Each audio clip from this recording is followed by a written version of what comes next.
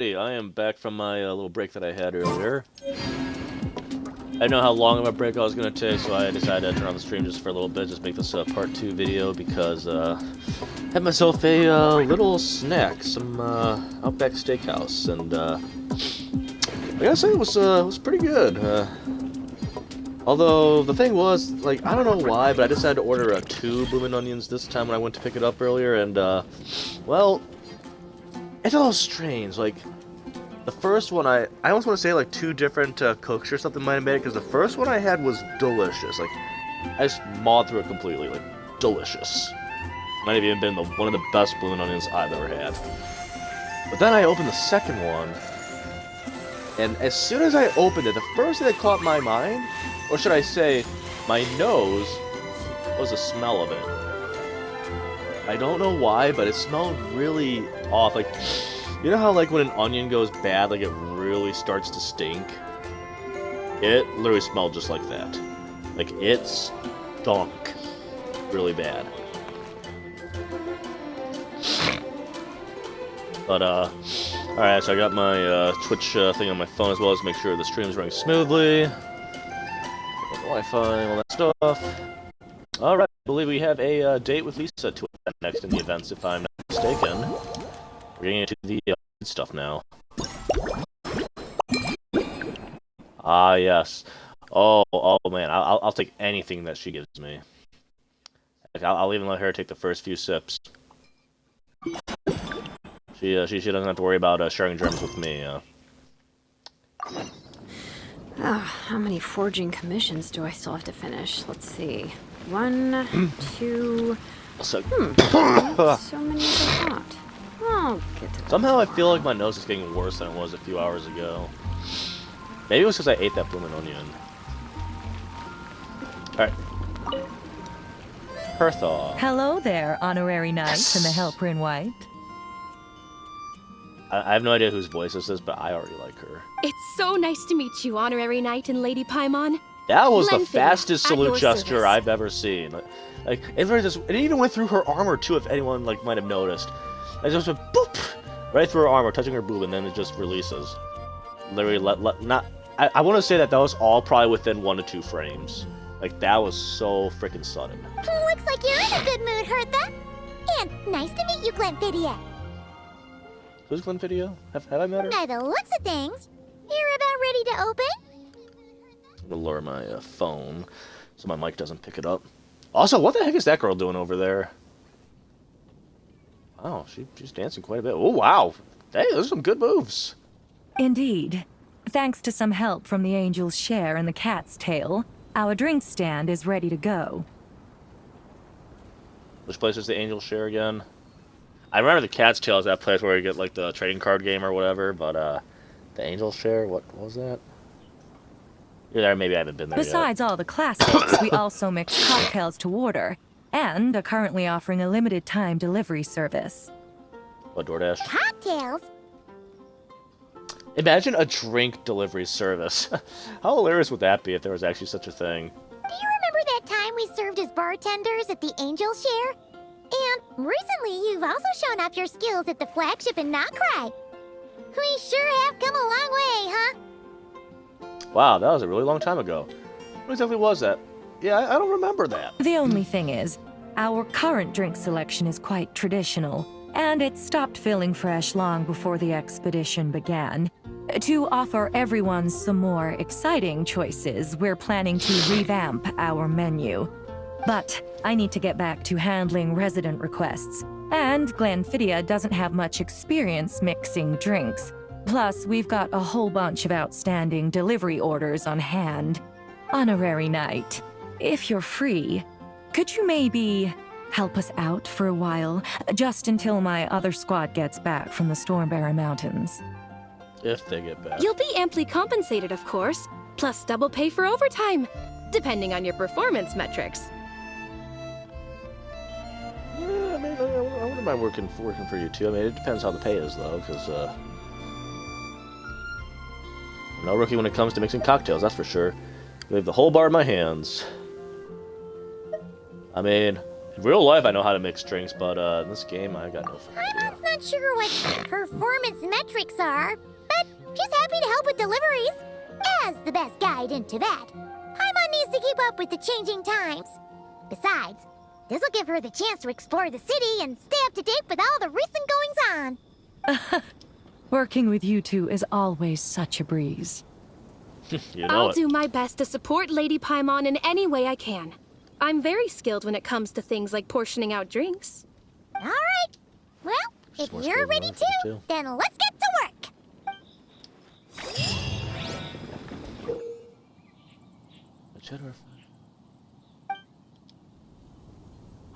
Oh shoot, oh shoot. I cannot screw hers up. I cannot screw hers up. Okay. Oh no. No, no, no. I remember having to do this back in Sumeru. No. I hate these. God damn it, Lisa. God damn your beautiful, charming attractiveness. Everything.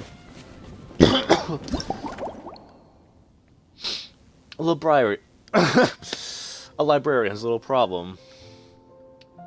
Might as well. Time to crash course. Who needs tutorials when there's crash coursing now?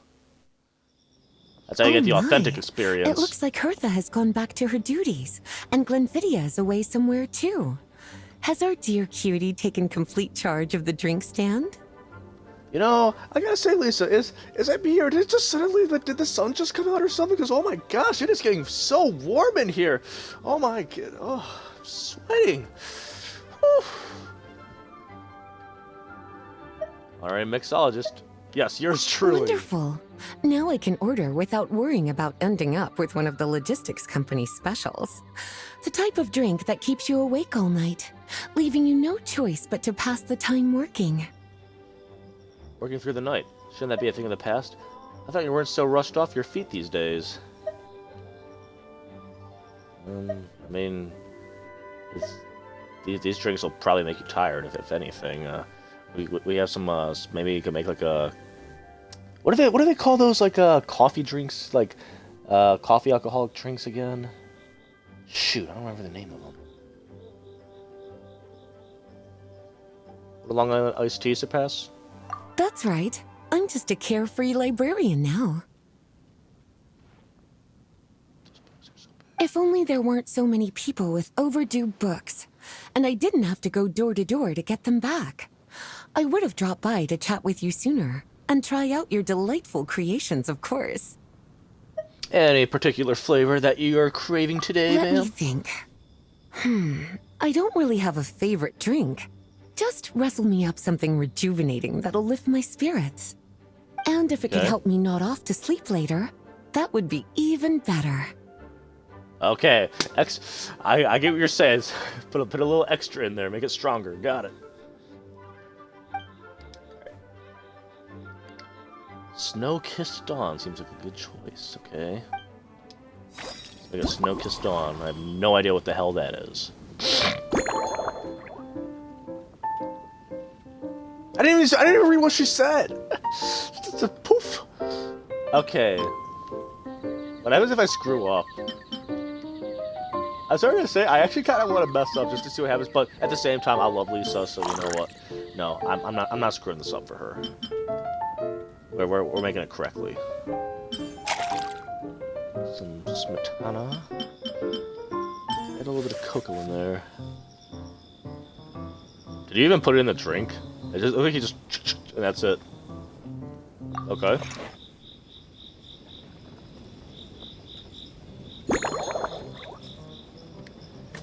Cut the ingredients into large pieces. Fine.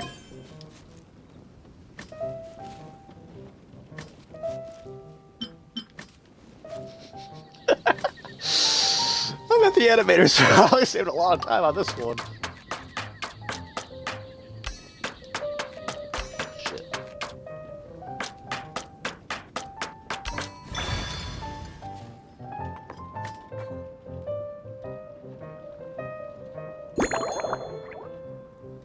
Shake gently. Shake it hard.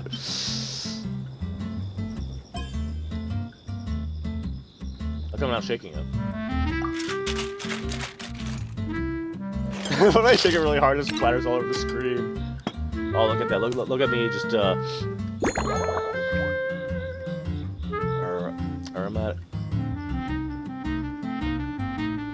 The hell is this kind of drinking glass? Out of any bar I've ever been to, who the hell uses these two kinds of glasses? I've never even heard of a double-walled glass, and this thing looks freaking stiff. Okay, so basically a wine glass. Got it. Just call it that, but you know, it's Genshin, they gotta be creative for whatever reason. You can show us the drink. There we go. Small lamp glass. Grass. But can I actually see what these all look like? Nah, I don't want to screw up. Okay. It's Lisa. I can't screw hers up, man. No. She'll hate me. I don't want that. Legend has it that this drink is a masterpiece crafted by a painter and a bartender together, inspired by dragon spine at dawn, with a dollop of Satana and an energizing kick from cocoa. Energizing kick from cocoa. Cocoa really energizing? I mean, coffee beans maybe? This restores the drinker's vitality almost instantly. Here's a snow-kissed dawn. Hope you like it. Made personally by yours truly. It's delicious, cutie. Yes. Pleasantly tart, sweet, but not cloying, smooth on the palate, with a refreshing aftertaste. Yes, good. If anything, though, I seem to be feeling a little more energetic than I'd like. Uh-oh. Oh, no, I messed up. Oh, shoot. Lisa says she wanted something to help her fall asleep. I remember that. We're supposed to put in a little extra kick of alcohol in there. Oh, shoot. Oh, I hope she doesn't hate me. Perhaps you've unwittingly unraveled Glenfiddia's secret and concocted an even more effective pick-me-up?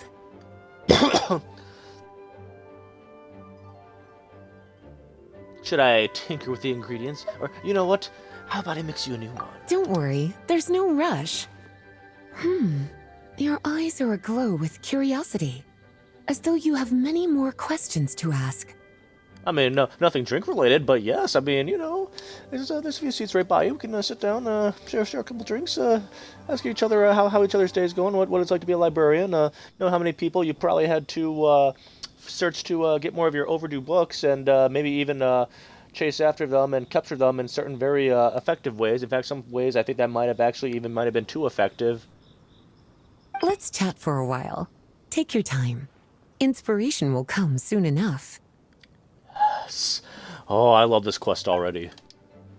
This is one of the things I missed from the Mondstadt. Oh, okay. Also, can I move the camera? No. Which books have you collected today? Since you're asking, it's been a bit of an unusual day. There's a chef, fresh out of training in Fontaine, who's recently taken up a position at the Goth Grand Hotel. She borrowed our most valuable book, the Mondstadt Millennial Compendium of Desserts. Apparently, she plans to use dessert-making techniques to improve the taste of various savory dishes. Something about reducing their greasiness. Sweet meat dishes. That is a novel approach. Indeed. And judging by the results, she rather overdid it with the caramel sauce. What should have been fragrant meat slices ended up tasting nauseatingly sweet. I do not think Escoffier would like that. Caramel sauce is such a fantastic ingredient, you know? It never fails to please when added to drinks. Sometimes, I even add a spoonful to my afternoon tea. Oh, I see. So I'm like learning like what ingredients she likes. Improving food, I suppose, isn't always about being as creative as possible. You can obtain clues during the conversation. Okay. Alright, so, yep, she likes caramel. This means I tracked down the Mondstadt Millennial Compendium of Desserts earlier, and she seems particularly fond of caramel sauce. Okay. Also, that's the whole, like, caramel. Like, I usually say caramel, but sometimes I'll also say caramel. Like, I say it both ways. I don't know why. I'm probably one of the few weirdos you'll ever meet in real life. Perhaps I should try substituting some of that for the tangier Smintana. Okay. Whoa, whoa, whoa, we're not done with the date yet. That's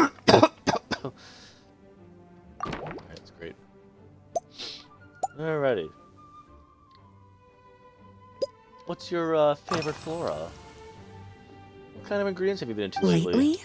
So careful with your wording, cutie. I'm sorry. Is that because you think that I, too, might have changed since we last met? Or simply because you can't remember? Wait. Don't tell me. I'm gonna try to remember what it is she likes.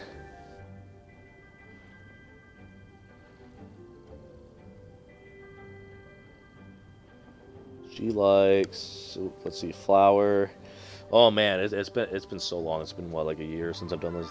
Since I did her quest. Something with a... Oh, by the way, so just so you know, I'm not cheating. You can actually hear my stream on my phone. It's literally stuck on my my Twitch. I want to say it's something with like a lotus or a jade lotus, maybe. I'm probably way off, aren't I? Surely it's normal for your taste to change from time to time. Not bad at all. A flawless answer. Thank you. Back in my student days, I might have been drawn to every new and exciting ingredient I read about, constantly expanding my horizons and stepping out of my comfort zone. But now, I've grown accustomed to a life of comfort and routine. Also, with the whole camera moving and looking at Lisa, I just realized the physics of her breathing with her her chest physics, they don't match. Notice her chest is moving a lot more. I feel like she's doing that on purpose. To paraphrase a certain Leowed legal expert, my life is fast approaching a state of living out one's golden years in peace and comfort. I'm no longer so easily moved by adventure and excitement.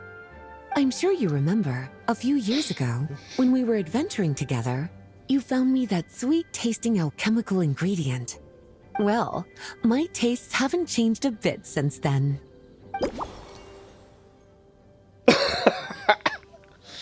Okay, I guess I'm gonna have to remember. Alright. Special notebook. These the other clues. This was joking about our life of comfort routine. She also mentioned the alchemical ingredient I found her a few years back. If I remember correctly... Well, I was way off.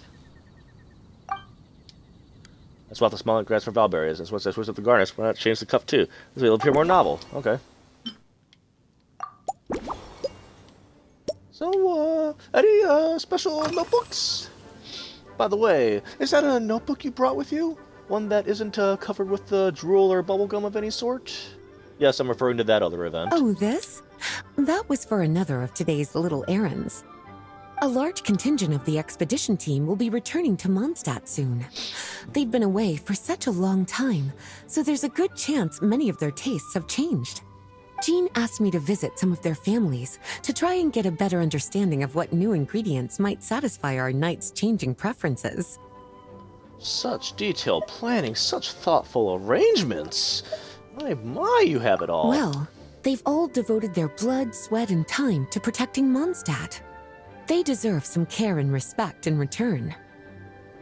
Yeah, and I do the same thing on my job, and they could give less shits about me. Based on what I gathered, the most requested ingredient was cacahuatl from Natlan. It seems like our knights have developed a taste for cocoa. I'm about to say it sounds like cocoa, just from the name. In their letters, many of them mention that they rely on cocoa to keep themselves energized. I've tried hot cocoa myself, and I must say, I find it just as effective as coffee when it comes to staying alert. Okay.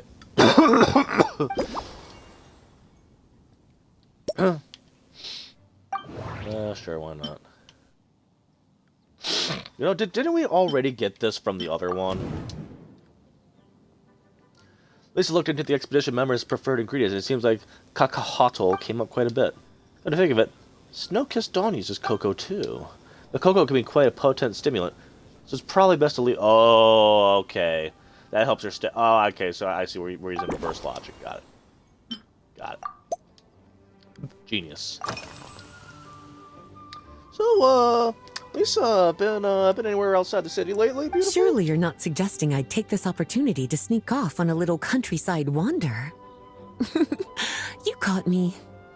Oh, you rascal, you. My investigations into Mondstadt's lesser-known drinks took me to Dawn Winery, where I had a little chat with the head housemaid, Adelind. Yeah, I remember that person. I actually remember doing that quest too a long time ago. That was that quest where I literally had no idea what the F I was doing until I had to Google it. One where you had to like clean up inside the building and stuff. On my way back, I ran into Emmetall out on patrol. She'd encountered some monsters she didn't know how to deal with, and in her desperation, asked for my help. So that's actually one cool thing I like about like the MiHoYo games is that like they actually reuse their NPCs, like name and everything, for like future like quests and events. I accompanied her on a detour to Wolvendom to teach some raving hounds a lesson. It's been a while since I've had such an invigorating workout. I bet you taught them a good lesson, one they'll never forget. Okay, as you pass through Wolfendom. This is paid a visit to the Dawn Winery, passing through Wolfendom. Perhaps I could throw in a touch of local flavor. Looking at these ingredients, a small lemongrass and a wolf hook that are both native to Wolfendom. Which one would make for a better drink? Duh. The wolf hook.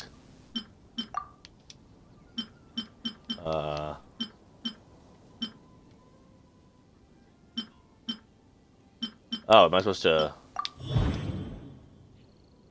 play? Okay. Smaller grass is more of a garnish, so let's replace that with wallberries. Wallberries, now I just need to figure out how to incorporate the wolf hooks. They have a bright, tangy profile that should help balance out the sweetness of the caramel sauce. Is that everything? Alrighty. Sounds good, Lisa. You stay right there. I will mix you something delicious. I think I know what fits the bill. Let me rustle you up a new, improved version. Homemade, master style. As expected, cutie, your brilliant mind has grown even sharper. Just a few gentle hints were all you needed to light that special spark of inspiration. Can I have a couple more few gentle hints? No? Okay. Was that a kiss I just heard? Alright, so we need the milk. We need the caramel. We do not add the coke. What if I add the cocoa? Just for the hell of it. But it's Lisa. I like her. We can't mess up Lisa's order. Alright. Looks good, looks good.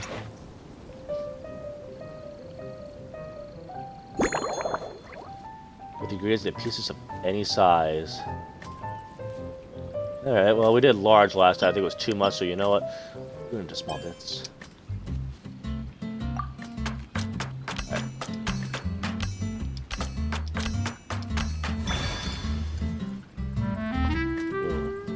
I love how it literally does not affect anything. Shake gently. Toss that cup again. Come on. Yeah! Oh yeah, the glass. Large or small goblet. So not the medium one this time. Oh, the small one looks crappy as fuck, so you know we're going with the large one. There we go, that's a fine glass for you there. Oh yeah. That looks good. That looks good. Okay, a little bit of some ballberry right there. Oh, she's gonna love this. Oh, that's a good drink right there. Heck, I'm tempted to drink some of it myself. A slumbering rose, based on a snow-kissed dawn. This novel cocktail was concocted specially for Lisa. After a long day, the librarian needs to recharge without risking sleeplessness. Making this drink, you skipped any stimulating ingredients and found a delicate balance between the sweetness of caramel and a gentle tang. The goal is peaceful, restful sleep. So why not call it a slumbering rose? By any other name just as sweet. Finished! A new creation. Custom made for you. Don't get me wrong, I like hearing his voice every now and then, but it just comes so randomly when you don't expect it. This should help you fall asleep quickly and guarantee you peaceful dreams. It's called a slumbering rose. Don't get me wrong. I know that like I've seen him play with what's his name, Sayu and stuff before. Like Nick, I think is the name of the VA or whatever for him. I really feel like they should have got the VA for Wise to voice the Traveler. Like it would just fit so much more. I mean, I get like the Traveler's supposed to be like kind of like a child in a way, even though technically he isn't a child, but it's weird.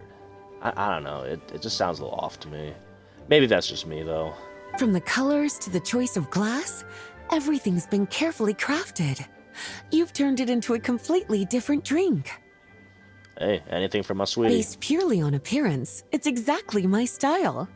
Time to see how it tastes. Full marks.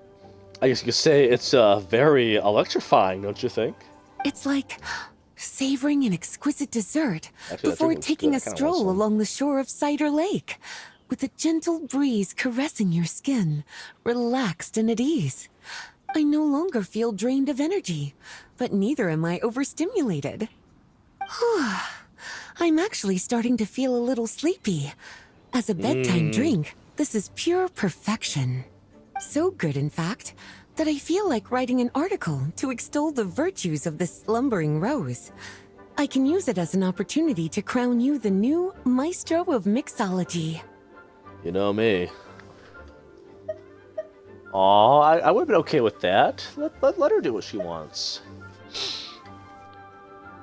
Her satisfaction is all the praise I Speaking need. of lakeside strolls, why don't you join me next time there's a clear, warm day, when the sun is bright, but not too harsh? Please tell me there's a part 2 to Any this. walk would be more relaxing with you to talk to along the way, cutie.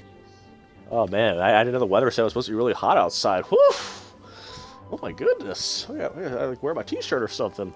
Then, when we get back, you could fix me up another glass of slumbering rose. I'll make sure to set aside the time. We can take that walk tomorrow morning if you want. And I'll make just as sure to hold you to that. What if I don't? When the time comes, I won't accept any excuses. Oh man, you know me. I might be an overdue book. Might have to get a little punishment for being very naughty, if you know what I mean.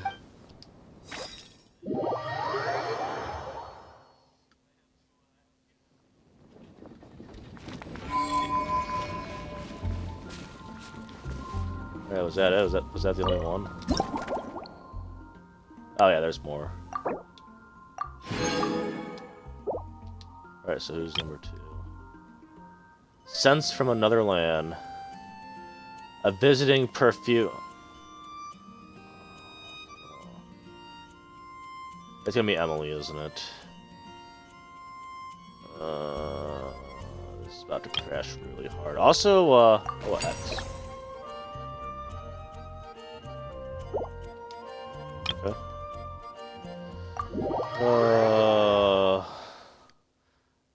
I'm hoping it's the one from Leo and not the one from Font. Oh wow, I was way off. Good afternoon, traveler. Ah! Fuck. Hello, Emily. Wait. Did I literally just meet her from the last event? The one with Zabai's event?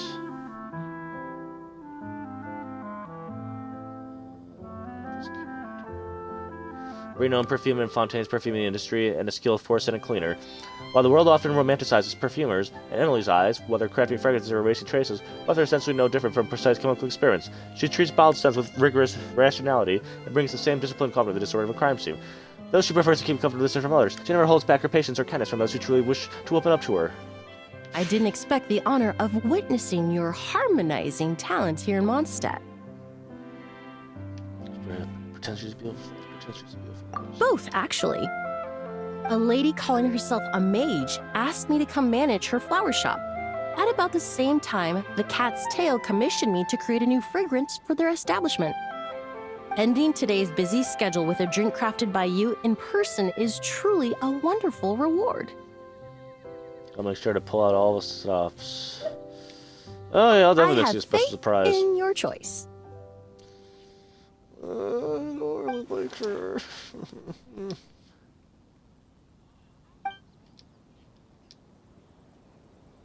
Okay, so we're gonna add some Fontanian flavor. Okay. With a Mondstadt take on a Lumadouche. Did I just say that right? Luma what to like?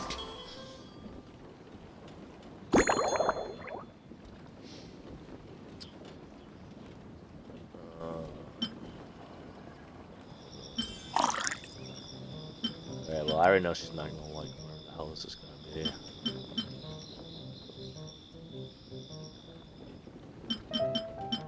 Oh, we're getting fizzy water. Wait, can I literally just add anything to this? Add mint? No. Cocoa.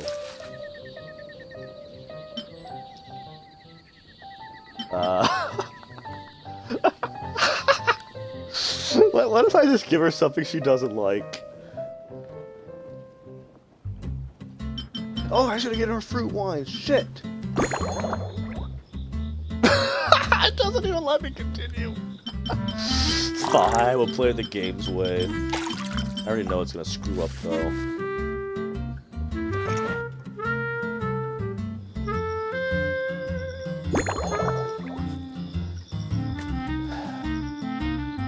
No, you get large chunks.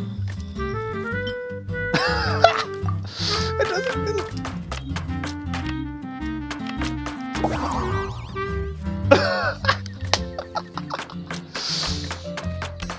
It literally does not let you continue screwing without screwing it up.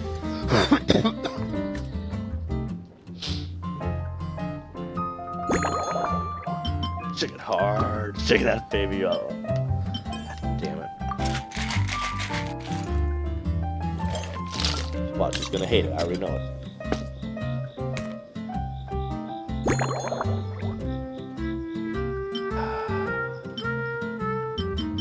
It's a crappy one.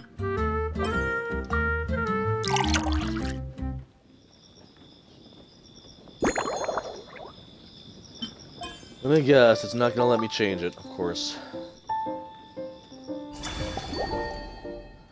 Lumadouche. Did I just say that right? Twilight. A refined cocktail from Fontaine that has been described by drinkers as capturing the warm glow of sunset over Luma something harbor. Rumor has it that you can still order this gem from the hidden menu at the Rusty Rudder, though it's rare for the bartender to recreate its original flavor perfectly. Care to give this a try, Miss Emily? Your artistry is truly a pleasure to watch.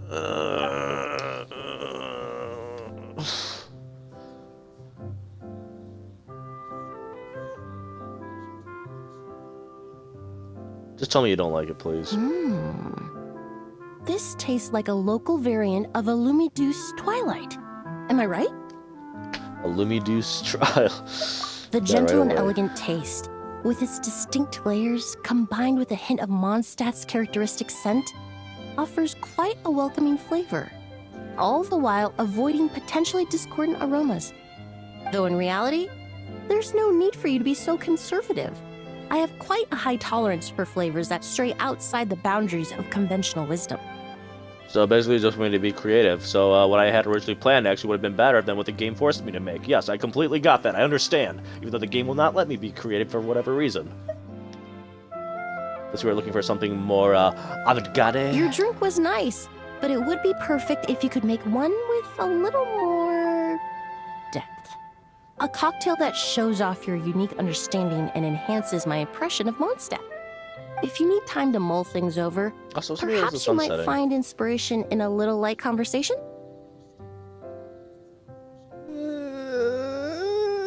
That's okay. I don't have a choice, do I?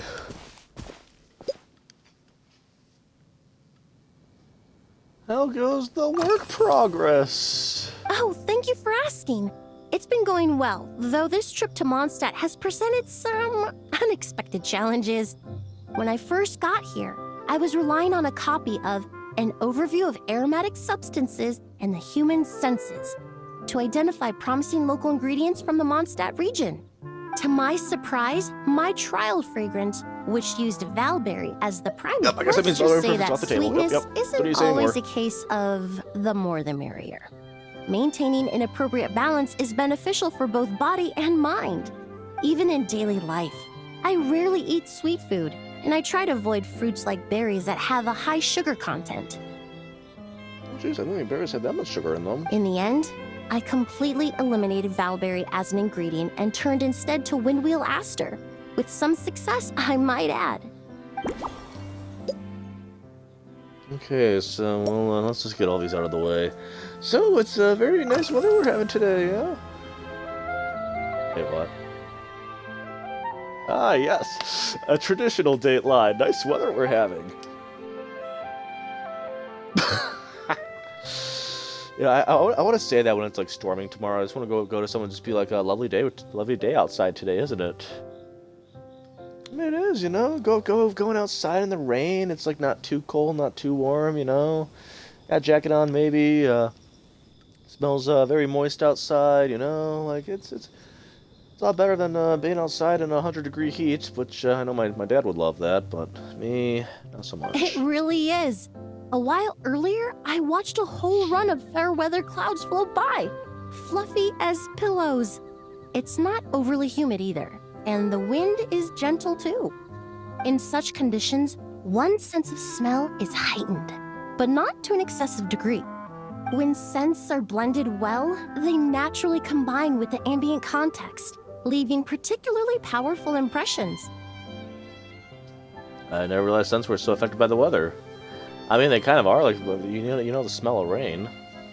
It seems something similar is true for mixology. As long as you choose a base of appropriate strength, when mixed properly, all the ingredients work as one to create a most combination of flavors, blah, blah, blah. Now I think about it, layering distinct flavors doesn't really suit my personal preferences. Okay, yep, that's great.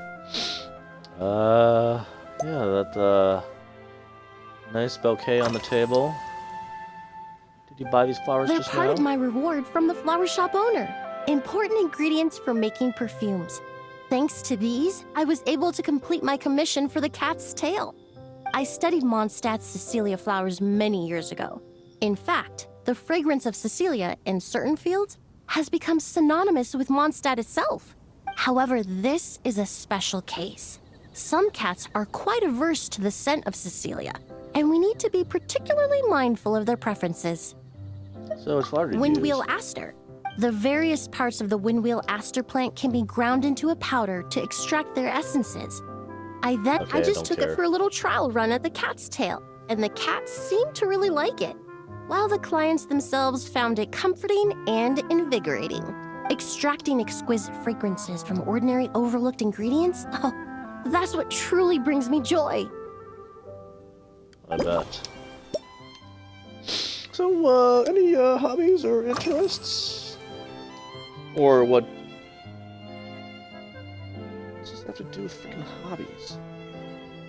What do you usually drink? Usually, after work, my friends from the Maison Gardiennage sometimes treat me to a few drinks. I usually stick to fruit tea. That way, I can get straight back to work after our gatherings. If it's before a holiday and my friends are in high spirits, I sometimes order a small glass of sparkling fruit wine. You know, I tried to do that too, but the game wouldn't There let me. was an officer named Terena who used to treat me to aged Corte wine. But since she was transferred to the Special Security and Surveillance Patrol, we haven't had the chance. So you drink alcohol well, you gotta have a drink every now and then. In the world of science, I don't drink often high-proof even. I drink a alcohol good is beer a every now widely and used then. solvent. I've grown well accustomed to the smell of it by now. Besides, when I'm slightly tipsy, my state of mind changes, which in turn alters my approach to perfumes. It doesn't matter if the result is good or bad. It's all about trying something new. I wish there was more people that had that So kind I of mindset. don't mind drinks with just a little bit of alcohol, but I don't like anything too strong. So basically the complete opposite of Lisa. Yep. Great. Yep.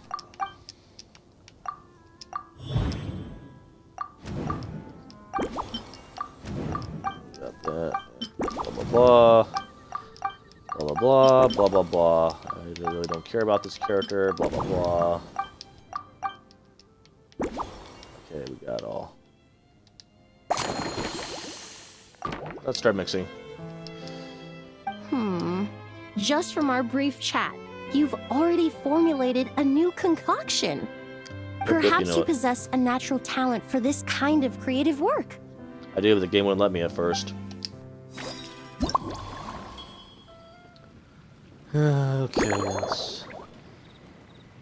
Okay, she wants tea and fruit wine. You know what I tried to add earlier and it wouldn't let me because whatever.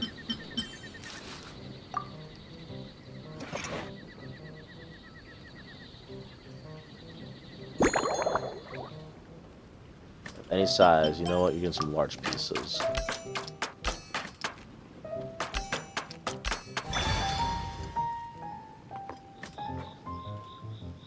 It's the worst event of all my fear.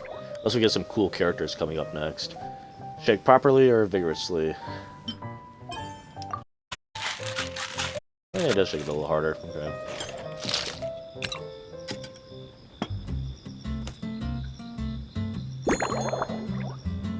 Well, okay, I guess you do want that glass. Alright, see how it looks.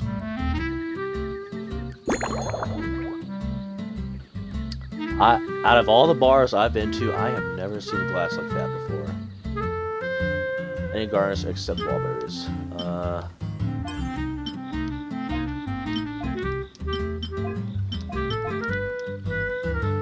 Glass.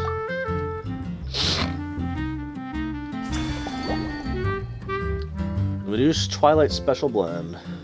It's especially for Emily. The perfume from Ponte told you that excessive sweetness makes people drowsy. She prefers to enjoy just a light touch of tipsiness. Clearly knocking a guest out at the bar isn't the bartender's main goal, even though that's debatable. On days of gentle wind and clear skies, heightened senses can amplify the flavor of a perfectly harmonious drink. Inspired by the art of fragrance, you have developed a subtle, elegant masterpiece.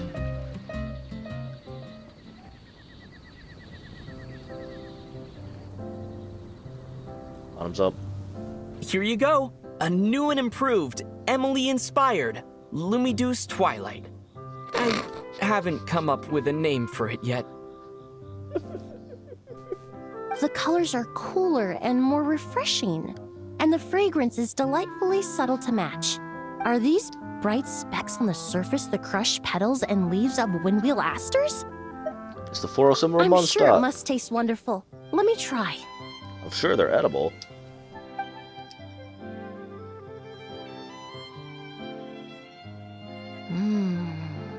In the language of flowers, the windwheel aster represents the visible winds.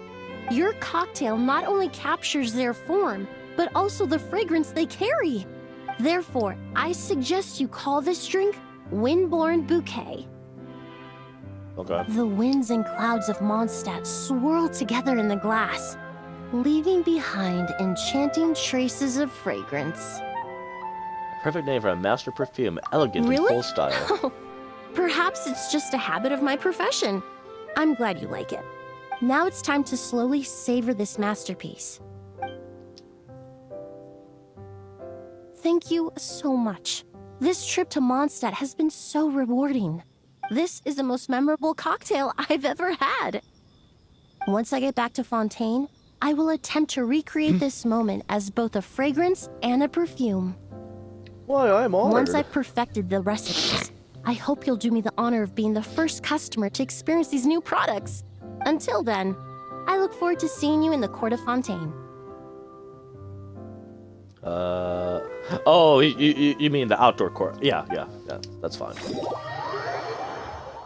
I thought she said I was about to go to court in Fontaine. I mean, then get to see, you know.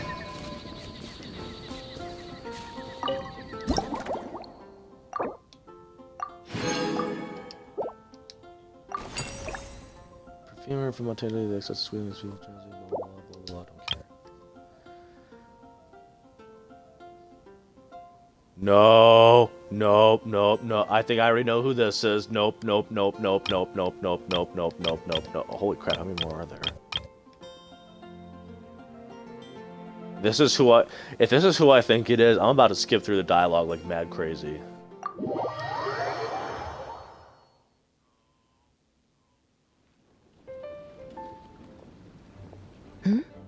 So you're looking after the drink stand now. If I'd known sooner, I would have stopped by this morning.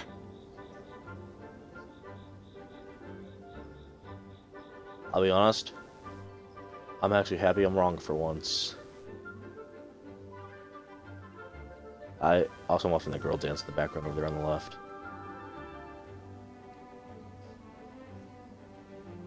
The guy's just rooted for him. Wow, that's actually not bad. Who's she trying to impress though? She's like facing the barrel. Or the cart or whatever that is. Also, I know that this person is like one of those characters that not everybody has because she's... Come to think of it, is she even in the main quest at all? Yeah, I've never met her before.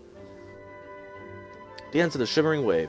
Eula is a member of the Lawrence clan by birth. The Lawrence clan's oppressive rule plunged Mondstadt into one of the darkest periods of its history. Today they have long since fallen from grace, but their present-day descendants still find themselves held in contempt for the transgression of their forefathers. Not content to accept her fate, Eula has chosen to face the hostility of others head-on, and to prove with her blade that the noble spirit forsaken by her predecessors is alive and well in her. Should you meet this bald knight, be sure to cast aside your reservations and greet her courteously. She, in turn, will be sure to extend the utmost courtesy to you. I guess I have to treat you well then, don't I?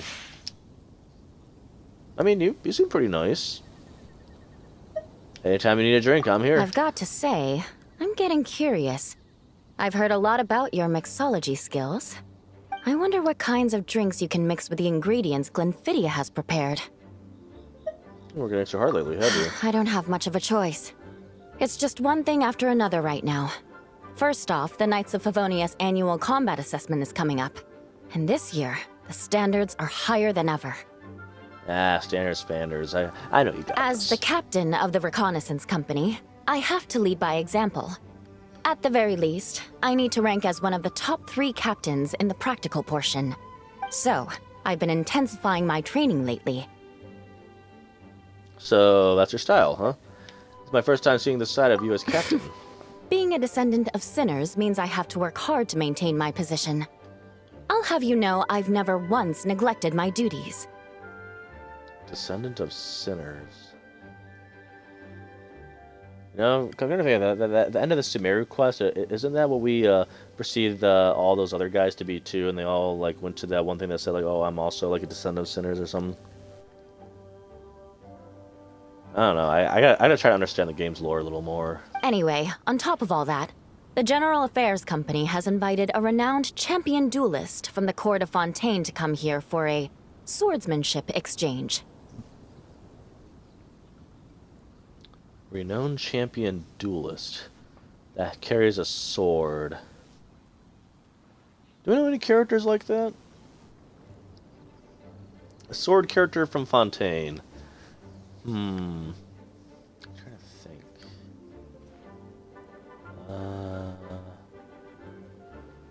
What kind of is it the jail dude, the holder of the keys or whatever? Wolf, I forget how you say his name. Rail Thessaly or whatever it is. Sword-wielding character. A renowned champion duel. Oh, wait, no, it's probably not him. Who else uses a sword? Is Lynette a sword user? I'm sorry, I'm thinking too deeply about it right now. Since I'm one of the captains with the highest attendance rate when it comes to these things, and I'm fairly skilled with a claymore, I was chosen as a representative. I have to prepare thoroughly to make sure I'm a serious match for the champion duelist. And then after the exchange, I need to write at least 6 different reports based on the results. Oh, you could really use a very stiff drink. Oh, I sure could. Anything that'll perk me up would be welcome. I'll leave the details to you.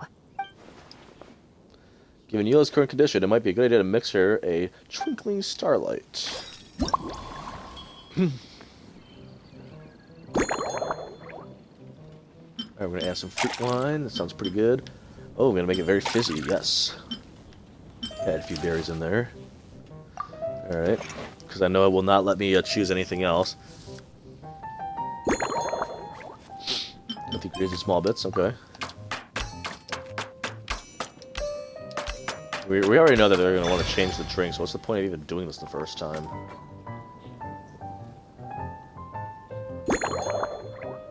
Shake it hard, yeah! Look at that. Shake, shake, shake, shake, shake, shake, shake.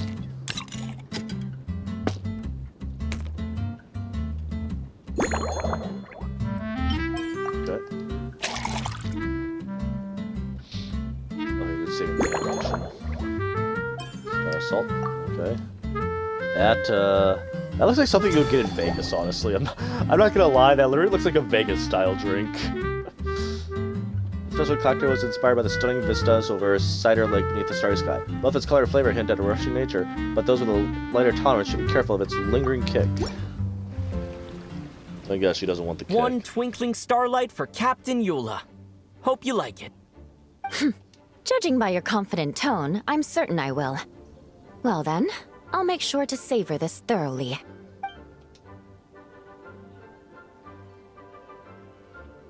Huh. Not bad. Just not bad. Sweet and tingly, with a delightful airiness. The fizzy water really brings it to life. I suddenly feel full of vim and vigor. But just one glass doesn't quite scratch the itch. How about something with a bit more bite? Looking for something with a more of a kick? Don't hold back. You don't need to worry about putting me on the floor with nothing but a couple of drinks. Let's chat while I decide. So let's start the state. Works for me. The first company hasn't assigned me any paperwork for tonight, so I'm free to catch up and try your new creations at my leisure. Oh, only 3 this time. Okay. That drink on the table. Yeah, is it imported fruit juice? The merchant I got it from called it Romaritime flower fruit extract. It has a very unique smell. Here, have a bottle. Been drinking a lot of it lately? Oh, it's a necessary courtesy. In that book Miss Magistus lent me, The Blade Dancer, 20 years on, it says, after a duel, a Fontanian swordsman will politely invite their defeated opponents to a banquet.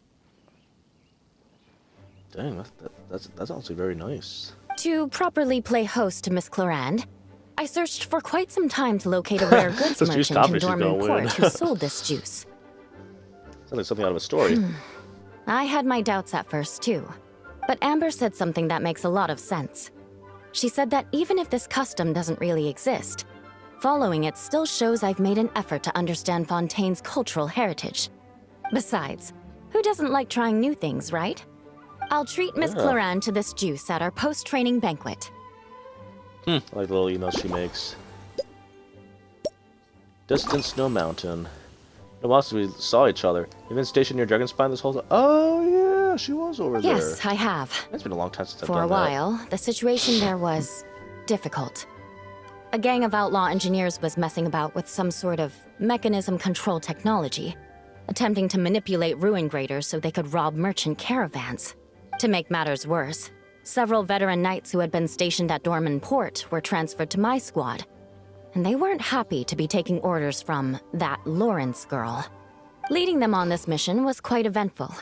It took 3 weeks of stealth operations in the snow, with no fires to keep us warm, before we finally located the enemy's stronghold. Those veteran knights faced the bitter cold and were almost taken down by the enemy's smuggled battle mechs. Fortunately, the battle went our way, and they had no choice but to acknowledge my abilities. Me? I'm completely fine. But thank you for your concern. It was mentally tiring for sure. But fortunately, the operation wore them down far more than it did me. They won't be questioning my authority again anytime soon. If any new recruits try to make my life difficult, I'll just have my veterans give them a few friendly pointers. Not yourself. I guess you could call them a permanent solution, huh? Eating on duty. Oh. What do you usually eat when you're busy? If you want to know what I've been eating recently, I'd better start by mentioning the logistics company's latest revolution. They launched a diet improvement initiative and started distributing a form of standardized canned food to knights operating in the wilderness. In the past, we only had dry rations. Every mealtime we had to set up pots and campfires, roll dice to choose a cook, and take turns standing guard.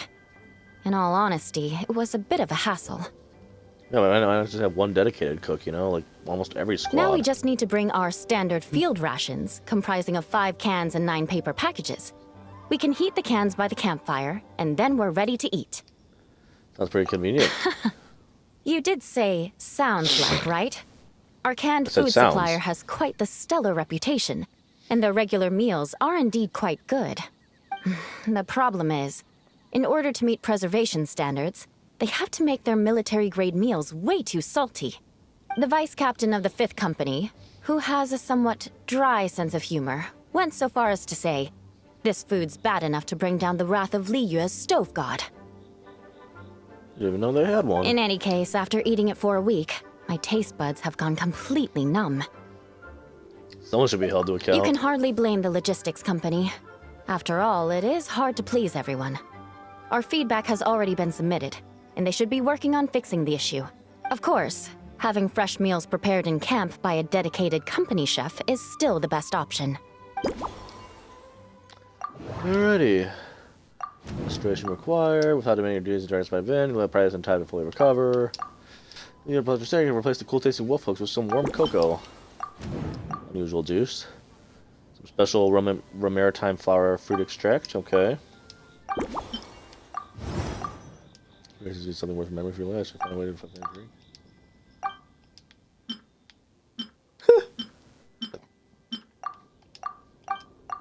Oh wait, I'm supposed to. Well, first let's interpret this.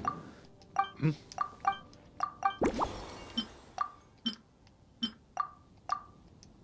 still not sure. Oh god. There's like no point in these. Regions also security flowers, the sort that eats a Mondstadt Fountain have their own distinct character too. And if I find out what Eula thinks, I should chat with her some more. Okay, so now I have a new topic. Sparring mindset. How are you feeling about your upcoming contest? Oh my. To be honest, I'm eager to begin, but also a little nervous. Yeah, you'll be fine. Oh, wait. There is one other character who's a sword wielding in Fontaine I completely forgot about. Or Archon. Well, I mean, to be fair, if it's just a sword battle by itself, let's just say I'm sure you'll knock it out of the water. Miss Cloran's combat style comes from the mysterious Marechaussee hunters. In the library, there are some old Fontainian newspapers from hundreds of years ago that give some idea of how formidable an organization it was. Okay, never mind. I guess you're facing, oh yeah, she is from Fontaine. I completely forgot about that character. I think that's one that, like, barely anybody even has. A more recent newspaper claimed that Miss Cloran was an orphan from an underwater kingdom, and that before battle she would perform rituals inviting spirits to possess her sword. Oh my goodness, I completely forgot about her. I'm always used to her, like, wielding the musket and stuff all the time. I completely forgot she's a sword fighter. Assuming these rumors are true, or that Miss Cloran's abilities might even be more extraordinary than that, it's important that I'm prepared for anything. Should we come here with a sword-themed drink? Incorporating elements of swordsmanship into a drink? Huh. Certainly a creative idea, I'll give you that. I sure could do with an energy boost, but how do you plan to express something like swordsmanship with a cocktail? We have to find out. From what I see, Fontanian fighters armed with rapiers excel at thrusting attacks. They put a high price on precision and sustained pressure. That definitely matches the description I read in that book. If I were to compare them to a drink, I'd say they're like coffee. Bowl of fruit ice wine, or Mondstadt fruit wine. They might overwhelm your senses, but they refuse to fade away. In fact, the first drink you tried had a fruit wine base. That's right. You really know your stuff. I doubt there's anyone else in all of Teyvat who could come up with such a perfect metaphor. Your swordsmanship is different, though. You're like a lead dancer with the claymore, guiding your blade through big, sweeping arcs. You need one hit to unleash an avalanche of destruction, literally. In other words, your style emphasizes forceful impact on the moment of contact. There's no need to make it sound so fancy. It's just an aristocratic variant of Favonius bladework, with a bit of personal flair. So you're more like a strong spirit that hits the senses hard, and then leaves a clean, icy aftertaste without lingering flavors. Firewater. What? In recent years, firewaters gained popularity the world over, following in the wake of prosperous Snezhnayan merchants. These days, almost every tavern has a signature drink that uses it as a base. Do we even have firewater? Let's see if You we do. really are good. Why don't we try replacing the fruit wine with firewater? As for the alcohol content, that's not a problem. Plenty of the expedition team may have drunk themselves senseless with firewater. But me. I'm full of confidence.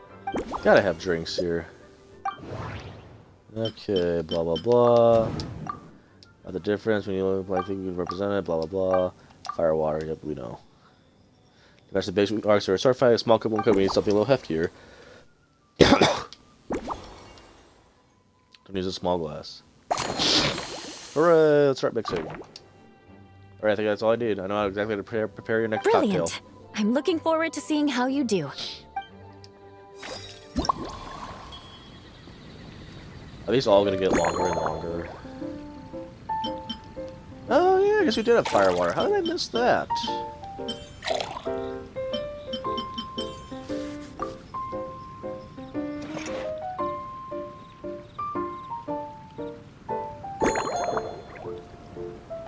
Nice size. Get you some large pieces.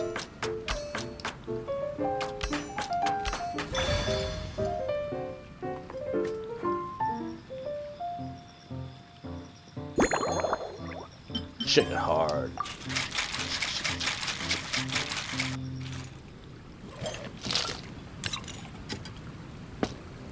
And a big glass, I think. Medium or large? Oh, we're definitely going large. You're getting the good stuff.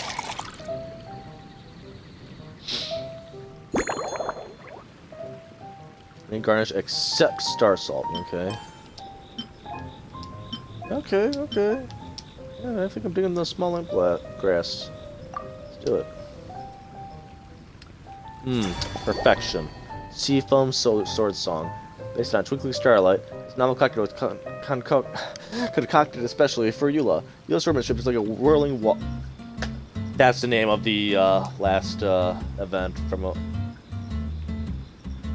whirly. I don't know why I'm thinking of old events. Anyway. Eula's swordmanship is like a whirling waltz. She strikes with the force of an avalanche, yet her finishing flourishes are clean and elegant. This bold approach is reflected in her drink preferences. To match her style, the drink you prepare combines ice-pure fire water, romaritine flower juice, steeped in commemorative meaning, and restorative cocoa to replenish your energy and banish fatigue, creating a true dance of flavors. Since this blend is inspired by the Spindrift Knight's Dancing Blade, Seafoam Sword Song felt like the perfect name. Here's your all-new Seafoam Sword Song, mixed to meet your personal preferences. Oh my, what beautiful colors. And you even added my romaritime flower fruit extract. The aroma is perfect, and I can smell the alcohol, but it doesn't stifle the fruity fragrance. Let's see how it tastes. I want to hear what you think. Give me a moment to come up with the right words. I need to think carefully. Well, drink I it. know it's unbecoming of a lady, and a proper connoisseur would savor their drink slowly. Nah, you go right ahead. Down it, down But it. I'm sorry, this is just too good to be true. Come on, down it. Yeah. Can you mix me another?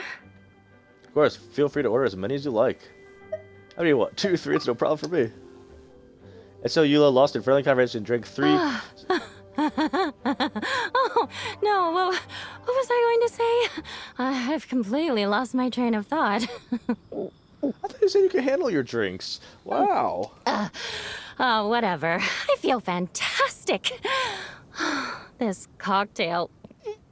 Oh, it's the best I've ever had. I'm glad you think so. I think I'm gonna head home and get some sleep. You know what they say, drunk people are a lot more honest than sober people. Do you think you've maybe had one too many? Nonsense. I think you need to have one more. Don't worry about me. This is the happiest tipsy I've been in years. I'm still far from being drunk. I gotta give the VA credit there. That was actually good. Sure. You want me to help help walk you back in case you're about to fall over or something. You know, maybe hold your hand. Get to talk a little more about some stories on the way back home. No. By the time I've gone a few rounds with that, Miss chlorined and completed my reports. I'll have been on duty for 3 months straight. This is about to throw up on the freaking pole. Jean, the acting grandmaster. Isn't it about time she gave me some time off? I really do appreciate her honesty. Hell, she should keep her drunk more often. I won't be forgetting this injustice in a hurry. You mark my words. You tell them, girlfriend.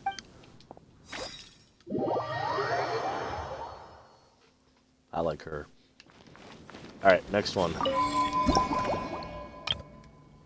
Beyond the aroma of the drinks themselves, you give off a distinctive air of the sword-wielding traveler, one that draws in yet another unexpected guest. 6 of these.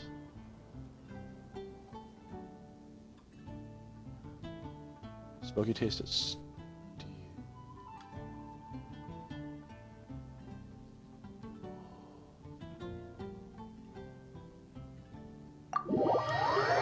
Smoky taste.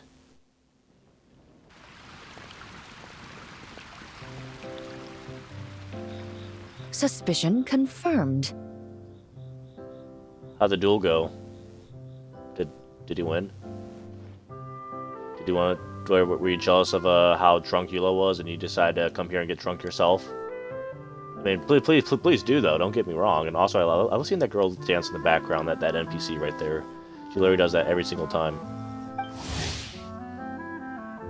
I could have sworn I saw her in the other event like almost a year ago.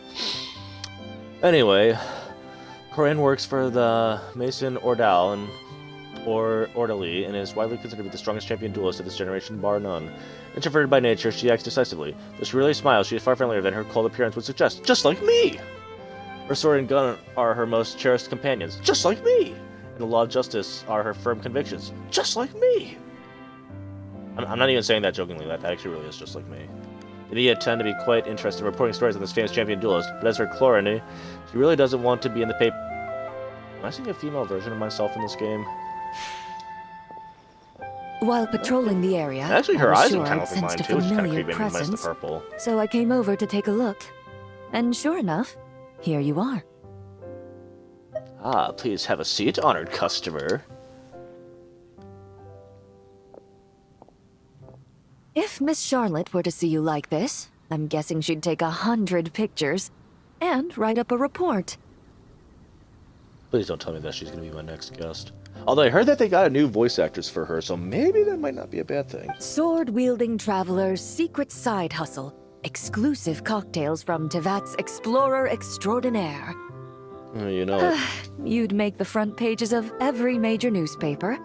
And there'd be crowds of Fontanian tourists flocking to your drink stand, causing gridlock on the streets of Mondstadt. I mean, do I not like Fontanian tourists? Did that really happen? I want to be able to cope. But I think we're a little too dramatic. Luckily for you, I turned down Miss Charlotte's request to accompany me here, so you're unlikely to be seeing any scenes like that. Let's quietly celebrate this moment of peace. And on that note, I'd like a caramel blaze. That look on your face tells me you have a lot of questions you want to ask. You can drink while we chat. Calm and effortless. I'm shocked to learn you're a real pro at this sort of thing. You know what?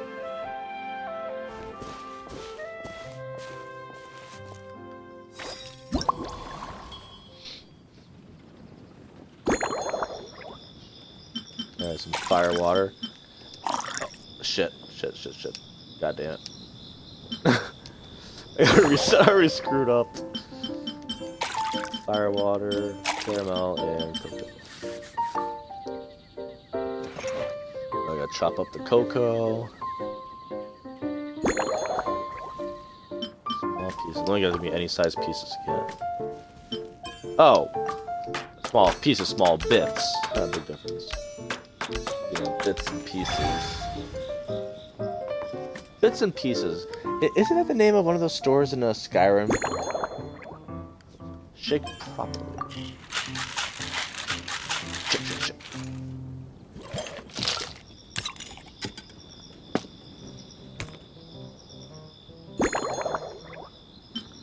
Yeah, I like her.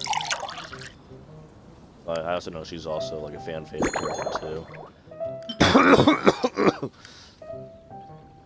Mulberry on there. I'm probably gonna end up doing this again, aren't I? But anyway.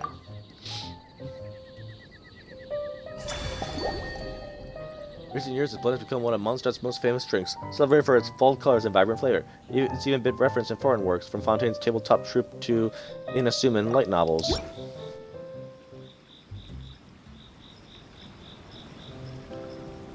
Your caramel blaze is ready. Try not to drink it all in one go. Please do drink it all in one go. In fact, order some more. It sure lives up to its name. The love color that reminds me of a moving. raging fire, while that aroma really hits you head on.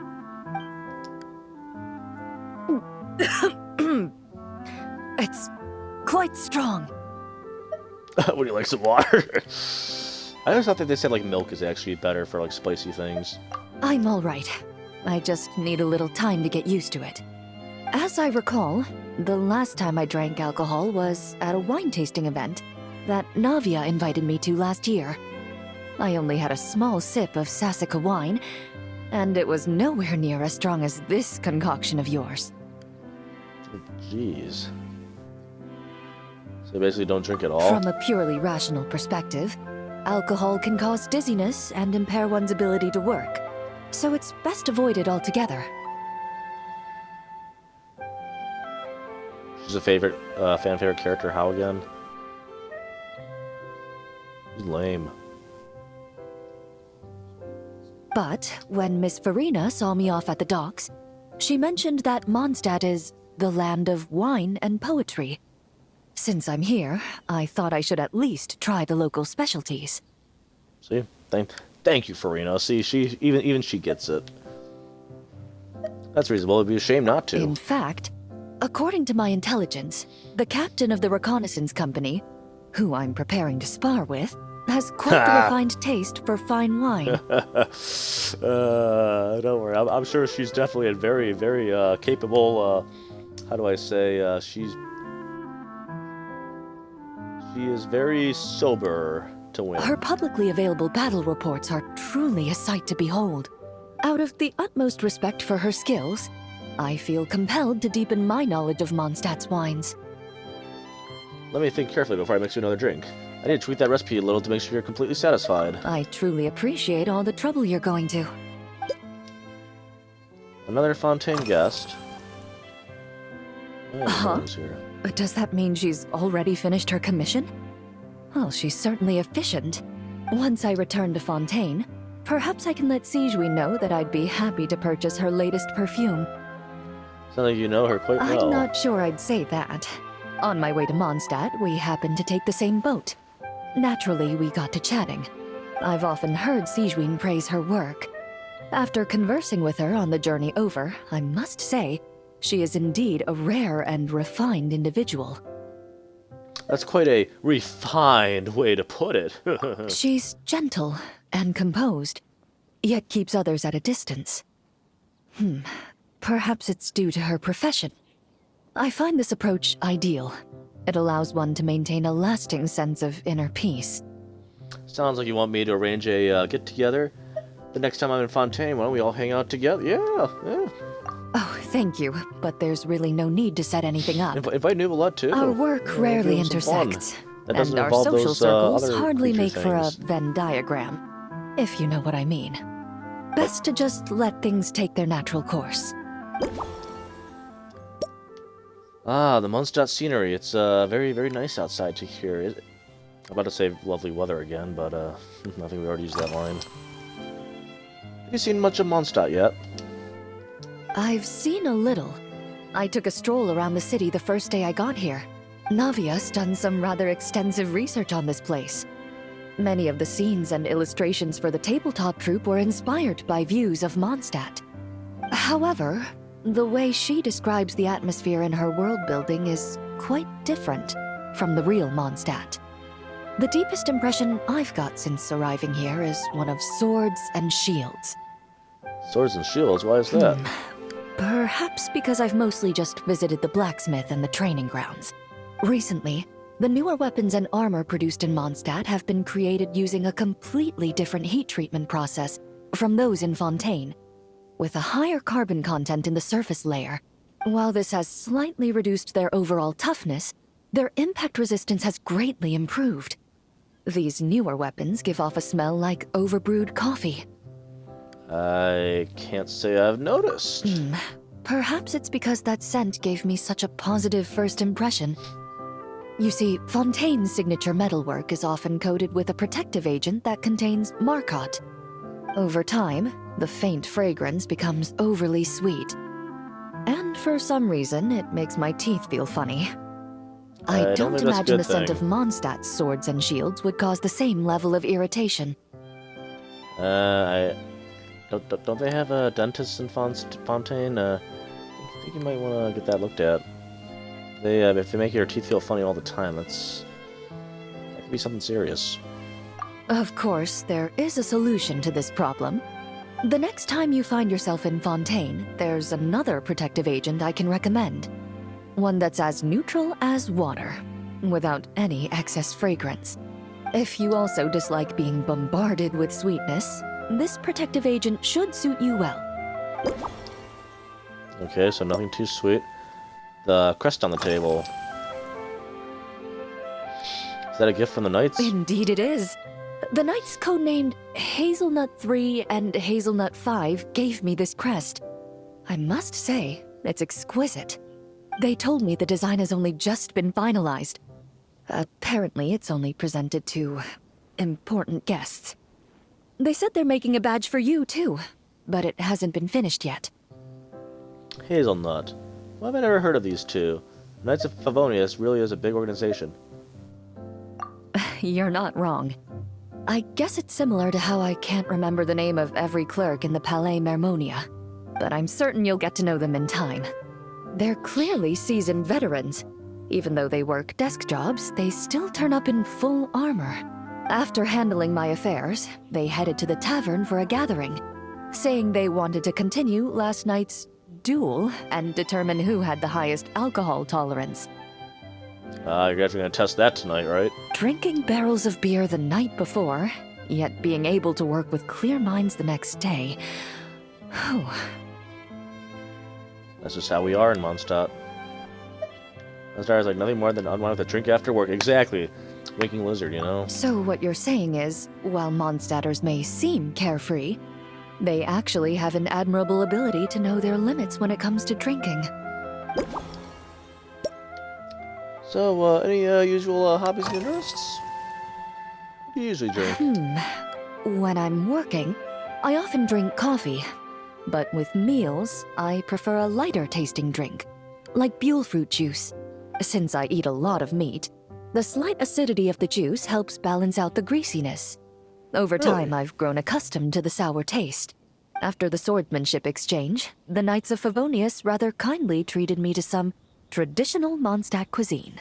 I had 8 different meat dishes, and all of them were excellent. The portions were huge, and only the highest quality cuts were used. Everything was cooked to absolute perfection. Of course, there was still room for improvement. When catering to tourists, the sticky honey roast and pile 'em up might benefit from a slightly lighter sauce. Sounds like they treated you to a feast. You tried all the signature meat dishes? I've certainly tried all the red meat dishes. I think I've had enough calories to sustain 3 days of vigorous work, so I've had to decline all subsequent dining invitations. To be honest, I can still taste the grease. There must be a way to cleanse my palate. Yep, more tangy.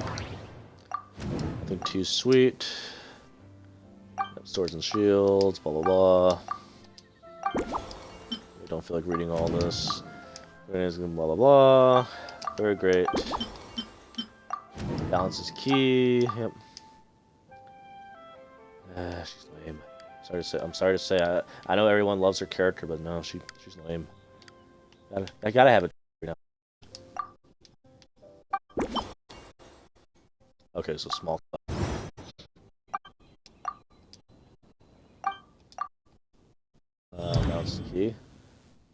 light base.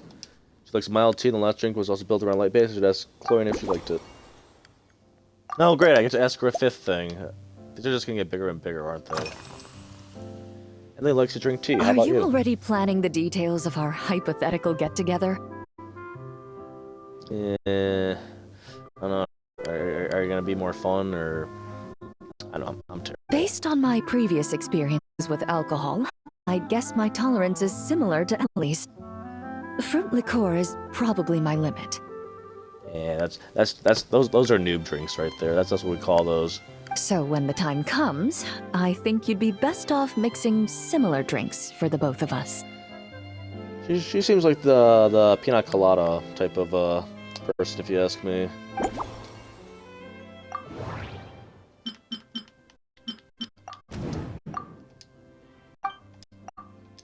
Yeah, let's give you a pina colada.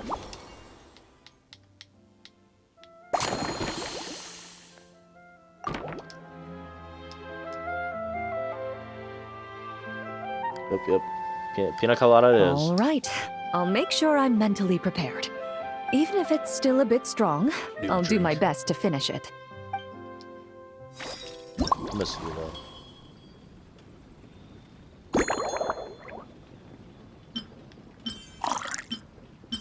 Caramel at wolf hooks.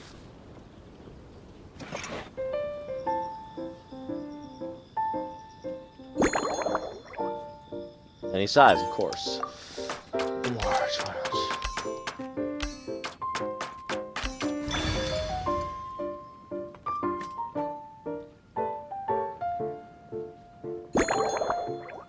Shake properly.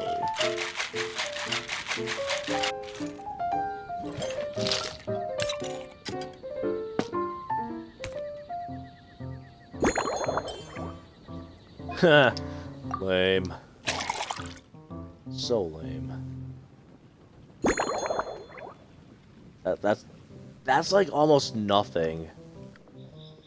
You might as well just put some hard liquor in there. Like that'd be like maybe like enough for like a fancy wine, but oh my goodness.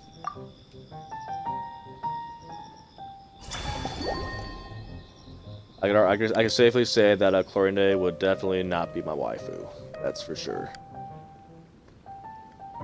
In fact, I don't even think she's like me anymore because I would definitely drink a lot more than that.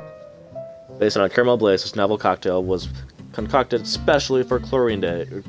Chlorinde. I don't know how you say her name.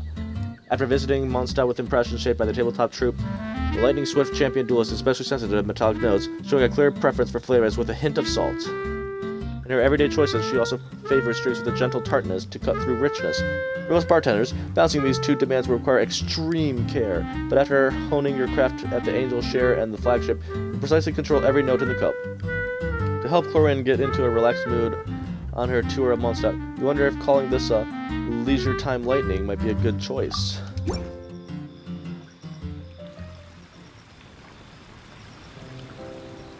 All right, this new creation is called Leisure Time Lightning.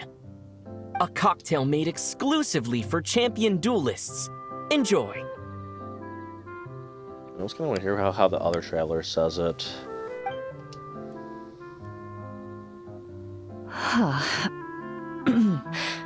Still too much? She's shaking it. I don't know. Have you added fruit wine? It tastes wonderful. This is ideal for me. There's a subtle saltiness that combines well with the tartness of the fruit and the sweetness of the caramel. Each sip balances delicately on the edge of perfection. The color of the wine also fits well with the name, and the lightning imagery contrasts with the fiery nature of the caramel glaze. But where does the leisure time part come in? Does you find Mondstadt to be a leisurely place? Taking it easy is what traveling is all about. I highly doubt that. I see. That certainly matches the impression this cocktail gives me. Its unique aroma and taste will hold a special place in my memories of Mondstadt. I'm glad you like it. Your satisfaction is my motivation. Do you think, if the chance were to present itself, you'd be interested in mixing drinks somewhere else? A cafe, for instance, or the Hotel de Boer. Why do you ask? Mostly for Navia and Miss Farina's sake. Though obviously more. I'd be Hire more me. than happy to try In more fact, of your don't even hire me. masterpieces I'll myself. volunteer to do it. She's about to have the best drink of her life. Of her long life, yes. Exactly, and sure, we'll prepare different kind of blends, you know. Got something for everybody.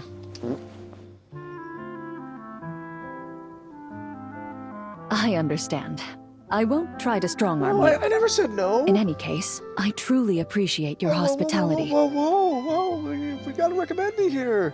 I mean, maybe not like working all the way there, but I mean, if they ever come here, if they ever want to stop by, you know, grab a nice drink, I'll make sure to balance it. Or if they want some extra kick, you know, I can give them quite a few on the house. Don't worry, and then you can still be there, just making sure everyone stays away and all that, you know. You'd be like your bodyguard in a way. Thanks to you, whether I'm facing the powerful captain of the reconnaissance company or discussing strategy with the Knights of Favonius, I'll be in my best condition.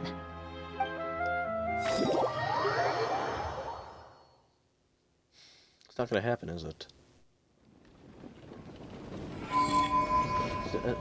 As soon as they come up with a great idea to bring in my head, to think that I could be over there in Fontaine, right over there somewhere, serving drinks directly to their Archon, who I hear doesn't even cook much. You know, I could be right there, right next to Mrs. Scapier.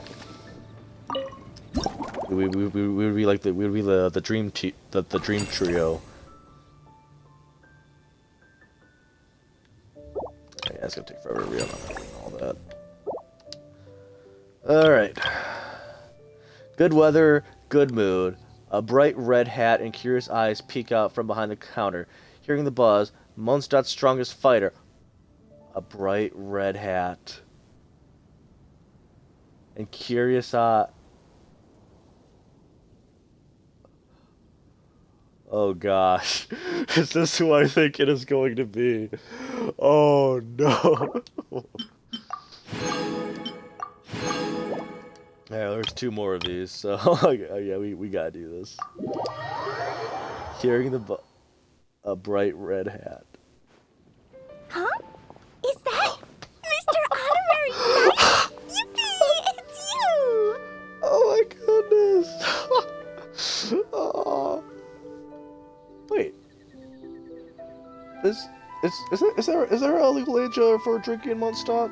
Or, I mean, like I know that that they say that there's like freedom for all and everything, but I mean, you gotta be at least have some sort of like age requirement or something, right? No? Hey, it's Klee! Customer Klee! Auntie Eula told Klee that Miss Hertha had found someone amazing to help out. Seeing you here, Mr. Honorary Knight, Klee knows this must be the best drink stand in all of Teyvat. So kind of you to say, that's the ultimate goal. I'm working hard to become the very best that no one ever was. You mean this stand isn't already the best? Oh my goodness. I can see why Alice likes her so much. Well, out of all the drink stands Klee's ever visited, Mr. Honorary Knight's is easily the best. That's right. You tell them.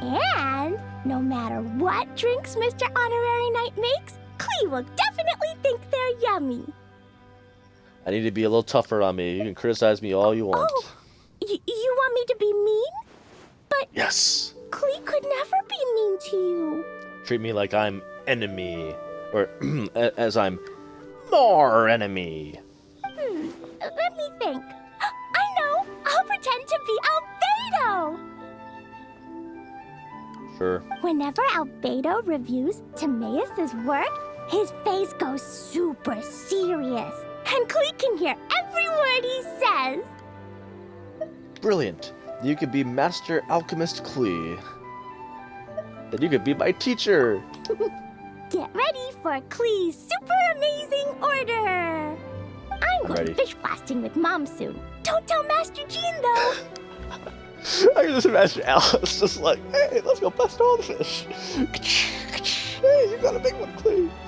Oh, wow, look at the burn marks on that one. So, Klee wants to order a fair weather frolic. Anything like a bright sunny day will definitely put Klee in a super duper mood. Got it, Miss Klee. I'll get right on it. Understood, Master Alchemist Klee. I'll get right on it. I wonder what it'll taste like. Alright, let's see what Klee initially wants. Okay, so we're gonna give her... Obviously, we're not gonna give her fire water. I don't think she'd like that. Or maybe she would. Who knows?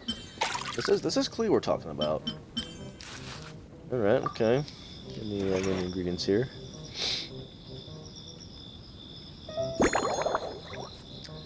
Bring into small bits, even though usually it always tells me that... Oh, thanks for that.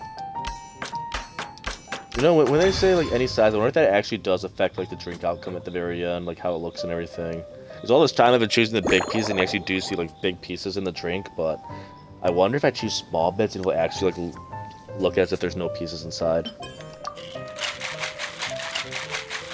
Let's check that drink. Yeah, what do you think of that, Klee? Little walled glass. Anything for the master. Any garnish.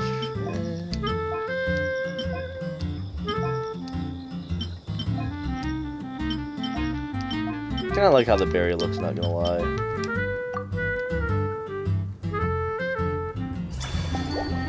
A fair weather frolic. A soft drink you'll find at drink stands everywhere. Sweet, tangy, and loved by all. Still striking the perfect balance between tangy and sweet takes a practiced hand. Your Fairweather Frolic is here. Go on, give it a try. Wow! So, a fair weather frolic is this color? Purple sky. Is it supposed to be a bright, shiny night? Maybe it's supposed to be a cloudless sky at dusk. Klee will take a sip first. Then you can think about it more carefully.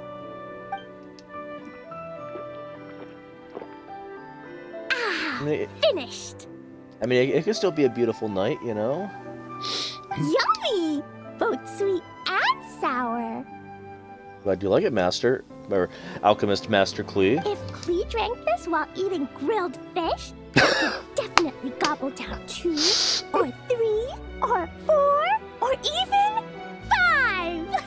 I'm literally just picturing it right now. Just Alice and Klee, like right at the lakeshore. Just Alice, like, okay, Klee, let's go blast some fish. It's just like a big guy serves just all these fried fish, just like falling right down towards them. Oh, look, I got a big one. Excellent, Klee. But one drink isn't enough. Klee wants to try a drink that tastes like cake. Roger that. How about a kick in a cup? Klee doesn't know what drink to choose. Why don't we decide together, Mr. Honorary Knight? Okay. This feels kind of weird that we're doing this at the counter this time instead of on the table. Maybe it's for like decorum. I don't know. Scheduling 3 daily. Oh gosh. And Alice is gonna come after my ass. Next course of action. Do you have any other plans for today? Yeah! Mom gave me an amazing book recently. She said I have to read 1 chapter every night, learn something useful, and then go to bed early. That book taught Klee how to make something called propellant. Now Jumpy Dumpty can go Fwah! And bounce even higher. Is that easy to do? It's not hard at all. In fact, it's a lot like making bombs. You just have to be careful when trimming it down. It's like sharpening a pencil that could suddenly go boom. Bedtime's an important part of Klee's schedule, too. Mom sits by my side and tells me all kinds of wonderful stories. Oh, I bet she's got a lot of stories to share. She has a lamp made of gemstones, and when she turns it on, it goes kabling and lights up the ceiling. Does the ceiling show scenes from the store? Oh, that'd be so cool if it... No, knowing Alice, I'm willing to bet it probably does. Yeah! Yep. When something happens in the story, the lights on the ceiling make pretty pictures. Yeah, and Oh, Alice told me some bedtime stories. It's awesome. Sometimes Mom falls asleep before the story ends, so Clea has to tuck her in instead. Oh my god, now that's kind of funny. But that's sweet, Clea, though. That's sweet. As soon as Clea learns how to use the lamp, I can come tell you stories, Mr. Honorary Knight. Yeah, that actually sounds great. Clea's memorized so many wonderful stories, enough to make everyone happy every day. Yay! Scheduling 3 daily meals. Speaking of food, I hope you're getting your 3 square meals a day. 3 square meals? Clea often eats 5 meals a day, sometimes even 7. Is Mama Alice okay with that? Adventuring takes a lot of energy, and if I eat too much at once, I can't run so well. So, it's better to eat lots of smaller meals. I mean, okay, some snacks here and there. I mean, I do that too sometimes. Albedo used to prepare all Clea's meals, and my lunchbox was always arranged so neatly, just like a pretty painting. Yeah, that sounds like Albedo, all When right. Albedo's busy at Dragonstone, Clea goes to eat with the other knights of Favonius. Kaya's camp is usually the neatest, while Amber sometimes camps in the trees. It's so much fun. Oh, and Auntie Hertha makes the best food. When my mom comes back, there'll be even more yummy food to eat. There's this one dish where she takes loads of different fish and makes them into little pudding cubes. It's called rainbow fish jelly. Great food from a great adventurer. You're making me hungry. Her Chococo Crunchy Slices are fantastic too. It's her newest creation made with chocolate and cookies. They're a little bitter, but they're crunchy. They smell scrumptious, and they have a really sweet aftertaste. That does sound pretty good. Whenever I eat them, I feel so full of energy. Next time, Clea will have to bring some for you to try. Please do. I want to try some of those. I want to try some of Ms. Alice's cooking. Still planning to eat later? You planning to eat anything else today? Yeah, when Clea gets back home, I'm gonna eat some salted nuts while reading my book. Clea used to eat cake after dinner, but Master Jean said it's too sugary, and it's not good to eat sugary things before bed. Apparently, it makes you chubby and gives you toothaches. Can't have that. Hopefully she brushes her teeth. So, Mom got some advice from Auntie Barbie, and now she gives me nuts instead. She says they help my brain Auntie remember Barbie's the things goal. better. I like that. Auntie Barbie. I'm going to call her Barbie from now on. So Nicole, I'm going to say, hi, Barbie. In fact, I'm pretty sure that she's in this quest some more. Okay, from now on, we're calling Nicole Barbie from here on. I'll even call her Auntie Barbie. Nuts don't have much flavor. It's like chewing on grass, but they're okay if you add a little salt. Just a little bit, right? Sounds like a great solution, nutritious and healthy. Candy on the table. For me? No, that looks neat. I'm guessing Alex made that. This stuff? Mom taught me how to make it using the alchemy bench. In some ways, I'm kind of afraid that she's like going to turn into Alice. A dash of sugar, then a lot more sugar, then some flowers from Mom's friend in Fontaine, star honey from Auntie Barbie, and finally, some magical jam from Auntie Tavia. Barbie. I want to call her that from now on. Put everything together on the alchemy table, wish for the shape you want, then recite Mom's incantation, and poof! Dodoko shaped candy! What an amazing Clea treat. can give you some Dodoko candy too if you want. And if you really like them, I can even teach you my mom's incantation. Actually, I wonder what other incantations would probably work. Seeing if you just have to say what you want it shaped like, or... Actually, yeah, I like that. That way, you could make your own candy whenever you want. I'll work really hard to learn how to do it. If you get stuck, remember to come ask Clea. When it comes to magical candy, I'm an expert. Alright, I will make sure to do that. Alright, piece together clues. Sweet candy. Here and look appetizing. Sure, they taste good too. Yeah, I want to try some. Okay, drop her drink with candy. Okay. Mr. Bedtime said something overly stimulating probably isn't the best. That rolls out tea. Replace tea with milk. Not too much sugar. Your desserts. Last drink contained caramel, which is way too sweet, so I'll have to take it out. But then the drink feels incomplete. Uh-oh. Oh, yeah, just put chocolate then. Good measure of daily mealtime. Seems like really Alice's peculiar cooking. Yeah, watch. We're going to replace it with chocolate. Watch this. Chocolate. Oh. Candy.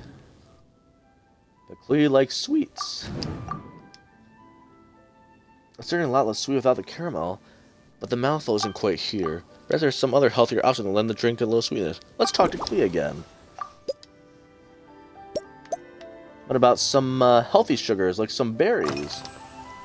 There's some ingredients that are both healthy and sweet. Oh yeah! Klee still wants to eat sweet things, like cake, for example. Maybe we could just go easy on the cream? Or add more fruit? Oh, right! That friend of Mom's who's always wearing glasses gave her a big bag of Fontanian Buell fruit. They're so round and rolly. Klee ate a whole bunch of those, and they were super sweet. But Master Jean said it was okay, because sweet fruit isn't the same as sweet sugar. Yeah, sweet fruit is better. So, if Klee really has to eat nuts, maybe I can just soak them in some fruit juice first? I mean, there are some sweet things you can add nuts to, but fruit juice, I don't know if fruit juice and nuts go together really. I mean, maybe even honey, perhaps. I like those honey-coated nuts. Alright, so we'll use some fermented fruit juice. You know, it's only a tiny bit alcoholic, not bad. Alright, let's start mixing. Alright, I think I know how to improve that drink. Let me mix another one for you. Yeah, that was quick. Klee's looking forward to finding out how tasty your next concoction is. Alright.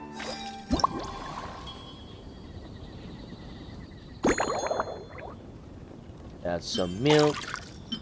Add some fermented juice. Add some cocoa.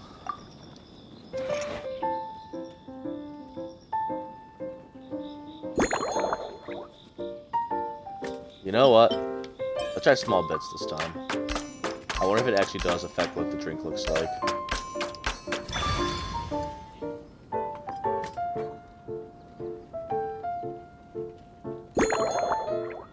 Shake with any intensity.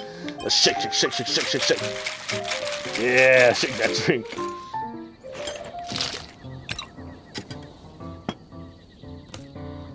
I never really heard of the intensity of shaking a drink really, like, affect the flavor, honestly. Any classic glass. I mean, I don't really know if there's any, like, classic ones.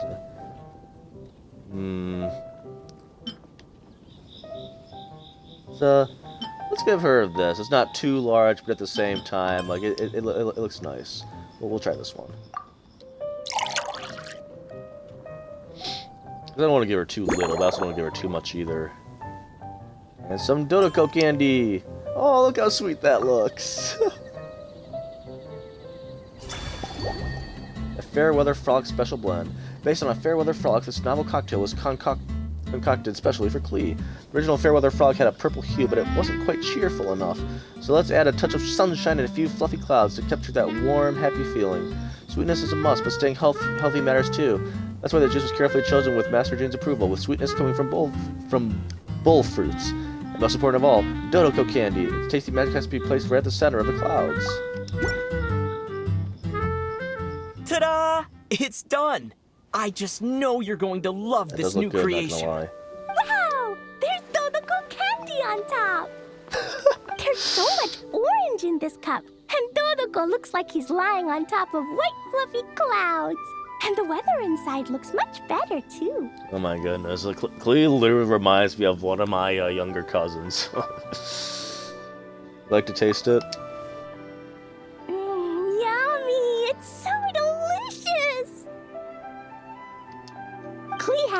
drink slowly. I can't just gulp it down, or I'll miss all the yummy flavor.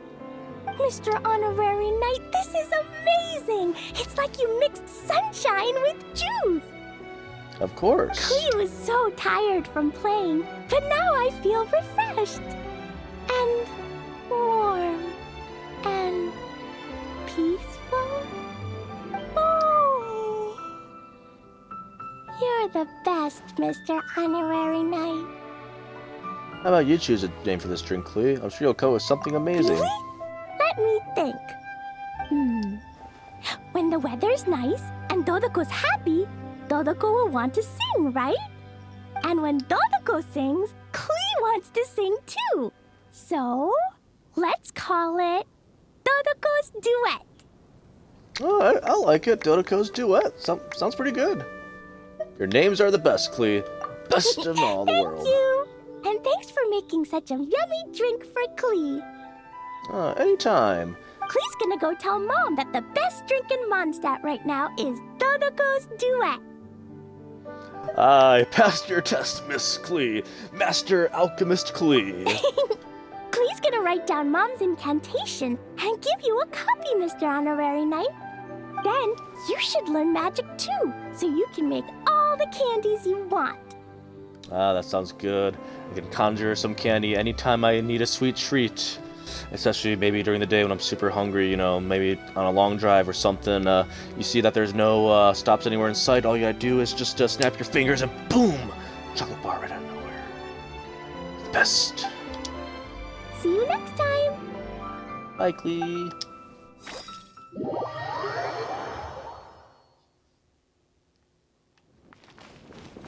I don't know why, I'm also have to actually tell me to summon for her now.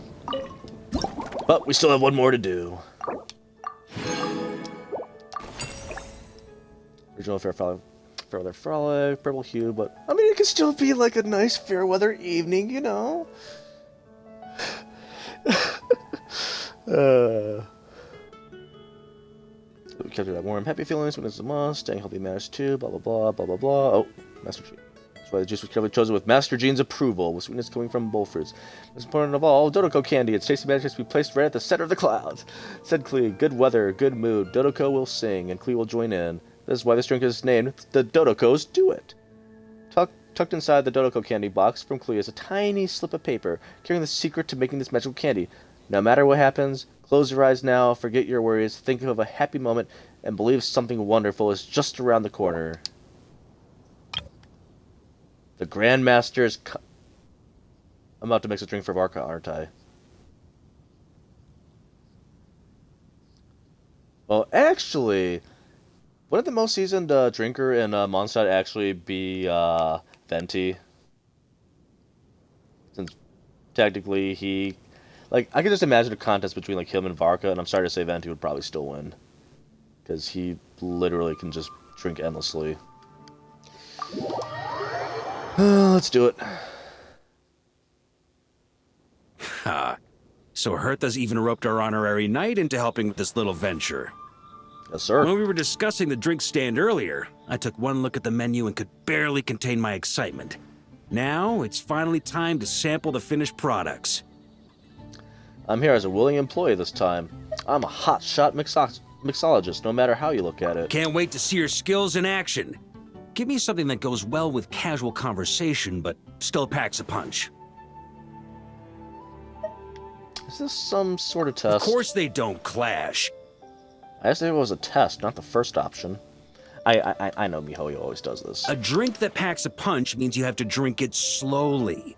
And if you want to chat, then it has to go down smooth. So, something with a sweet aftertaste. A conversational connoisseur requires the perfect balance. I still think a Long Island iced tea might actually suit that. The most suitable choice on this menu would be the Thorny Lake.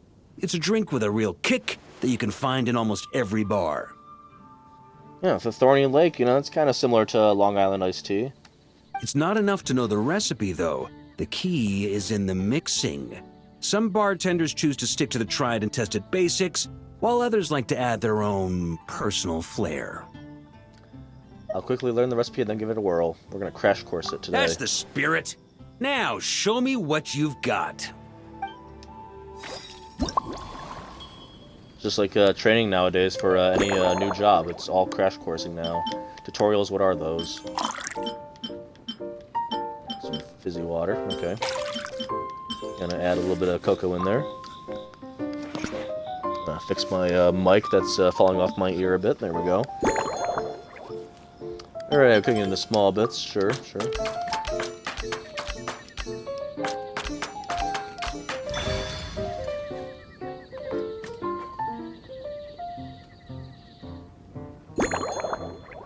Alright, shake it hard. Shake, shake, shake, shake, and something.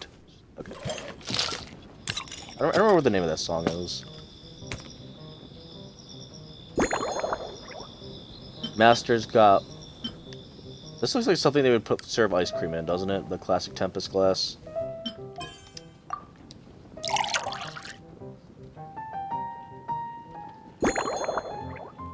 Any garnish? Let's see what suits it well. I gotta say this, the small lamp grass really, like, seems to fit almost all of them, so I guess we'll go with that. I drink it, looks pretty good. A classic drink that traces its origins to Fontaine's Fishers. Built on a base of firewater with cocoa adding a hint of sweetness, its sparkling fizz pricks the palate like countless tiny spikes, delivering a lingering tingle. After rising in popularity in Fontaine, it quickly swept across Tibet, becoming one of the enduring classics among specialty drinks. Looks pretty good to me. This guy knows his drinks. Grandmaster, I hereby present you with this thorny lake for your enjoyment and assessment. Let me guess, I didn't shake it hard enough, he's gonna say. Well, the color and aroma are certainly on point. But as for the balance of flavors, I'll just have to taste it and find out. He's gonna say, you need to shake it harder.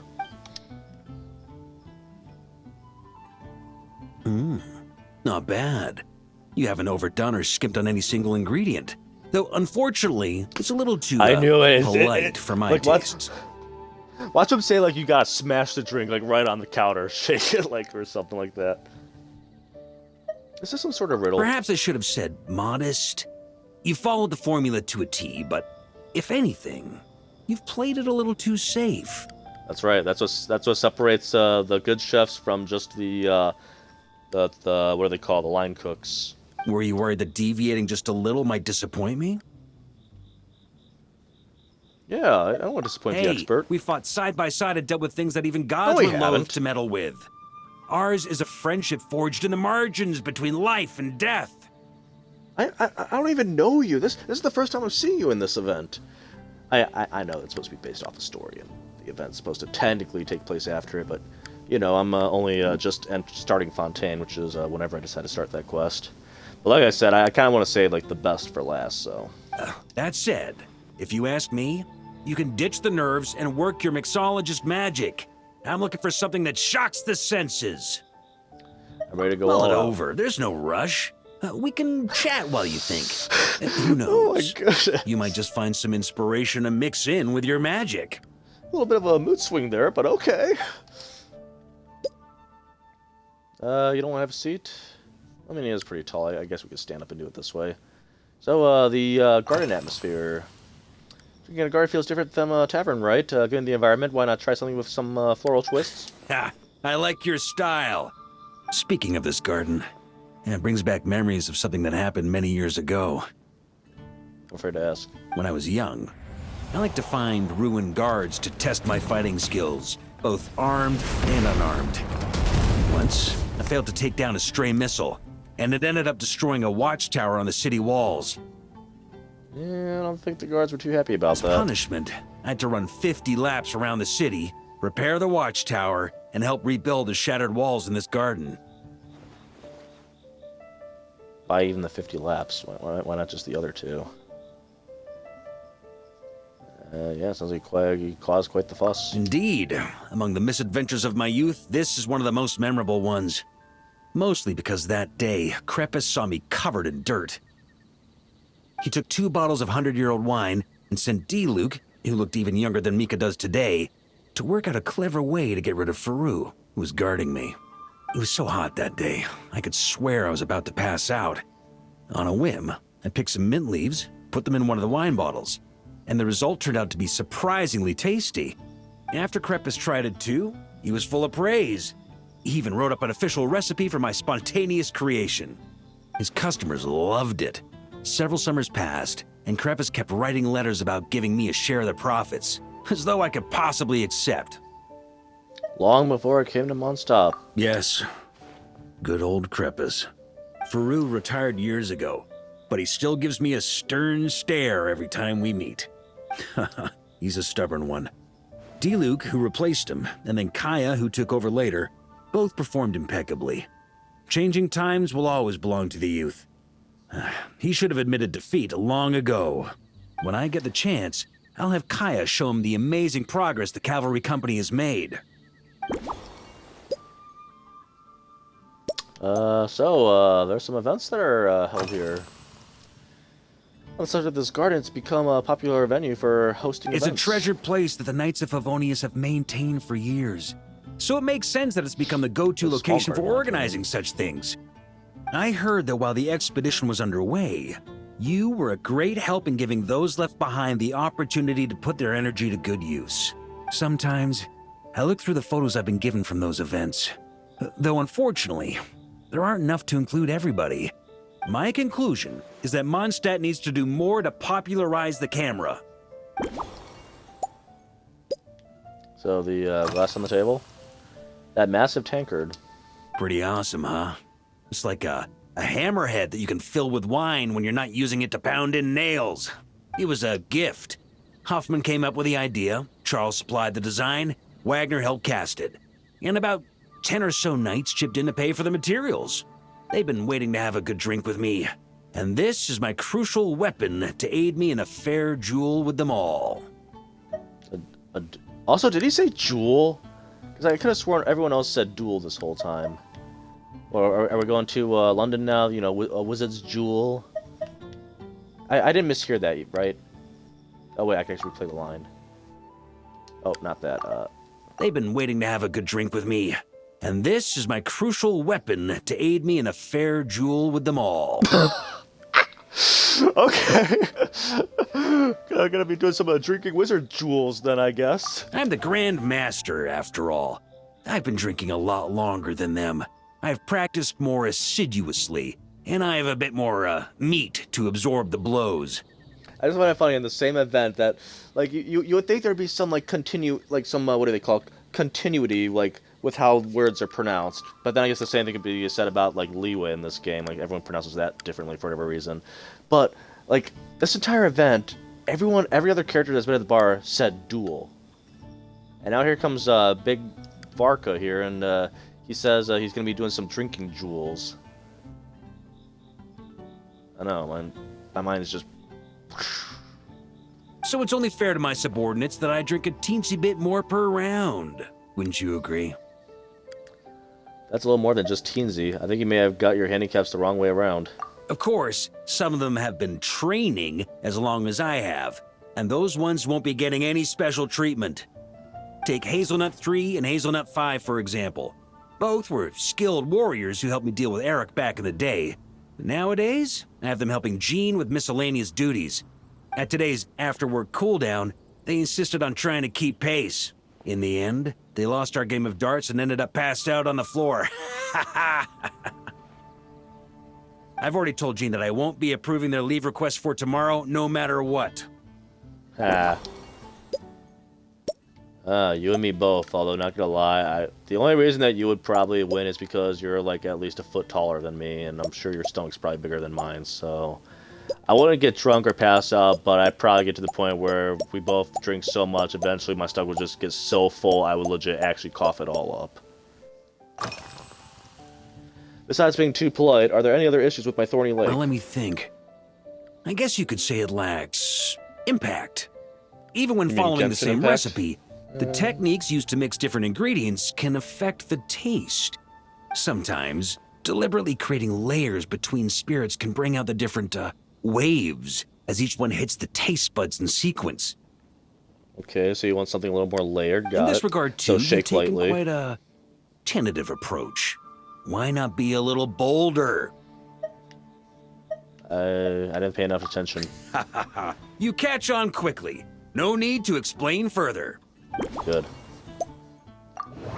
And then I guess I have to ask him something else, don't I? I'm still a little confused. Barker mentioned the impact of layering on the texture of the finished drink. He also said I was being quite tentative. Perhaps he meant the drink was too evenly mixed. Exactly, he wants it more layered. Did I not just come up with that solution myself? Like 30 seconds ago. Barker has a high tolerance for alcohol. His oversized taker was a gift from the Knights to the Grand Master. Barker seems to like it very much. Consider his well-known drinking prowess. It only makes sense to present him this drink in this tankard. Okay, so custom-made. Here we have Varka's memories of mint and fine wine. It's very important. Perfect, you want to drink with more impact at Christmas, the mint should give it some punch. What if I replaced the cocoa with mint? Varka missed a lot. He missed so many festivals and major events. I'm sure Varka still feels a bit of regret.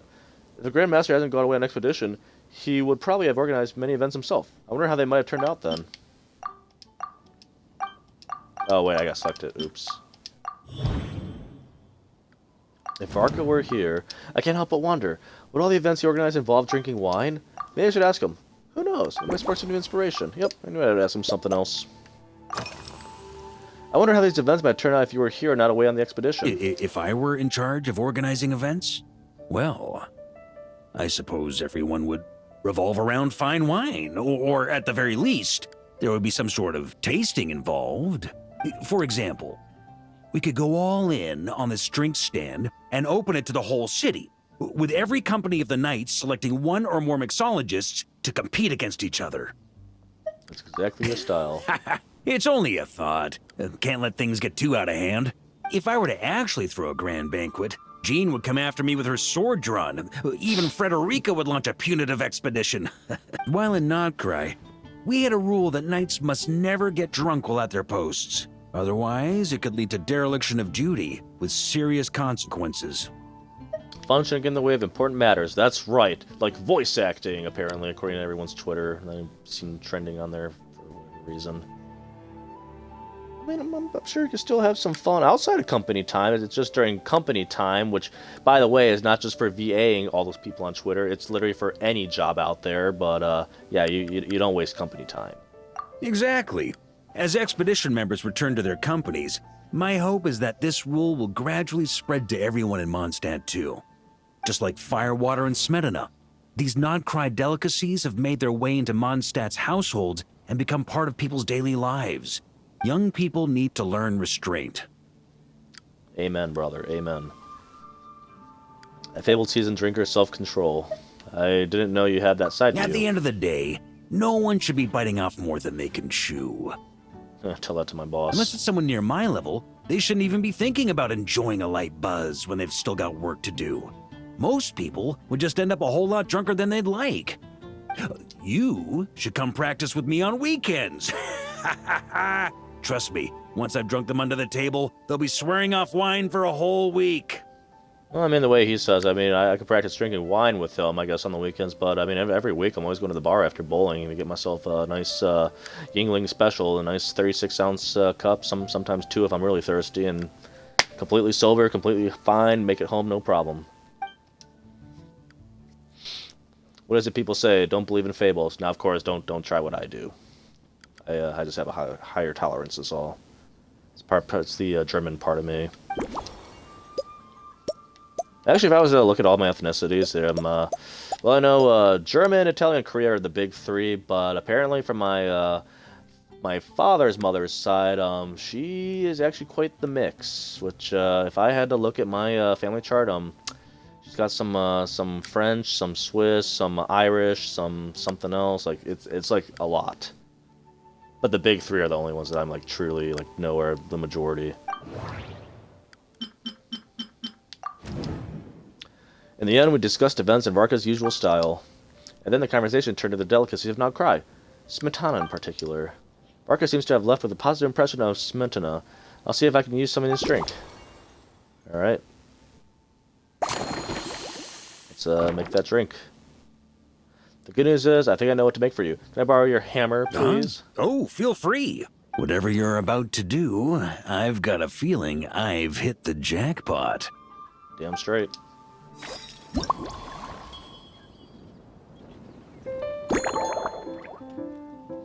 I like how that even says it on there too.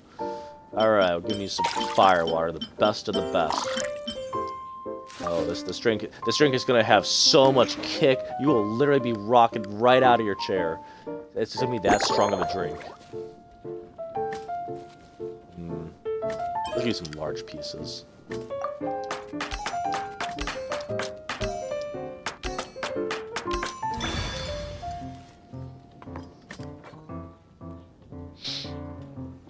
Softly chicken.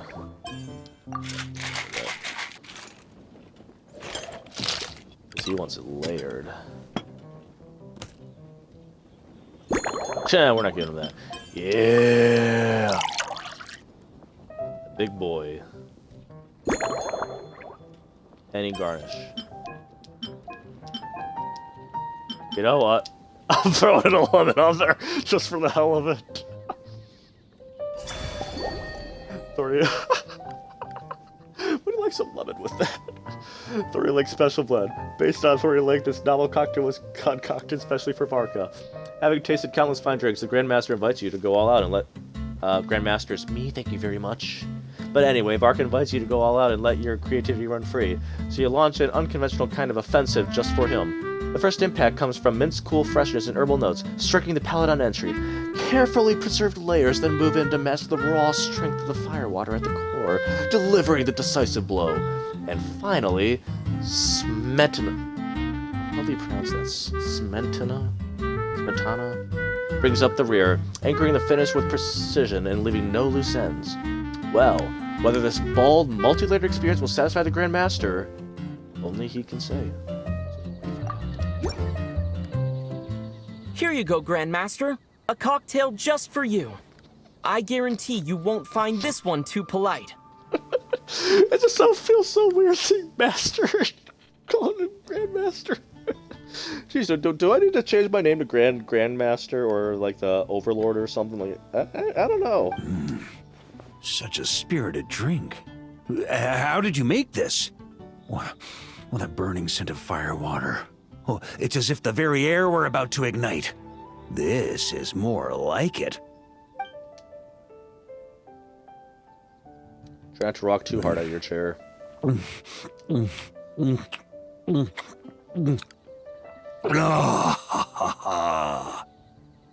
Sounds like you liked it. Perfection. It's clear that once you let go of your inhibitions, your talents really shine through. I don't know why, that reminds me of that one Gumball episode from Cartoon Network a long time ago. Those inhibitions. Just gotta get rid of them. Say no to your inhibitions. That first hint of mint is like a cooling feint that masks the firewater underneath. By the time the sweetness dissipates, the firewater is already slipped in behind your guard, ready to deliver a powerful strike of intense flavor. Oh, it's exactly the impact I was hoping for. So the aftertaste won't feel too light. That's the most ingenious part. Firewater's greatest flaw is a lack of aftertaste, but the Smetana perfectly maintains the flavor at the peak of its intensity. Right, Smetana, that's how you say it. All this praise is making my cheeks red. Your inspiration came from anything? Yeah, it's I know. hard to imagine something this good was created by a mixologist who doesn't even drink firewater. I think it has the potential to become a firm favorite in Mondstadt and Nodcry. The Knight of Boreas' symbol is a wolf, while the Knights of Favonius are as sturdy as iron. So how about calling this drink an Iron Wolf? Or, you know, you could also make it rich too. Could call it a Silver Wolf. Iron Wolf. Oh, perfect. It's elegant, yet wild. Only you could come up with such a fitting name. Oh, I have an idea. Why don't we name our Knights of Favonius' drink stand after you? Let's call it the Honorary Knights Cocktail Shack. Whoa! I'm not even getting paid here, dude. This is my last drink. I'm closing shop after today, or after this. No time to waste. I'll go have a word with Glenfiddich right away. Nope. Please don't. Sorry, I mean, Cleo happily serve for any time, but everyone else, no, we're closed.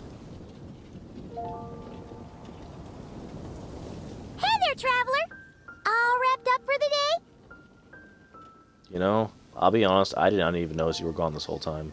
Paimon hears you did a great job holding down the fort while she was out delivering drinks with Glenfiddia. I've been feeling inspired. I got some great ideas from chatting with everyone. Whatever the reason, the honorary knight is clearly one of the most talented mixologists in Mondstadt. I'm not here to take over the business. I'm just volunteering, just helping you out, making sure Klee gets her nice sunshine drink. Considering how short a time he's been doing this, I believe that someday he has the potential to give the legendary bartender at the Cat's Tail a run for her money. You mean Diana, or isn't that what her name is? Like Diana, the cat lady? I fully support your decision, Grandmaster. The honorary knight has really put in the hard yards. Nope, closing shop, we're The done. drink stand will remain open for a little while longer to provide a proper welcome to our returning expedition members. Then, once we locate suitable premises, we also plan to look at operating a permanent service. Hooray! Everyone in the Knights of Favonius will get to drink all the delicious cocktails they like. Nothing short of what I'd expect from a true disciple of Hertha. You've really considered this thoroughly, Glenfiddia. Also, if I may, honorary knight, regarding the special cocktails you've developed, would you mind leaving the recipes with us? We'd like to add them to the official menu. Of course, that way everyone can try them. It'd be selfish not to. Paimon feels like there's something you still want to say. Let Paimon have a guess.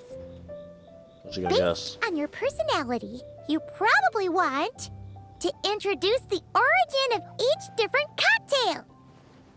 Sure. That way, customers will know who inspired you to create these amazing drinks. Right on the Mora. You know me so well, Paimon. I think that's what everyone would want, right? No problem at all.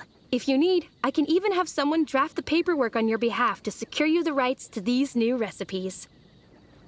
Do I get a little bit of you know, tiny bit of the recipe? What do they call those? A little bit of royalty. You know, like maybe even like 1% royalty for every drink sold. I hope when we recruit some new bartenders, they'll be able to learn from your incredible skills. Even if they can't quite match your work, if they could be 2/3 as good, that would still make them industry leaders. I take that as a no. Hooray!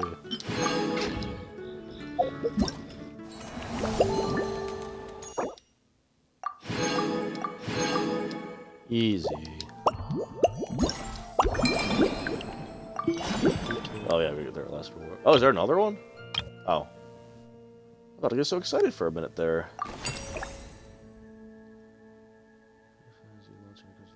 Blah, we already know.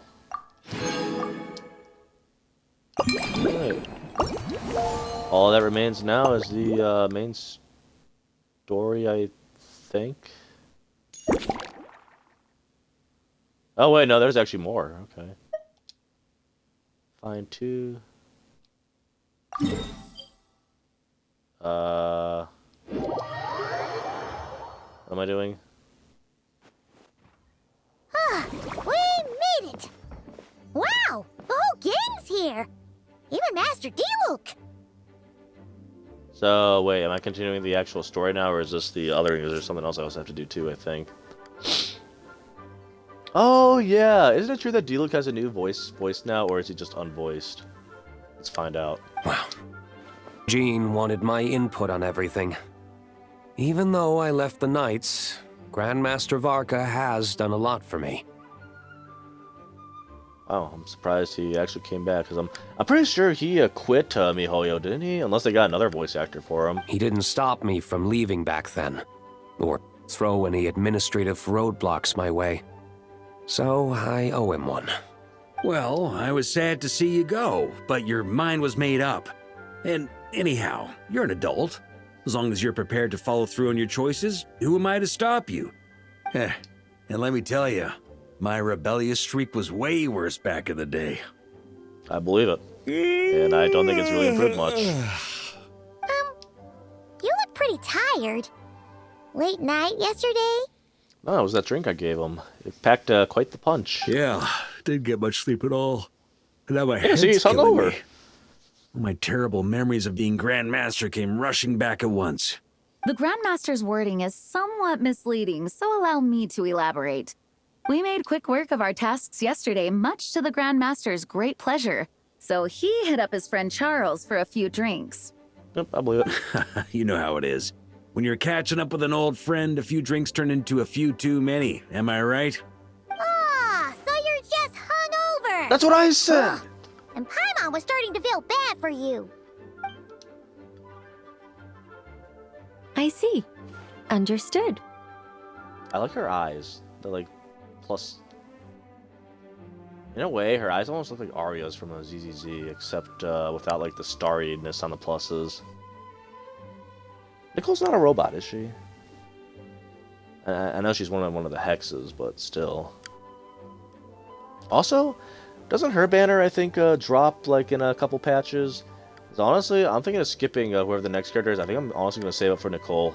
But I think I might summon Klee, only because I like how adorable Klee is. Literally for no other reason. I just received word from the knights stationed at the venue that the setup is complete. You can start today's story at any time. I have a question. Ask away. If everyone can experience the story in the bubble, there shouldn't be anything in there that only I can do, right? You mean like how only you could have purified Dvalin's tears? That ability is unique to you. And to be honest, a lot of people might not even know you're capable of something like that. So they might get stuck at that point in the story. Uh-oh. Don't worry. I thought about that. The story told within the bubble has some jumps. I've deleted the parts that might complicate things. The remaining content doesn't require the participant to do much of anything, actually. It should be like watching a play, except you get to walk around as you enjoy the performance. That sounds nice. Wait! But we ran into a combat encounter yesterday when that fungus jumped out at us. Yep, I do remember that. We'll take care of that. Alice and I want this to be an experience even a child can complete without trouble. Even Klee, probably. The parts you're testing today are Knowing more Alice. stable, so there shouldn't be too many bugs. Of course, when you access the dicier sections, be sure to keep our vision in mind. Dicier sections. I'm afraid to ask. Speaking of Alice, where is she? Oh yeah, she's not in the Klee room. demanded some playtime with her mom. And of course, as far as Alice is concerned, nothing is more important than a request from her daughter. Yep, that checks out. Ha ha ha. Well, let's get this show on the road. I'm ready to witness our honorary knight's story firsthand. Okay, so this continues the quest. Let me do that other part first. Do the actual story. Alright. Those are the anecdotes, I think. Completed. Oh, wait.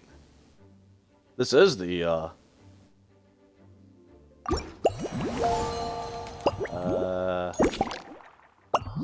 what am I doing?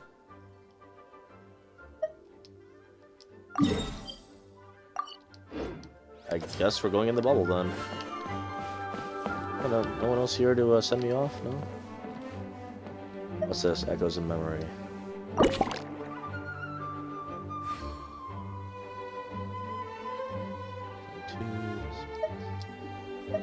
I feel like this is something I'm probably gonna have to Google more than likely. Alright, well, I'm in, I guess. In Alice's magic bubble, some things differ from the real world. Use the spotter camera to document these discrepancies and assist Nicole with the debugging process to obtain the corresponding rewards. Discrepancies you have found are stated, okay, blah blah blah. Oh, there'll be clues up here. Okay, that's nice. Oh, I have to play as my character. Oh, shoot. I'll be honest, I was not prepared for this. Oh shit, oh shit. Alright, well, we already know one right there. Well, yeah, but still. Still gotta have it. What about the fish?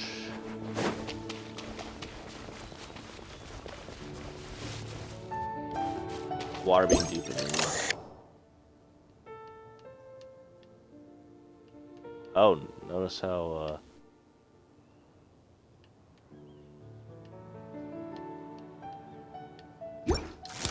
Oh, I see something over there, actually.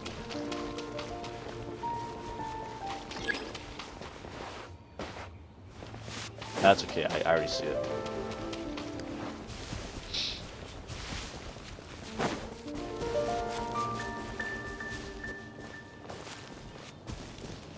Looks like something from a what's shop. Dodo Fortress! Oh, it's Eula and... Clarand? You're here in Mondstadt? Yeah, we just saw them at the bar, remember? Yes. Oh, wait, I she wasn't received with an me, that's right. invitation to exchange swordsmanship techniques. I'd heard of the single-handed sword form of Favonius blade work. But, after crossing swords with Miss Eula, it turns out the Knights of Favonius are quite accomplished with the greatsword as well. You're quite an accomplished swordsman yourself. Although I suppose that's to be expected of the champion duelist. Even over a few short rounds, I feel like we've learned a lot from each other. This is a good place to spar. For sure. You don't have to worry about breaking stuff or accidentally hurting anyone nearby. That's right. There also appear to be automatic harpasta launchers in the area. Ah, that's one of your local traditions, isn't it? Shall we have ourselves a game, then? Why not? You should know, though, I'm not easy to beat at this game. Oh. Ah, hold on. No muskets allowed. Oh. Why not? Doesn't it still count as hitting the harpastum? Wait, wait.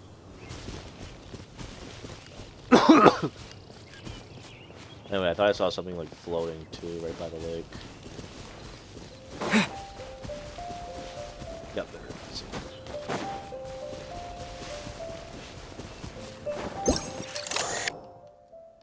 Damn.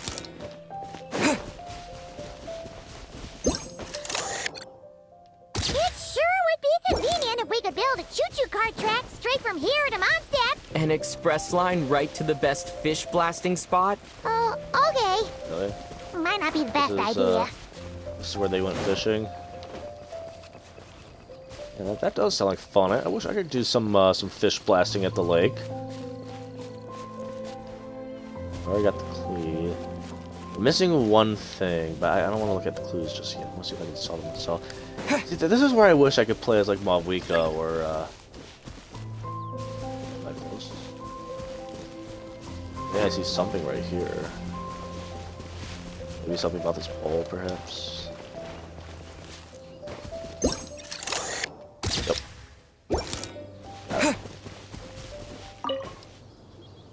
Razor? What are you doing here? And shouldn't this thing be in Wolvenden? Fiery woman came to take Lupical. I said no. Which fiery woman? The short one or the really tall one?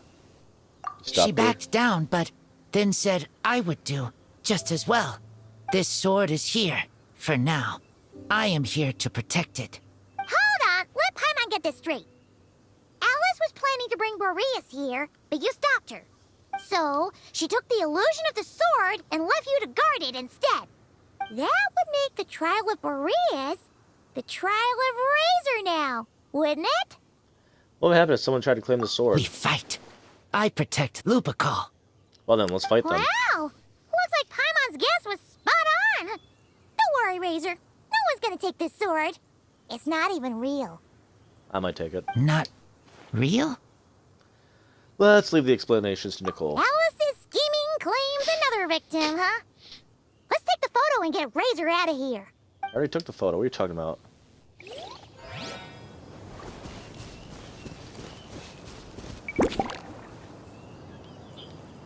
Yeah, we got everything. Yeah, can I go back?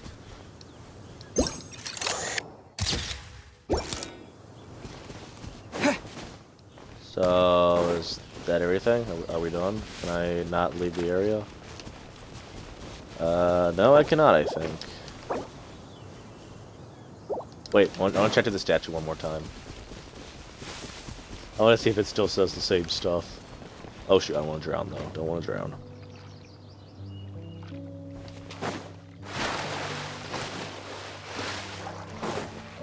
Alright, I need the Statue of Clee's blessing.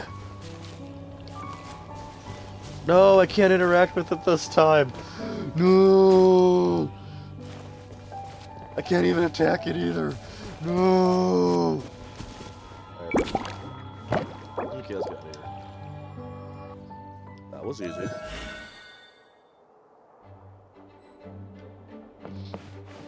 Where do I go now? Up? I already saw that.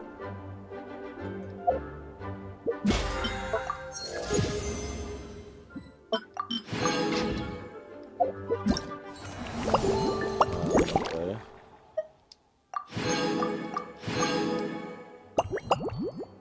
Unless I have to go to the next area. Yup, I have to go to the next area. Oh, there's gonna be more this time. Oh, they're making it harder. Okay.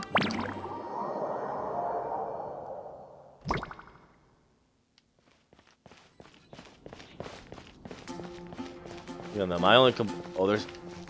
I already noticed one thing. There's no Timmy with the things, and also this is not supposed to be here. Really? That's usually never there. Huh.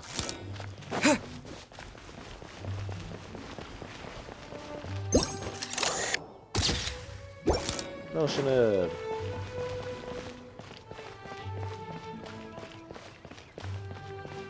that the only thing here? Yes.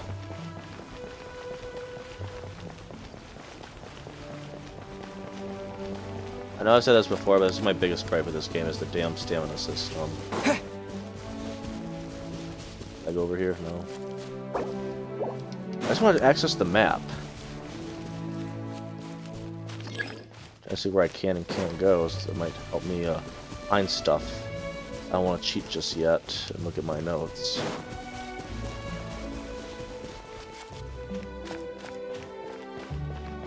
Oh, I already see something right there. Okay, easy one.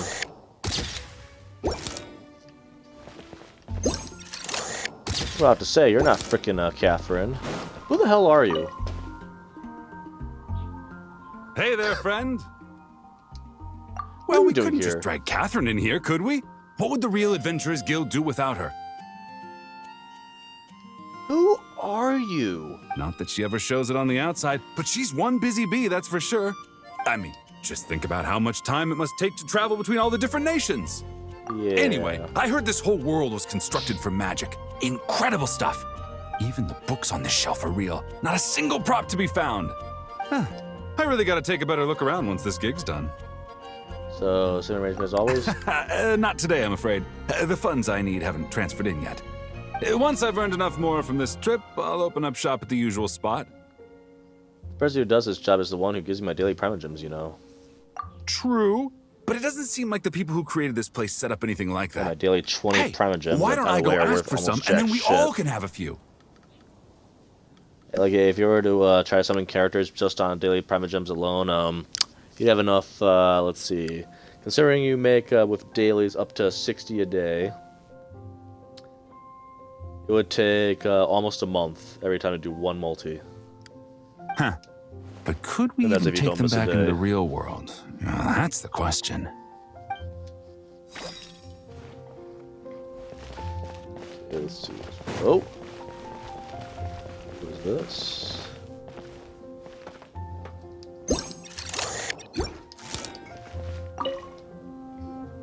So that's where it was. Fiona? What are you doing here? And with an Ectomsar. It's my first time seeing these little guys. They're from that land, right? Oh, they're so cute. Alice put a version of the cat's tail here and asked me to run it. It has the setup I'm used to and everything. Now, all I need to do is make some drinks. And you know what? This is the perfect chance to change all the ingredients to super weird stuff. I'll get people to lose interest for sure. Why? Looks like your campaign is going strong, huh? Even out here. Of course, the only thing missing is the cats, actually. They seem to prefer the real cat's tail. But that's not a huge surprise. Cats are sensitive about where they live. even if the place looks exactly the same, they'll know something's off. So, Alice said she would find different staff instead. And then these little saurians appeared. Aww. Bennett gave me a few pointers on how to get along with them. Turns out, there's not a huge difference between them and a cat or a dog. Or a cat dog. Hey! Then you should call this place the Saurian's Tail instead!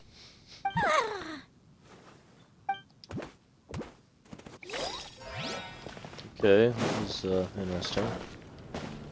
Alright, we know that's not supposed to be there. I swear to God, better not ram me. Oh crap, you actually not ramming me? I can actually cook here? That's nice. Huh? Weird.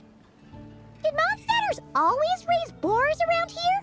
Found it! Barbara, over here! It's Amber! Amber! Coming! Oh, and Barbara! How did this happen? What's the matter? Barbara and I were just grabbing some food at Good Hunter. But then, how do I even put this? The sweet madame and sticky honey roast we ordered came to life. Sorry, what? This boar was a sticky honey roast? That's right. I managed to catch the sweet madame earlier. Come on, let's wrangle this thing so we can head back and eat. I'll help you. What? Uh-oh. What is it? More pigeons and forest boars! The rest of our lunch is making a break for it! Uh-oh. That is uh-oh. And they disappeared, never to be seen again. Okay. Yeah, let's see what other weird shit we can find.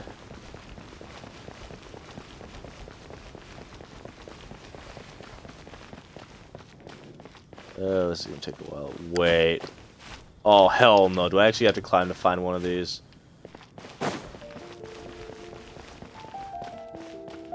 Oh, yeah. Isn't that supposed to be like a, what you call, sign on the store? No?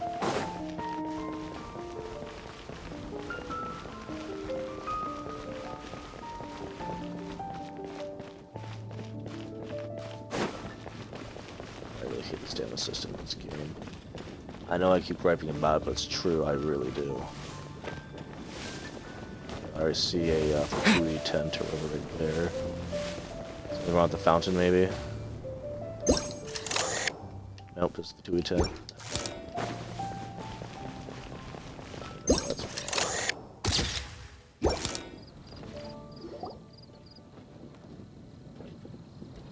Huh? Isn't this a Fatui tent? That shouldn't be here. Wait! But there are always those two Fatui around here chatting about stuff. That's right. That's You've true. noticed them too? I've been watching them for a long time. Not that I've overheard anything useful. Guess it's just my luck. Well, actually, they seem to get information a bit slower than the Knights of Favonius. So they usually end up discussing stuff that hasn't been secret in a long time. Have you guys ever wondered why they don't just go home? Their mission's gotta be over at this point, right? I have no idea. Maybe their names got skipped over on the mission roster, so they never got new orders. That's happened to me before. I suppose, but your experiences tend to be quite unique. It's possible the Fatui stationed them here long-term to keep an eye on things. Or maybe they volunteered for this position because they don't want to go back. Either way, we should have Nicole take this tent down. It's making Paimon think we're gonna have to fight someone. What if I want to fight someone, though? They're no problem. That's the easy part. I guess you're right. We don't want people getting their hopes up.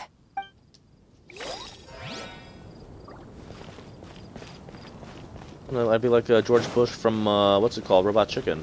You know, let's fight.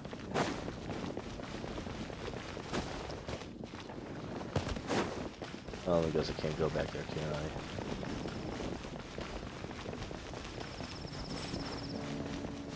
The elastic price be around here or something.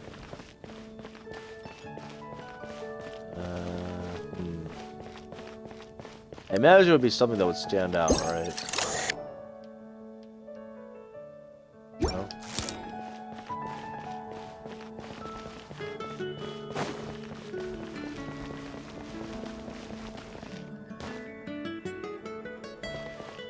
I've never noticed this here before.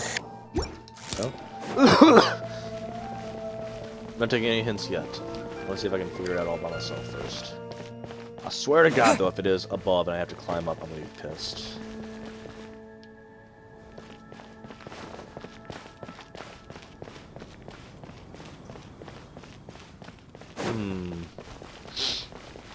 Already got all that.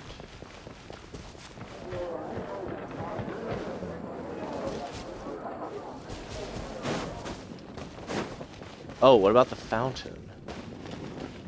Because even though I looked at it from a distance, I didn't actually look at it. Look at it. And nothing wrong with this. Right. What about that one other bar?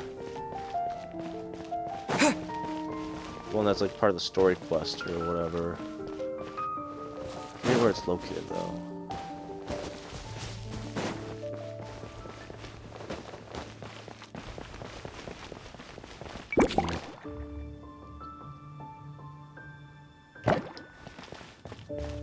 Ah, yeah. See, I would have missed that. Huh? None of these flowers look local to Mondstadt. Yeah, I'll be honest. I don't really care about those. Fine. Well, we'll listen to what you have to say. Wait, Emily? Huh? Also, is there supposed to be an anecdote to everything I found, which means I'm gonna have to go back to the first area because I think I skipped a couple. Hello, you two. Looking to buy some flowers? You in charge? Yes, I came to Mondstadt to collect a few samples for new scent ideas, but I wasn't finding anything. Then, this lady who called herself a mage told me she had a bunch of rare plants she was sure I'd never seen before. All I have to do is manage this flower shop, and I get to research these plants all I want. Nice! That should help you come up. If there's one trait they have in common, I think it would be the feeling of summer. Refreshing and clear, cutting through the full-bodied and dreamlike floral notes. I certainly have a lot to research, so I think I'll be... We're looking for things in here that are different from the real Mondstadt. Do you mind if we take a few pictures? Hey, since you like them so much, why don't we ask Nicole if you could preserve them in some way? Good idea. Really? That would be amazing. This is my payment after all. Okay, we found them all. Ooh.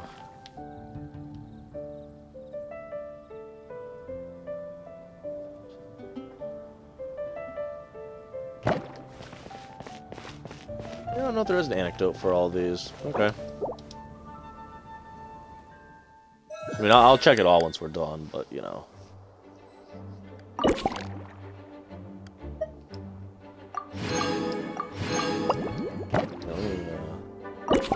Yeah, let's just finish this. Fuck it.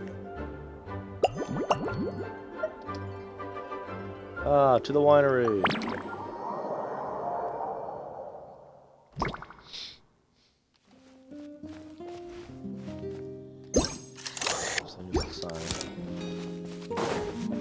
Checks out. It's a good sign. I don't think we usually grow those. What do we do? I don't know.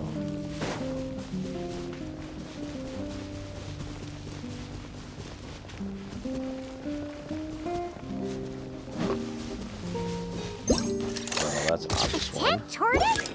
That shouldn't be here at all. Definitely not. Oh, hello.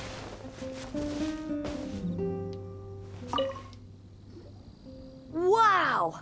I've never seen such a large turtle in my life. There was a time, back when I was little, when almost every child in Mondstadt had a turtle as a pet. It was quite the trend. Oh, yeah! Jean and D-Luke mentioned that a long time ago. I had one too, of course. Quite the hassle to take care of. Small pets like that always are. Wait, you had one too? Is that so strange? Oh, no, of course not. What should we do with this tent tortoise? I could bring it back to the church and raise it. It can stay behind the cathedral. I'll even build it a pool. Wow, that's really nice Can't of you. be too hard to raise, right? It looks like a tough cookie. Not happening. The next thing you know, you'll have an invasive species on your hands. Just tell that mage to put it back where she found it. Oh, there's another thing right Yes, there. that's for the best. Hey, that cutscene just found another one. Oh, there you are. I've been looking everywhere for you. Oh god, this person. Something wrong, Sucrose? Oh, no. I was just... Master Albedo has always... Take this, for example. According to the mages, it was meant to be placed in the city, but it went missing after being tossed into the magic bubble. Luckily, I found it. Well, great. All that matters is... Great. Thank you. Yep, okay.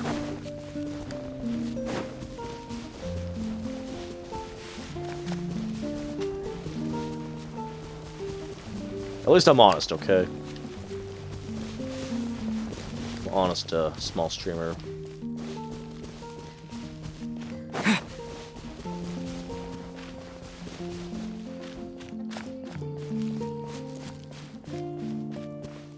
It is nice though that they do limit you like certain borders, so you don't like try exploring too far. Let's see anything odd about this place here.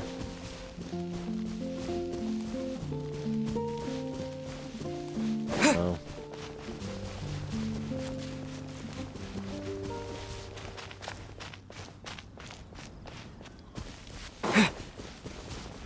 Oh, the stamina.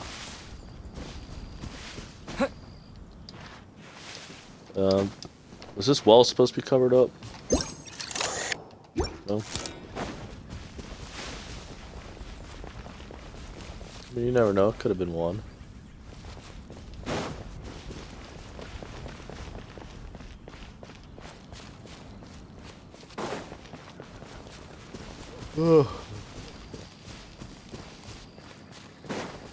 Whenever I play any type of searching, I always start from the outer perimeter first, and then I work my way inward.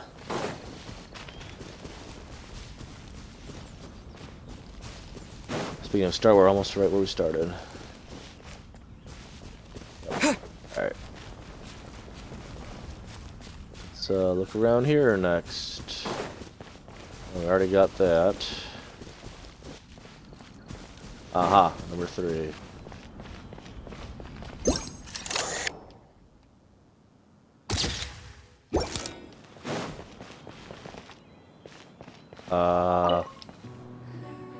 Such a succulent fragrance of grapes.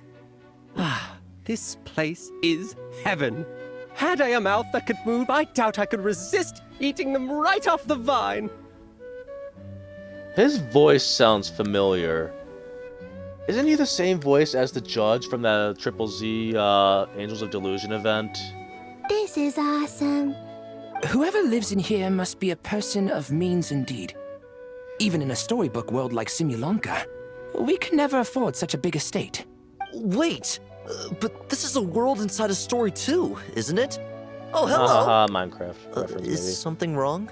My apologies, but the event taking place at Dawn Winery is not open to the public quite yet. Allow me to show you around a different area. Ah, I see. That's unfortunate. Oh, it's Noelle! Hey there! Oh, hello, you two. Miss Alice thought things might get complicated around here, so she said she needed someone capable who could get the job done. So she flattered her way into dumping a bunch of work on you? Stuff that isn't even related to the Knights at all? Oh, no. Mr. DeLuke was there, too. He said he would appreciate some help guiding the tour groups from different worlds that are here to visit.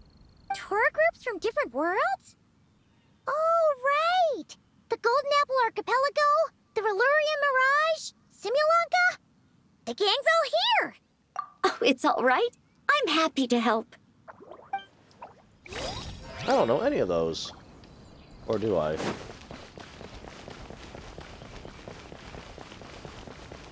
Just keep looking, just keep looking. Oh yeah, that's wrong. Oh. Wait, what?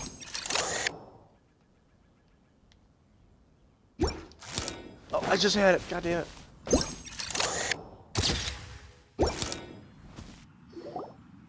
Another tent? Huh. This one's here because I refused to let that mage use my house as her playground. But we still needed an additional rest area for the guests, so we set up this tent instead. Huh. Looks like we can use this device to keep in touch with the mages or get some hints. Kind of like we were able to do back then, remember? Did his voice also change? Now that you mention it, the arrangement is almost identical. Nights on vacation, summer, the sea, and a small little wave rider. It's all taking me back. I'll still never know you as anything else but the name I can't say out loud that gave me a fake treasure map a long time ago. However, you're forgetting about the part where we were stranded on a deserted island and couldn't even make it across the water. That's what stuck with me the most. Oh, I remember. At least I wasn't dead weight in that situation. Fun times, huh? So, the mages prepared this stuff then. Guess we should take a picture and go check in with them. Be my guest. You know, the expedition in Nodcry is coming to an end, but knowing Grandmaster Varka, I imagine there will be another chance to set off in the near future. Not that I'm extending an invitation, I'm just mentioning the possibility, that's all. Yeah, I don't know if I want to do any with you, but I guess I don't have a choice to say anything else, so count me in. That's our honorary knight. No matter the mission, you always have a place among our ranks. I'd rather pass. I don't want to be related with your ranks, no. Come talk to me when you do have an official invitation, then. I have other things to do in the meantime. I still wonder if that's a different voice actor or not, because I'm pretty sure the other dude that voiced D-Luke actually quit. Like, he legit quit. The intel I have on hand is pulling me in 100 different directions, but unfortunately, time off isn't one of them. I may look that up someday. But yeah, I want to go back to the other area now, because I actually wonder if I might have missed a couple anecdotes. Okay, that's good. Down here, perhaps.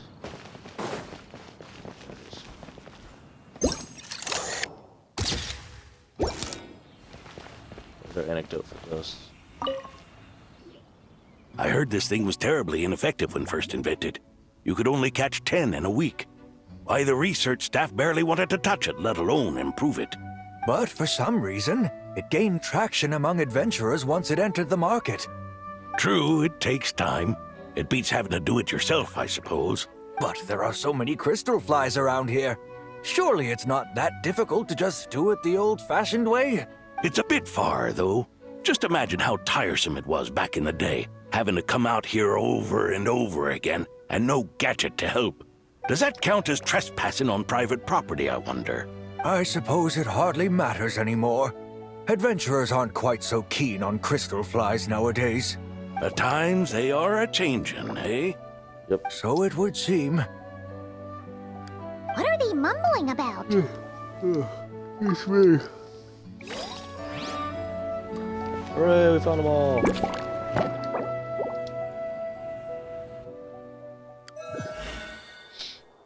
Only needed one hint and that was it.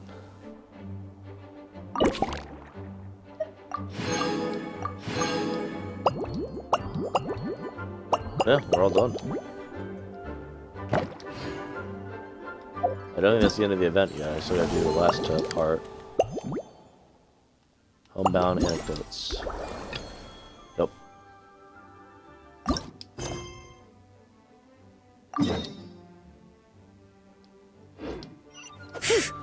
So what am I supposed to do? Oh, okay. Whoa! Dizzy! That's gonna take some getting used to. Why didn't that happen the first time? Looks like we've jumped forward a bit since yesterday.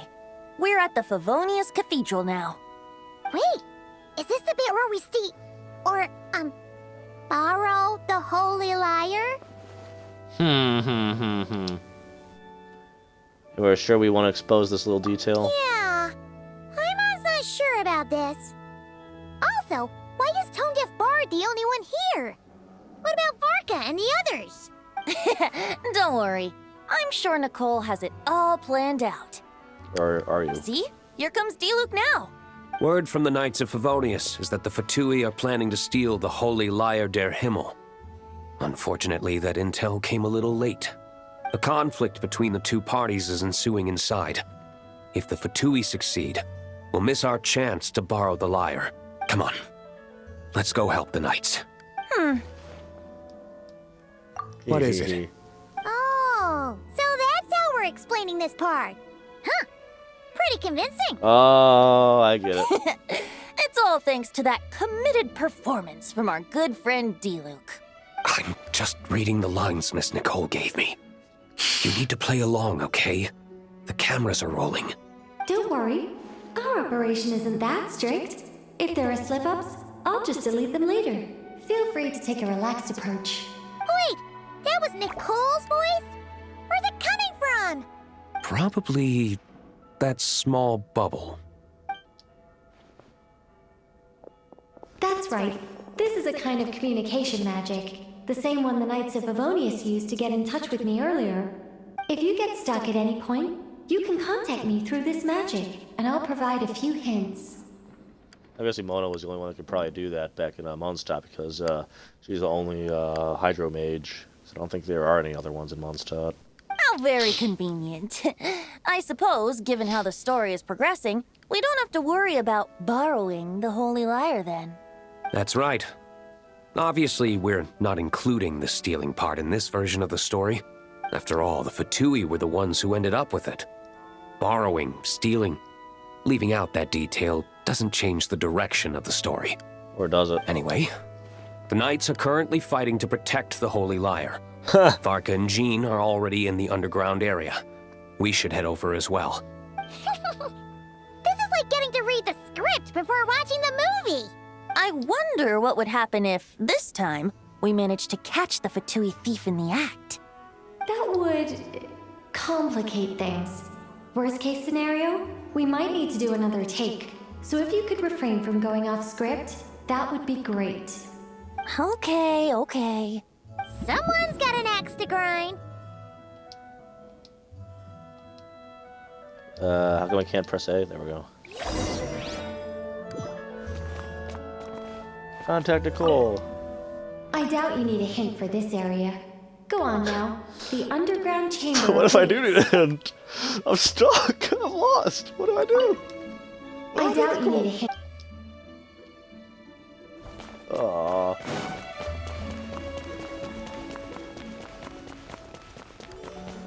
It's like Peter Griffin being lost at the store. Wait, let's see. Oh, that's a nice organ. Oh, I can't just go that way.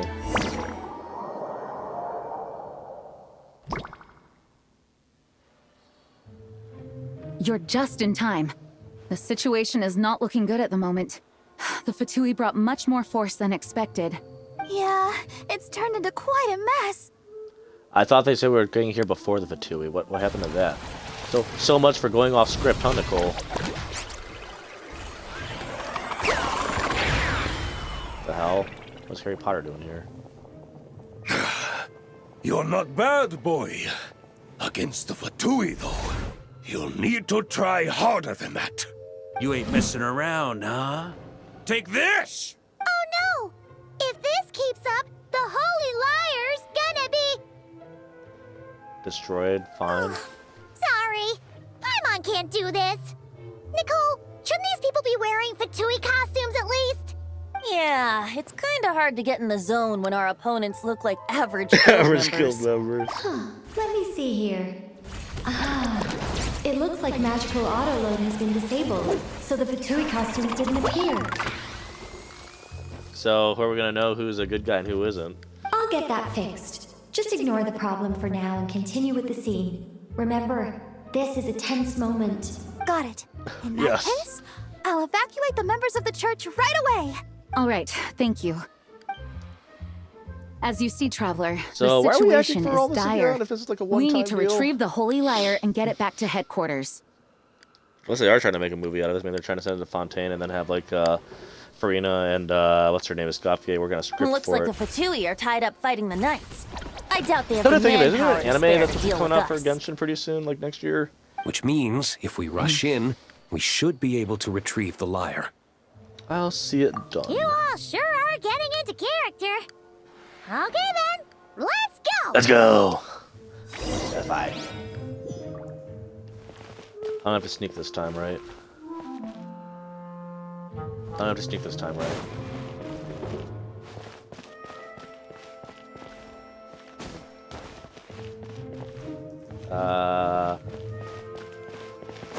What if I press X again?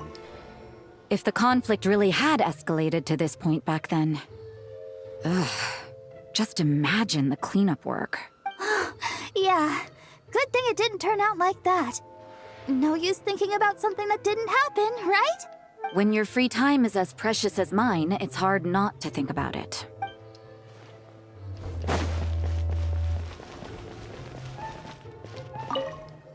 I couldn't keep up with you after all, Grandmaster. It's like you've gotten even stronger since I last saw you. My powers have doubled since the last time we encountered Count. Expeditions have a way of doing that to people. Ever consider taking your adventurers out on a long trip?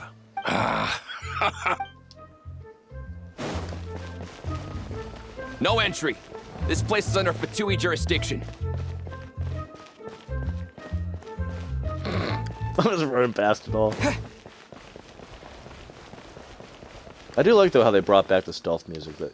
Nope, skipping yours, don't even care.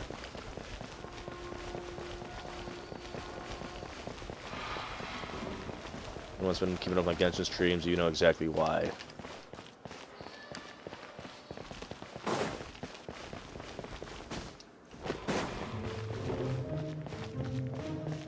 How dare you stand in our way! You'll face our Harbinger's wrath soon enough! Oh. What a coincidence. Or perhaps I should say, great minds think alike. Yes, well, this looked like the most relaxed part of the performance. I'd prefer to get this over with and return to my work as soon as possible. I'm assuming you feel the same, Miss Lisa? Of course. After all, this place suffers from a dire lack of comfortable chairs and good tea. Nicole, we need some comfortable chairs and good tea.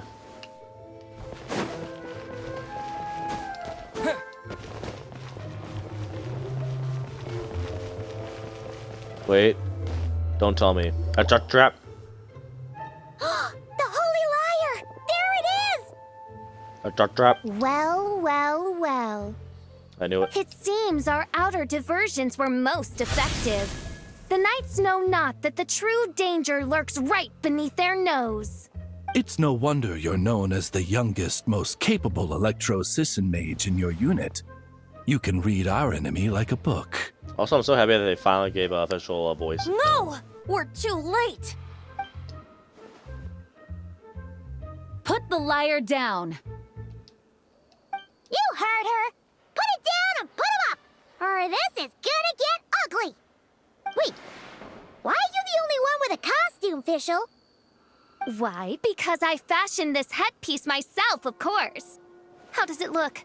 I am the spitting image of an Electro-Sisson mage, am I not? And I suppose I look enough like an Electro-Sisson as I am. Hold on. Trying to distract me with conniving conversation, are you? Ha! You underestimate me. To think I would appear before you without full confidence in my victory. Go forth, Oz. Sissons, take care of these pests. The Holy Lyre der Himmel belongs to the Fatui. Whoa, that was fast. Mage-powered flight is something else. Fischl is... the Fatus is getting away! After her, quick!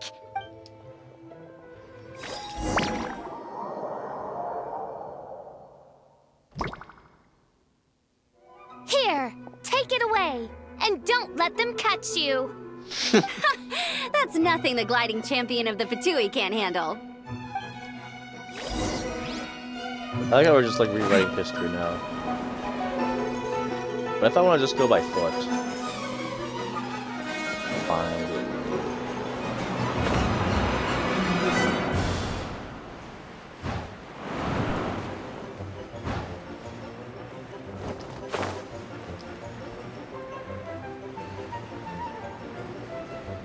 little unfair. She could, like, literally just accelerate herself at any time. Hey!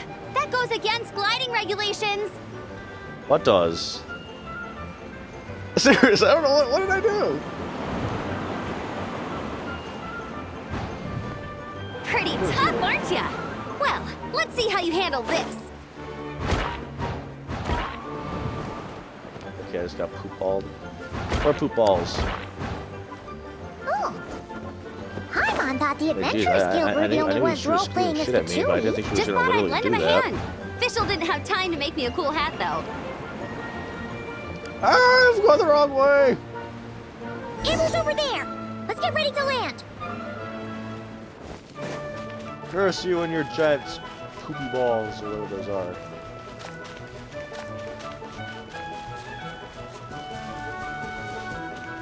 It's not fair. I don't have enough stamina. Gotcha. You need to stop away from me. I'll get there Here they eventually. come! Positions, everyone!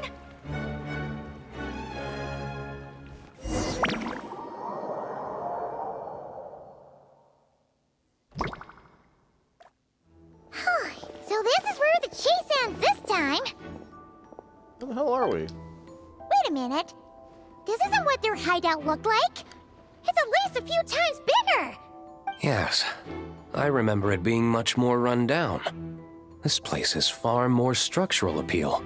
The Lawrence clan lived here for a time, but this doesn't look like their handiwork. And I know for sure it's not the work of the Knights. Must be a bit of creative license on the part of our dear mages then. Alice said the original was too run down and didn't fit her aesthetic taste. So we repurposed some assets from the Golden Apple Archipelago. As you can imagine, Alice has always been a go big or go home kind of person. Yeah, I believe it. Yeah, this is go big, all right. Still, our mission remains the same. We're here to get back the Holy Lyre. Yeah, and this time we have a whole bunch of people to help us. Not just Diluc. Should be a total piece of I actually cake. do remember that campaign mission.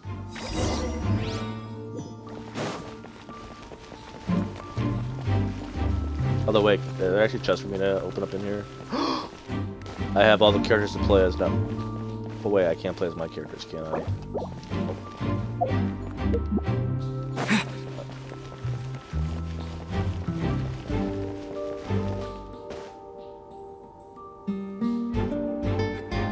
A human never doubts what their eyes see or rejects the ground beneath their feet. Both now warn you that this is the end of the road. Give up and turn back while you can.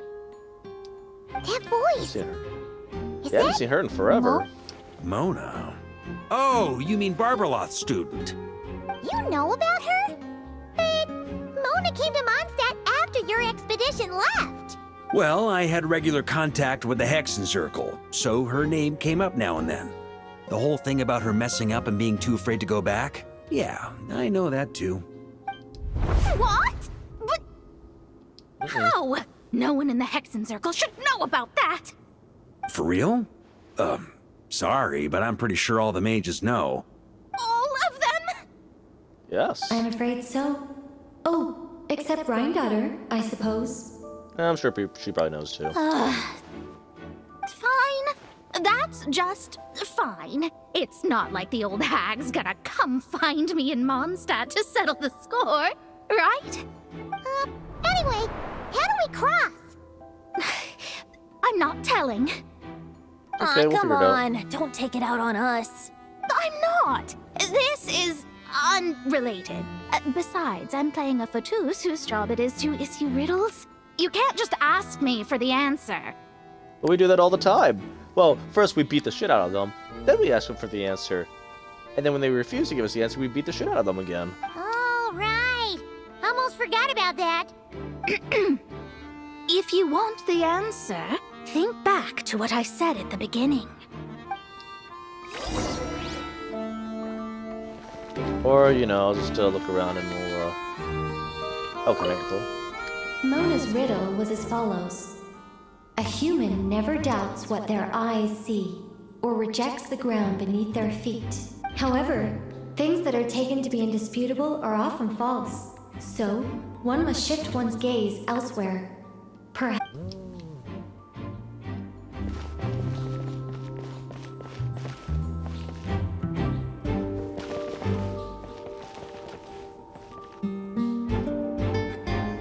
Well, obviously we know that there's gonna be ground like right underneath here, but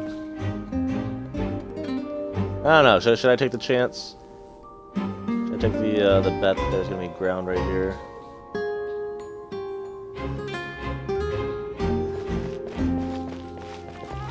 Oh, what I want to know is how do you start? Like, where's the starting point of this? That's what I want to know. Screw it.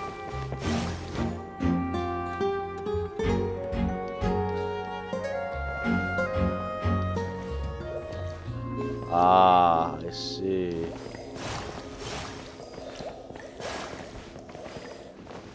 Oh, I took a wrong turn. Nicole, save me! What if I light all of them? Oh, I thought there was one there too. Oh, hey, look, I'm okay. I'm okay. I survived. Well, I would have been okay. Alright. I want to light them all. But okay, I know for sure they're supposed to go backwards from there. Unless, I guess... Wait, did I just say something to me? It's probably like, you fucking idiot.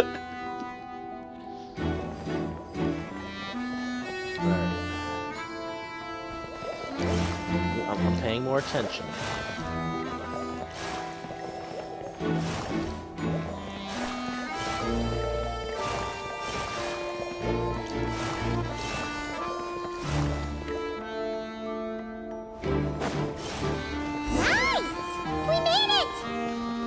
Activate the other ones though.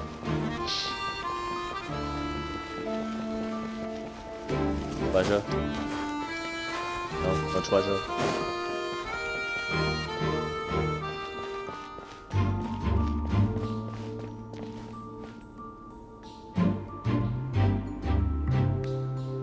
Looks like Mika's guarding this spot. Oh, hey! It's been a while. Hello, Grandmaster. Hello, everyone. Oh, God. It's this guy. No.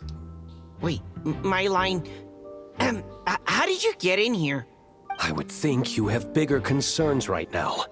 Tell us where to find the lyre. It's locked in the back room, but good luck getting in there. Oh yeah, I 3 do remember this crests are quest. I needed actually to enter, do. and This each is where you one first is meet guarded by a Fatui Fatus. mages. Oh God, that was my mic. Sec. There we go. Wait, but in real life, we only needed 1 key. Yes, but there are 3 locations to visit. If there was only 1 key to be found, there's a good chance the encounters set up at the other 2 locations would go to waste. Yeah, so we like meeting the Fatui mages. They want to dance with us, like they always say. All our actors worked so hard to memorize their lines. Aww. It would be a shame if their part got skipped over. I like Nicole. I mean, I like all the Hexen girls, don't get me wrong, but there's something about Nicole that I really like. She's like the opposite of Alice, where Alice, like, basically cares about Cleo over anything else, and Nicole is like, I like everybody, so... A fair point. They're playing through the story just like us, after all. So I'm thinking, like, maybe after I summon Cleo, I'm probably just gonna save all my things for Nicole, which I don't even think she's coming out for, like, another, like, version and a half. Probably be like at least 2 months until Nicole releases, but... To be honest, nah, she's when I definitely first read my must-call. lines, I was kind of confused at how I just give up the intel without a fight.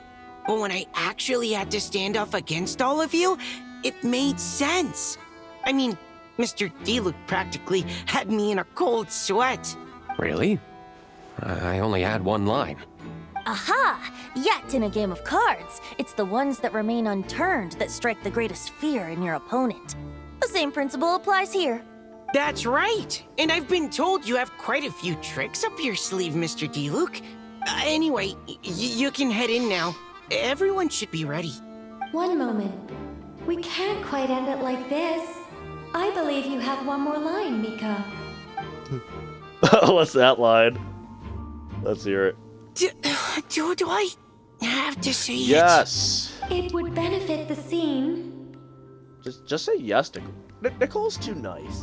Just say yes. All right. I told you everything I know. Now leave me alone. That's it.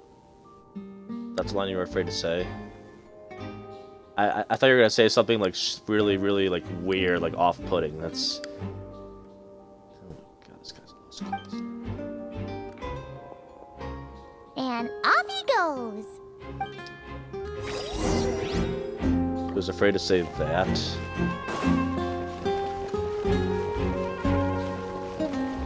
But I actually do remember this quest, doing the 3 rooms and all that.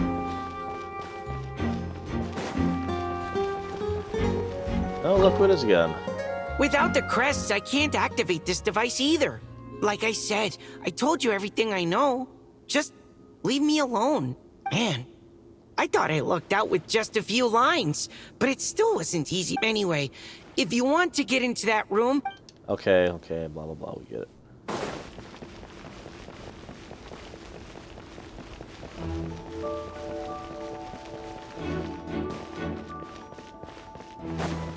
I don't want to contact her. Fine, we'll play it your way. The Fatus up ahead is courageous and loyal. Be prepared for a head-on clash. Okay.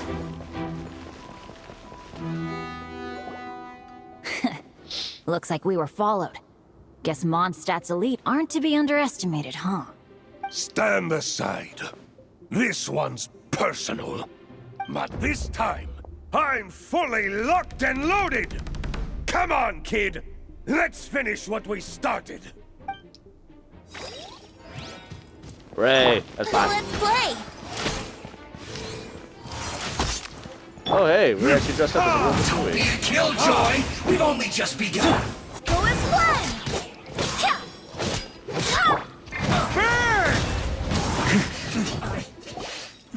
Okay, okay! We got the Fatui lines You right. win! Somehow this round wasn't quite as fun. Probably because you had to act like a Fatus. At this point, I could take down those with my eyes closed. Ha ha! True! Guess I didn't stand a chance, huh? Oh, so you were the one in the Fatus costume. Does that mean the auto-load bug is fixed now, Nicole? It would seem so. Man, their armor is heavy and not breathable at all. You're telling me the Fatui in Sumeru and Natlan also wear this stuff? I can't even imagine. Rumor has it, Fatui recruits undergo rigorous training. I feel like there's some truth to that after all. Blues could also be involved. Well, even though we lost, Dad had fun for sure. Here's the crest I was guarding. You've earned it. Oh, and Bennett told me about what happened in Natlan. How you helped him navigate his Oh yeah, the past. summer event. It's hard to believe we finally have answers after all these years. So, on behalf of all the adventurers in Mondstadt, truly, I can't thank you enough. Well, that's what friends are for, right? Speaking of, how have things been since you got back, Bennett? Same old, same old. Bad luck included. But that part's nothing new, so I don't mind. I do miss the Asha, though. I hope I get the chance to show them Mondstadt someday. Or just bring one over here.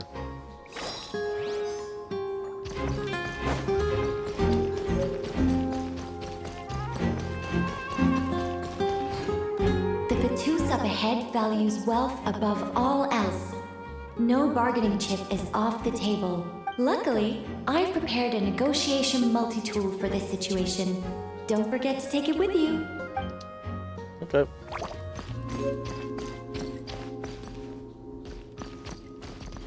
Ah, Ms. Mona, we meet again. Wait, Mona? Again? What? The more roles you play, the more you get paid. That's what Alice said. I didn't even know you were I getting was paid. hoping to do even more than this, but it is what it is. Anyway, the crest is with me. All I need to know is how much you're willing to cough up to get it. Let's talk business, shall we? Let's see, so we have more on hand. Okay. So let's think of JoJo's Bizarre Adventure, the haggling method from Mr. Joseph Joestar.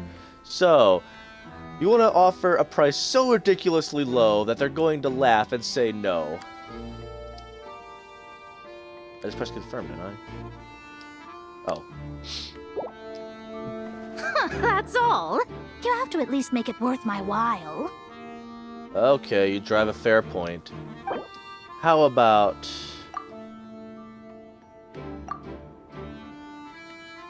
$400 that wait. How about 400k? No. That's all. You have to at least make it worth my while. do not see what's happening. So, how about this? 400,99999. You can't say no to that, right? That's the best I can do. Who would have thought there was this much more to be made in a dump like Mondstadt? Hey! Did you just break character? What? Of course not. All right, here's the crest. Oh, Hey, and with that, I still went ahead with Samora. I'm quite the negotiator. Oh, and by the way, word has it you accomplished something major in Nodcry. You reeled in the true moon from beyond the false firmament. Well, I spend most of my time staring into a scry glass after all. If something changes in the sky, you think I wouldn't notice? Hydromancy uses the false stars to reflect true fate within the water. Now, I can't help but wonder what I would see if I cast a reflection of the true moon instead. Of course, I need a whole new set of equipment to look into that, which means shelling out a whole lot of mora. So I've been taking on a lot of odd jobs. Like this one. No wonder Alice gave you quite a few parts in this. Generous compensation, minimal manual labor. It's been a good gig. Plus, the Hexenzirkel never promises an amount they can't deliver. I still love how, like, Luna is supposed to basically be the Mona copy, like, from Wuthering Waves. Even though her daughter is, in some part, responsible for my predicament. That was a long time ago, and I know Klee didn't mean it. Huh. I guess the moon's a big deal in hydromancy. Just spitballing here, but it kinda sounds like your progress would be much faster if you, I don't know, just contacted Barbeloth directly. Oh, come on. Enough about that old hag. You're doing this on purpose, aren't you?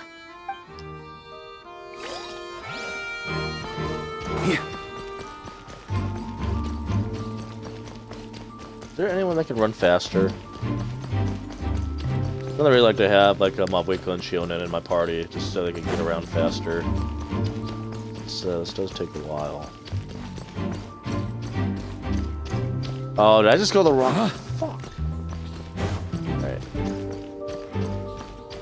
God damn it, not having enough. Let's see who can run fast. Ah, here we go. The Fatus up ahead is a pragmatist. You might have a chance to avoid conflict if you obtain the other crests first. I did. The road ahead is almost completely blocked. Looks like this person isn't taking visitors. Yes, we'll just have to be careful. We need that crest. Jeez, I didn't know actually you'd like to get hurt in this. So much for acting. Alright.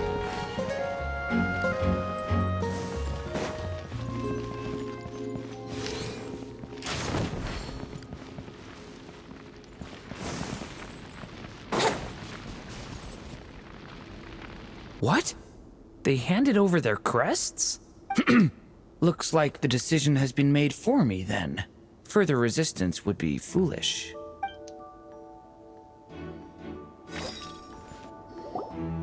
Gotta say, Paimon didn't expect you to play this kind of role, Durant.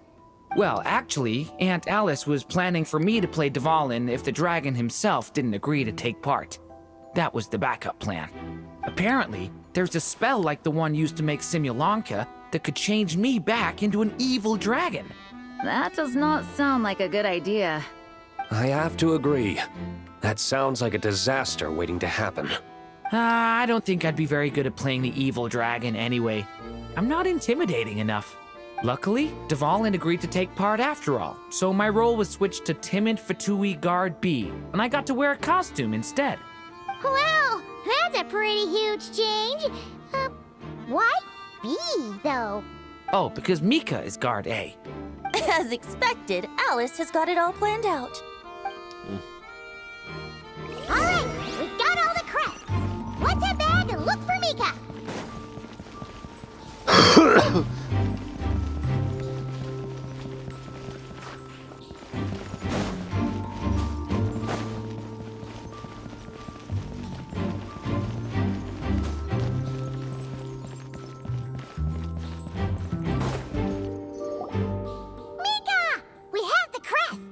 All right. This elevator's a bit complicated to operate, so Miss Nicole asked me to help activate it. Just one moment.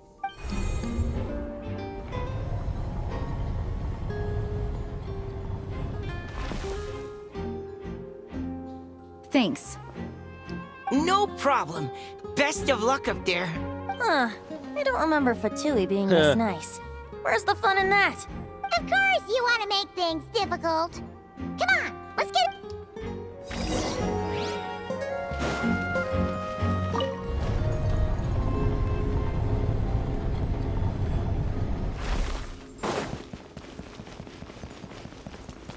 Security's tight around here. I hope this is safe.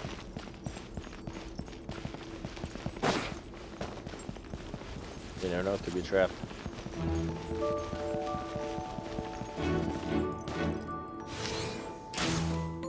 Wouldn't gliding be faster? I know, right? The Holy Liar! Here it is!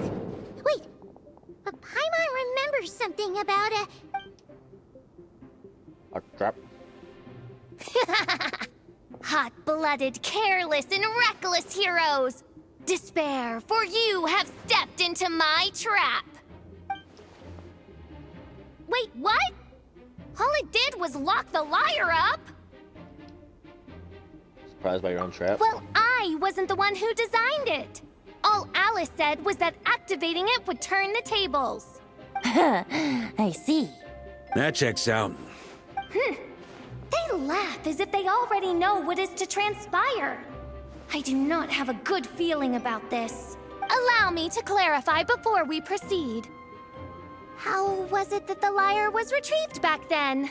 From what I've heard, the Fatui agent guarding this place was given a thorough beating, and then the lock opened. So then, I'm the one who walked into the trap? Trap. Do not despair, mein Fräulein. Miss Alice provided us with backup, did she not? We are not entirely outmatched. 'Tis true, though thine prinzessin stands on the cusp of defeat. Courage has not yet failed her. Let this be our last stand. Going down. Come forth, my loyal servants. Smite all who stand against us. But I actually do remember this part too. Wait, what? Look, the ravens get confused if they don't hit anyone. Now's your chance. Oh, okay. Group 2, reinforce. This is kind of anticlimactic.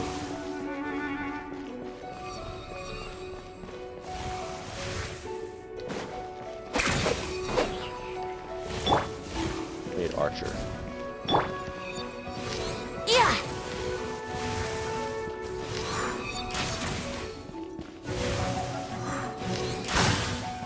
Yeah. Group 3, Group 4. Oh, forget it. All of you, attack at once.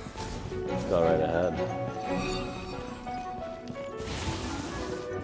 Here we go.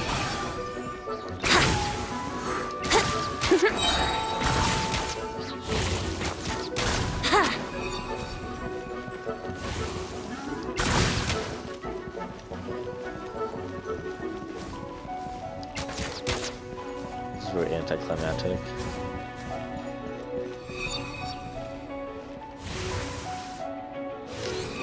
I'm just gonna stand here the whole time. I don't even think they can get me. Yeah, see, look. Oh, shoot. That's a big hitbox you got there.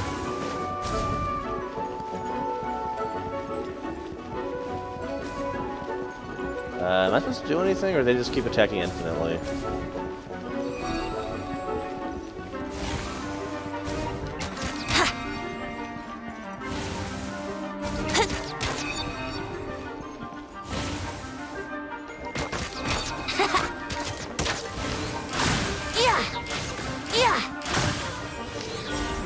Well.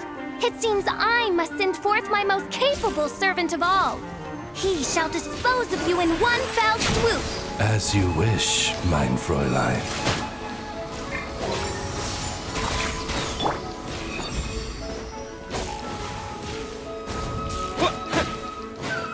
Oh, jeez, we have 5 HP.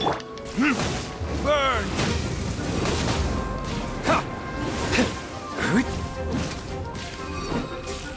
See, it's annoying because I can't play as the characters that I already have invested in. I'll never fight with these guys. Wait, I have Bill, that's right. Hey, maybe it's just a marketing incentive to try to go for Varka. Oh, I'm not gonna lie, I'm pregnant. Our situation is dire, mein Fräulein. It seems this is the end of the road. Here we go.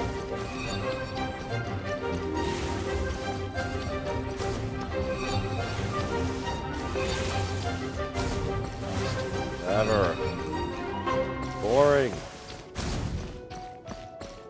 We're done yet. Let me first of all, I just want to get out of this. Alright. I give up. Just don't hit.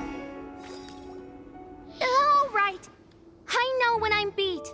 You win. You were brilliant, Miss Fischl. The recording was fantastic. I'm certain future participants will have a great time. That is, they don't die. Yeah! This role was perfect for you! Huh. Your praise is a compliment to your own good sense. Yet know that this is but the least of your princess's abundant talents. Huh.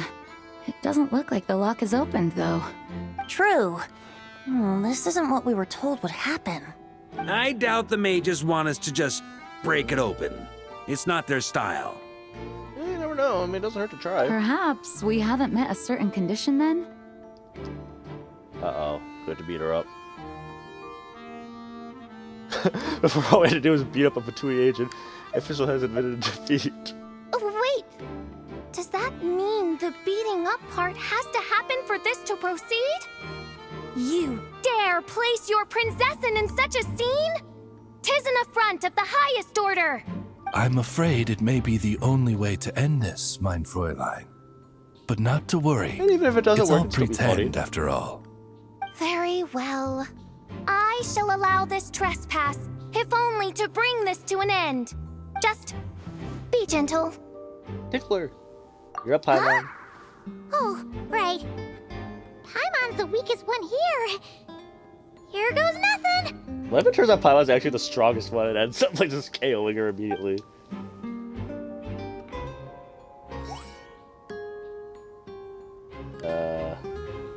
It's open! Really? Not even like a slap or anything, just a poke? Miss Alice does love to tease, doesn't she? I love her teasing. Congratulations on obtaining the Holy Lyre der Himmel. That's a wrap for now. That was, interesting.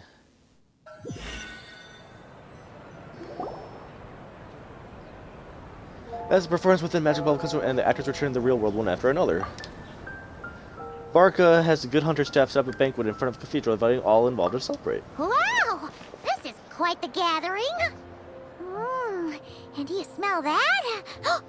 Is that the secret menu Barker was talking about? Was it weird to try it out after all? Oh, Paimon's stomach has been rumbling this whole time, so she's gonna dig in. Don't forget to grab some food before it's all gone, okay? Will do. Oh, hello. Did you need something? It's nice you seem a little more relaxed. Now that I'm here. We often threw banquets like this when I was little. But then, as more and more of our ranks left on expeditions and I was left in charge, the number of celebrations decreased. I'm not the most natural entertainer after all. I believe it. Now, seeing a gathering like this after all this time, I can't help but feel a bit regretful for not keeping up the tradition. Everyone leads in their own way. There's no right and wrong. Well, technically there kind of is, but Well said, traveler. Barbara? You told me you wanted the expedition members to feel at home. But in my eyes, the feeling of home isn't something you can force. Home is... what happens when we're all together like this? family. Ah, you're right. And you know what? I've been coming to the same conclusion. The location isn't the most important factor. No matter how far we get from Mondstadt, home is wherever we're together. Returning the expedition force is a good thing. You deserve to enjoy it too. I appreciate the kind words, you two. I will do just that. Make sure to do the same, traveler. It's not often you get to make it back here. There's a lot of people waiting to catch up. Oh, I bet, including some I haven't even met yet in the game. Now that we're outside the bubble and no longer in character, there should be plenty of time. I will. Hey! Honorary knight! Look Drinking up! time. Pretty stellar view from up here, and the breeze is nice too. Care to join me? Oh, of all the places to sit, it just had to be there. Well, to each their own, I suppose. Just be careful on the way up, traveler.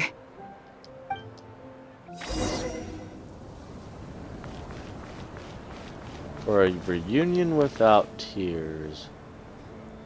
Check something. There's still part 3 to this, isn't there?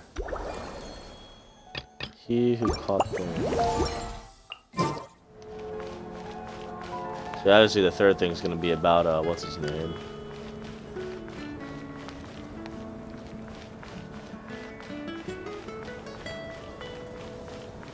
Amber!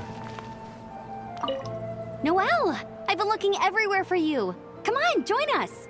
Just give me 1 second. I need to bring a few crates of drinks over first. But I'll be done soon, I promise. In that case, I'll help you out. Good, help her. Let's see what Mona's up to. Where's Mona? As the battle hung in the balance, I spoke an incantation from the Emanachreich, broke through their ranks with ease, and thus the holy lyre was mine. 'Twas light work for one such as I. Cyrus told me all about it. You were amazing. Having seen it for myself, I must admit, you were quite something, my lady. Why, I bet even Barbados himself would have been hard-pressed to catch up with you. That was Hexencircle magic, not some incantation, but... whatever. Guess I'll let her have her moment. I like that. Fine, I'll come up there.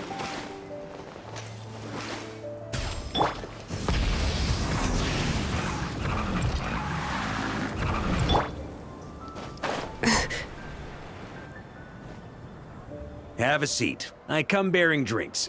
Booze free, of course. You're welcome. It's quite the spot. Well, that's what being home is all about, right? Letting go, feeling at ease. Figure we both deserve that after all this time. Mondstadt does feel like home. You think so? Glad to hear it. There's no place like home. That's what people say, right?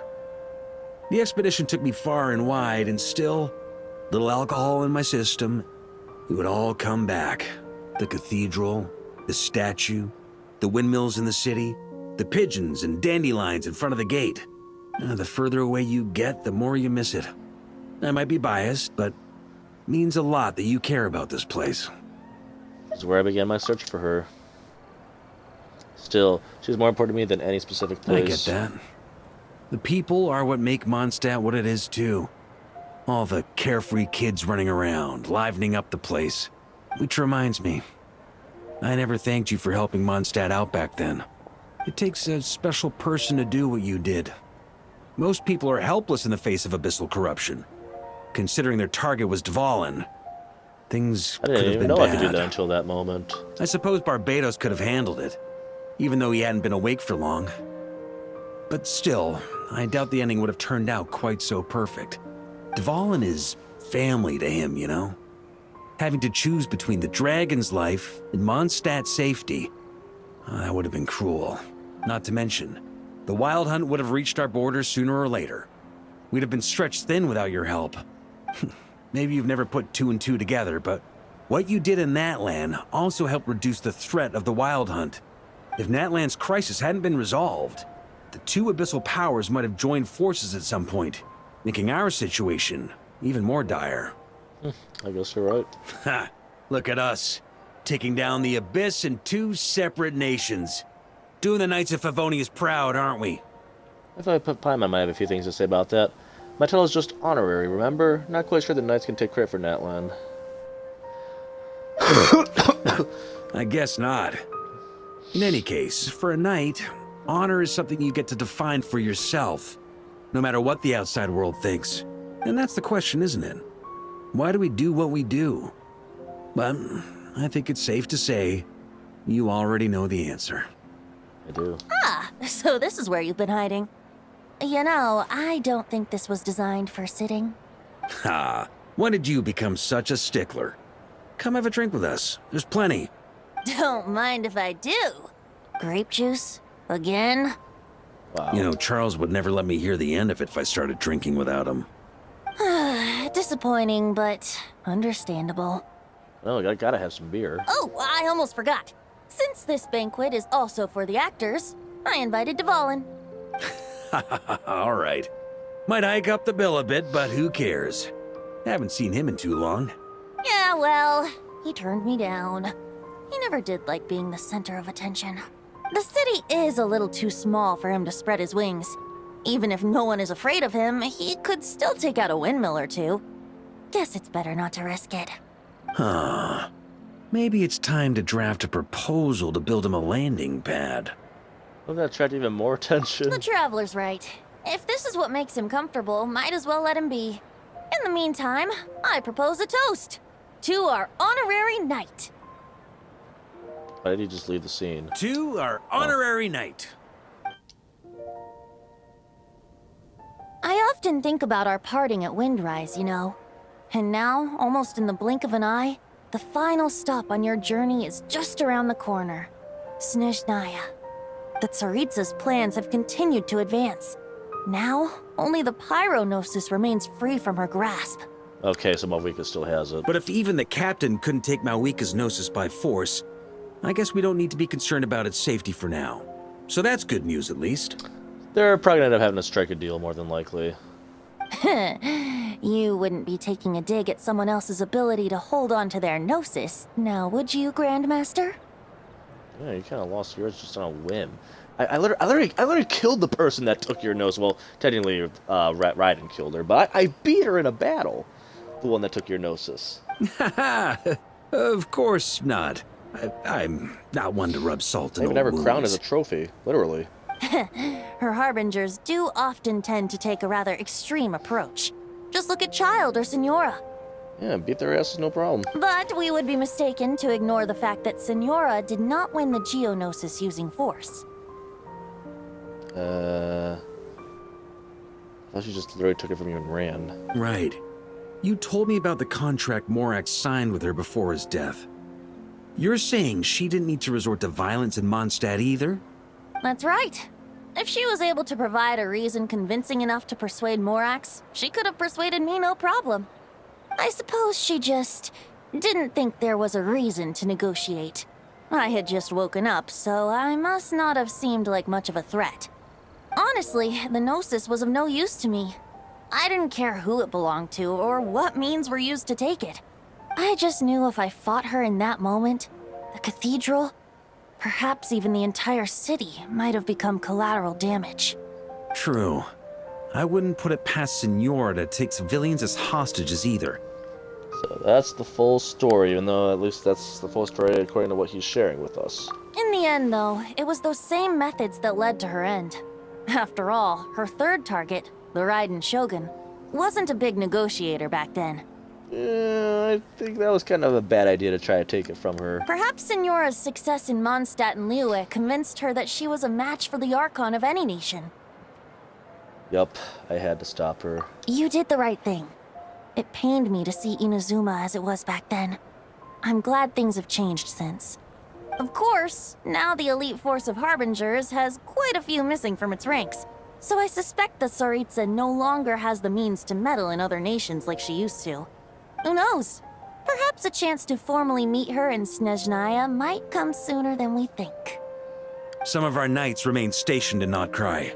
If you need help, just say the word, and we'll be there. Getting closer to the truth. I can feel it. The look in your eyes. It's changed a lot since you first set off from Mondstadt. But my advice remains unchanged. Never forget that the journey itself has meaning, traveler. The birds of Tevat, the songs in the cities, the Tsaritsa, her Fatui and the monsters, they are all part of that journey. Perhaps earth-shaking truths and indescribable trials await you at the end. Just remember, there is more to life than that. I will. Thank you. All right, that's more than enough acting like a real Archon for one night. And still, not a sip of drink for dear old Venti at a time like this? You're no fun, Varka.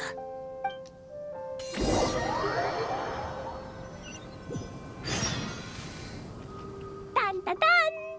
Whee! Dun dun dun! Hooray! Bomb fishing! That's literally exactly how I pictured they would do it. All the fish just have like all these burn scars and stuff. Da da da! Oh, those poor fish. But at least they're having their bonding moment. This is so fun, Mom! I think so too. Come on, let's blow them all up! Oh, God. Mom, when can I play with the magic toy you made me? Very soon, darling. In fact, it should be ready tomorrow. I just know you're going to love it. It's the magic bubble, isn't it? It's all for Klee.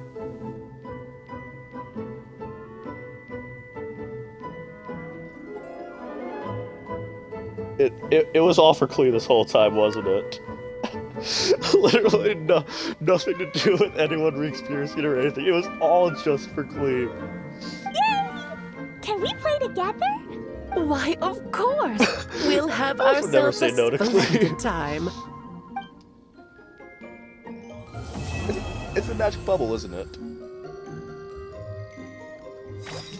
Just a little time. Do the last part. Oh, I guess I'm teleporting. Okay. Hooray!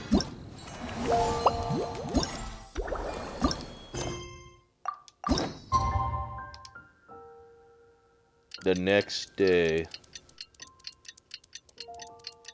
It's all for Klee, isn't it? Good news, Klee, it's the next day.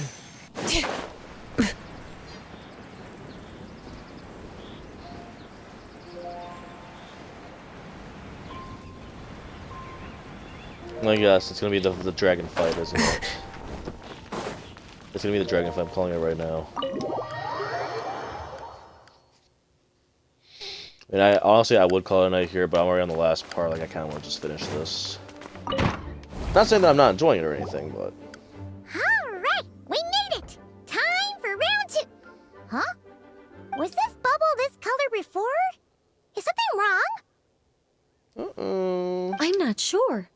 It was like this when I came to check on things this morning. It's the Abyss. What? That can't be! How would the power of the Abyss even get in there? You sure know your stuff, traveler. That's where my head went too. But I don't know. Something is different about this power. It's abyssal in nature, but also not a threat. What does that mean? It seems to be in an embryonic state. Like an egg that hasn't hatched, the dark clouds before a storm, or an omen before disaster strikes. Of course, the world within the magic bubble is imaginary, so the same should be true of this abyssal power. At least for now. You created this magic, right, Alice? Do you have any idea what's going on here? New magic does often come with its issues, so I can't say I'm entirely surprised something like this would crop up. As for a solution, however, I'm afraid I need more information first. One thing is for certain, at least. Given the current threat, we'll have to close off the bubble to event participants. My apologies, Miss Alice. I know you've made a promise to Klee, but I'm not sure you'll be able to keep it. Oh, she's about to snap, isn't she? I can already tell by that look. Alice is about to go off right now. Oh no, oh no. Oh, this is about to get good. Have we ever seen Alice look this serious? Uh-oh. Breaking. Well, we can always bring Klee with us. I mean, we'll just have to protect her is all. Make her angrier than all of Notorious Q combined. Oh god. In fact, holy crap, that'd be the ultimate terrible scheme. Just offer up Klee to Dottore, and holy crap, Alice will literally destroy the entire continent. Unprecedented crisis notwithstanding, it's too soon to just throw in the towel. What we should be focusing on is how we're going to fix this. Are we talking about the Klee situation or the Abyss situation? Both. Now, I have my suspicions, but I'll need someone to head into the bubble and confirm a few things. Jeez, I wonder who that someone's gonna be. The same person that does everything? It's not like we can avoid going in there, right? We have to nip this crisis in the bud, after all. I mean, we could avoid going in there, but honestly, I'm kind of afraid to what she would probably do to me if I didn't, so... I mean, I kind of don't really have any options, do I? I agree. We have to take action. All right. I'll go convince Klee to play somewhere else for now and then head right back. In the meantime, Nicole, be a dear and keep observing the bubble from out here. Oh, and provide any fixes you can while the rest are inside. I don't know, Alice. There are quite a few unknowns here. Oh, no. It's not like I can force people to head in there and take that risk. We angels aren't miracle workers. Wait, she's an angel? Because, isn't, what's her name also an angel, too? Columbina? Yeah, Columbina can move her mouth, but Nicole can't. That's odd. You sure about that? You know, she's like, are you the death stare? Are you sure? Fine. I'll do what I can. Just be quick, okay? This is your magic, after all. Well, guess this is our best option. We're definitely not gonna sit back and watch. What's today's story meant to be again? The part where Barbados uses the lyre to summon Abyss-corrupted Dvalin. God damn it. Then, everyone joins forces to fight him inside Storm Terror's lair, purges him of abyssal influence. I did not like that part and of the there you chapter. have it. Happy ending. Yep, that sounds like how it happened. Please don't tell me I have to climb all the way around into the fortress again like I had to the first time. Well, we've got the gang That from back literally took then all forever. here. Let's go in and find out what's happening. Count me in two. Potential threat or not, if there's even the slightest chance Mondstadt is in danger, I need to get to the bottom of it. Just in the top. Jean? It's nothing. I was just feeling a bit, nostalgic, getting to work together like this again. Yeah. Yesterday felt like that too. Yes, but that was for fun. That which confronts us now is a real crisis. So I suppose the memories just came back to me all at once. Ooh, look at you getting all sentimental. That's a first. Well, I suppose I am a bit too high-strung most of the time. Most of the time. Hey, don't be embarrassed to say what you feel. I think that's how things should be. It's how we all grow closer. Besides, the more you open up, the less people will be surprised like Paimon here when you choose to share something. Just look at Paimon. No filter whatsoever, word vomits whatever comes to mind. And that's what makes her so endearing and approachable. Ha! It's about time you gave Paimon a compliment, tone-deaf bard. Hang on. Was that a compliment? Just take that. Just take it as a compliment. Before we set off, I just want to stress that whatever is happening in the bubble right now is a huge unknown. It's gonna go boop. I was able to maintain contact before, but right now all I can observe within is chaos. So I imagine communication might be cut off as well. It might be difficult for us to guide you, so proceed with caution. Don't worry. This isn't our first time leaping headfirst into a dangerous situation. There's also a last resort I can fall back on if worst comes to worst. Though it would mean all our recent hard work going to waste. I'm afraid to ask what that last resort might be. You mean destroying the bubble entirely? Yes, if it comes down to it. I get the feeling that it's gonna be more than just the bubble. All right.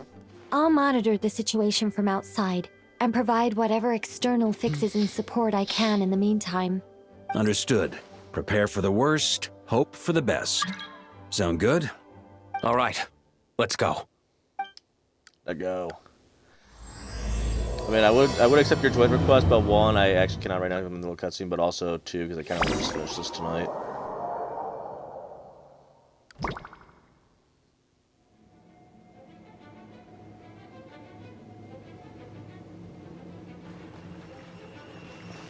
Whoa! Is this Mondstadt? Oh yeah, that's right. Clea doesn't like purple. Didn't we all come in at the same time? Where are the others? The bubble must be highly unstable right now. Hooray, we get to fight real enemies. There's Venti! Surrounded by a whole bunch of monsters! We should go help him. Yeah! Ah, perfect timing. Come on, let's show these unwelcome guests the door. Let's...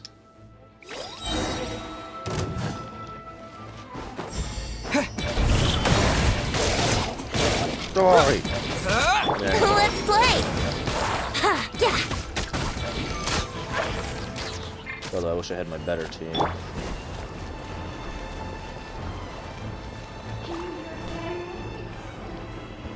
Together some communication and control functions, and managed to smash together some items that should give us an advantage. These elements likely are used as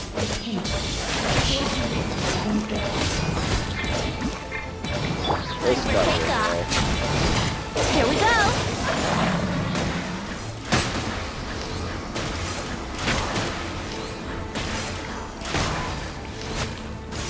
Yeah! Is he dead?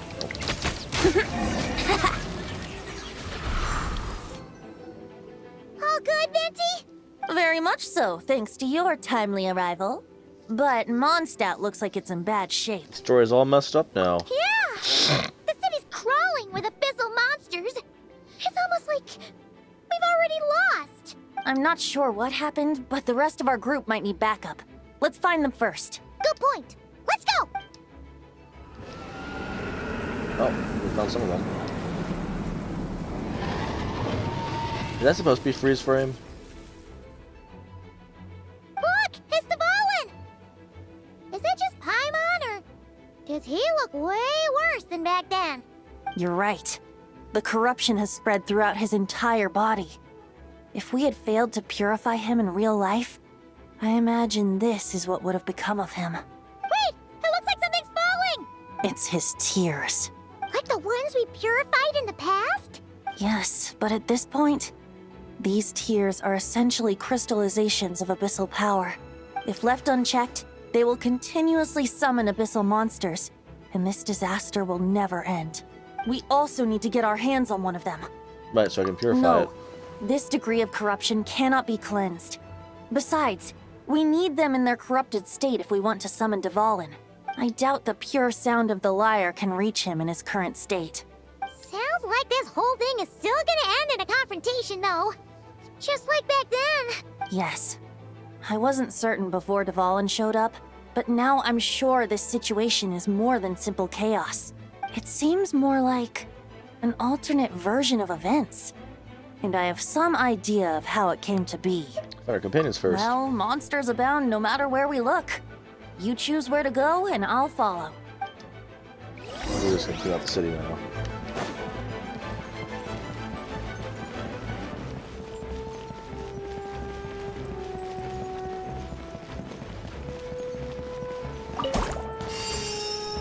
Oh, that was nice.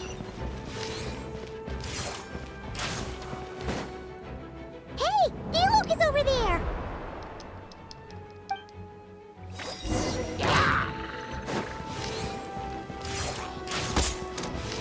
Well, that didn't do shit.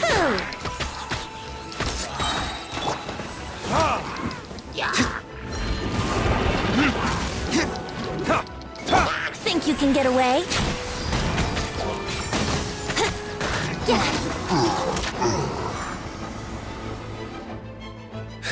Made it. Thanks for the assist. It looks like Mondstadt is in dire straits. Did you see any knights or civilians on the way here? Nope. Then my initial suspicion could be right. The knights have abandoned the city and evacuated all civilians to a different location. Reacting, or are you actually saying that? Abandon the city? In the face of unrelenting abyssal attacks, it's possible they had no other choice. But none of that matters now. An empty city has its advantages. We won't need to divert our attention to protecting civilians, for one. Oh, and this thing. It looks like one of Dvalin's tears. I don't feel good about just leaving it here. That happens to be just what we were hoping to find. Let's take it with us. Wait, what about Varka? Have you seen him? No, I'm not sure where he is. We'll just have to keep looking.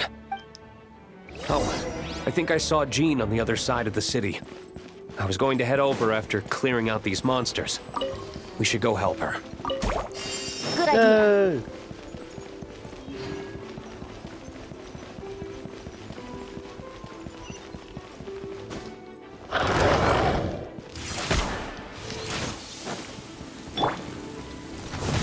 Time for retribution! Oh, that did nothing.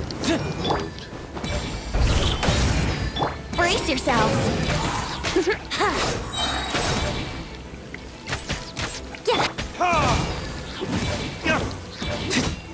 Time for takeoff.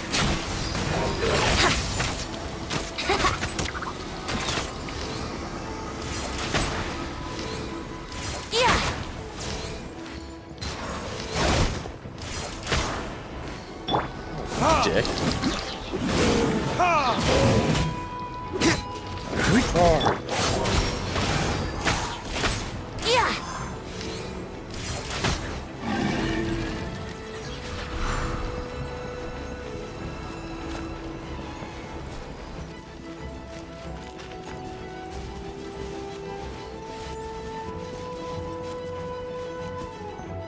I really don't feel like running across the entire map. Fine, we'll go with arrow points. Oh, there's someone.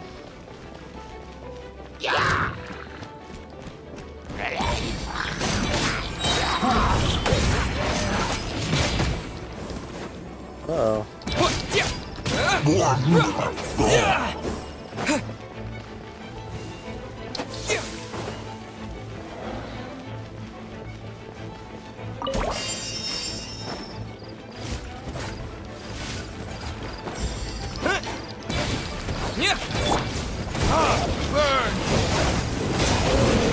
Did more than Think you can get away? Let's play!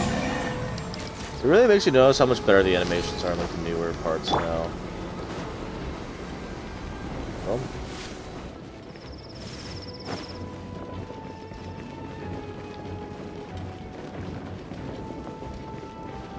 Well, they say they're over here somewhere, so... Time for retribution! I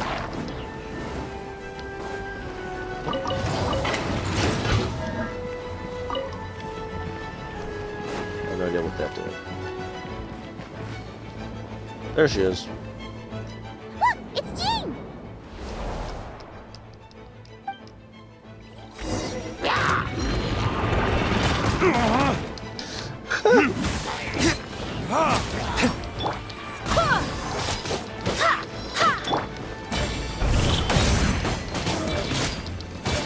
Sorry.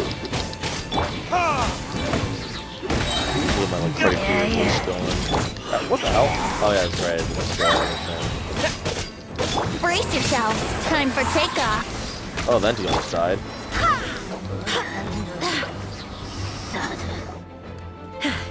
Thanks for the help.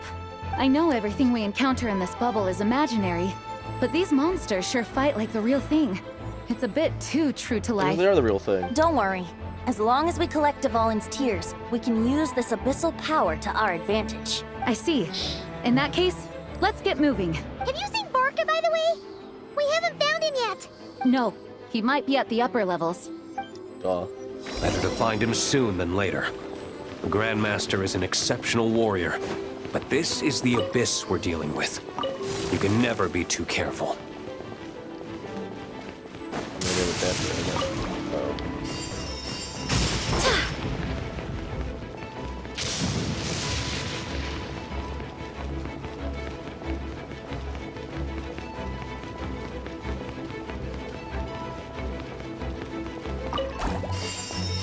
Oh, I should be healing Venti. God damn it. Uh-oh.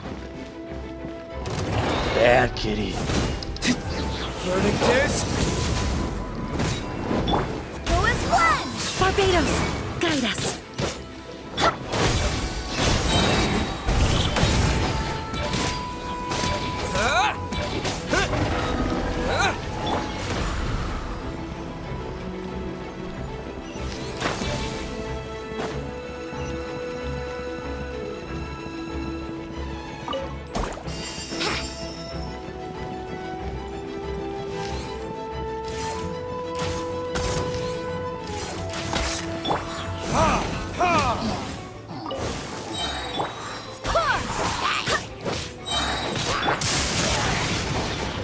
Yahoo!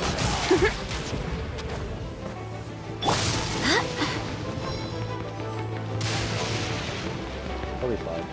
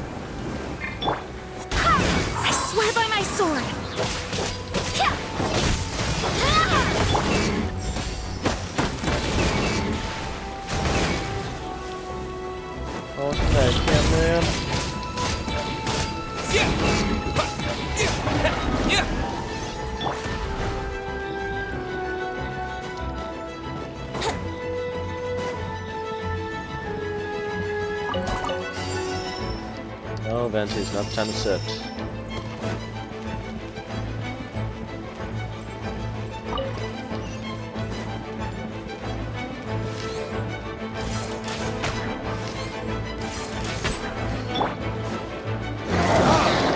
Sorry. That's not horribly violent. Don't I? That's literally what he says in the movie. Brace yourself. Think you can get away? Yeah, here we go. Hello. This is history.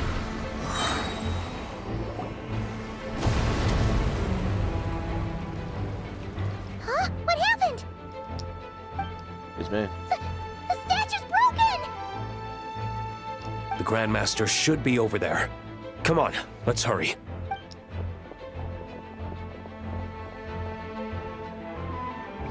I'm not gonna lie, I thought that the statue was gonna break as soon as the dragon showed up during the banquet. I didn't want to say anything.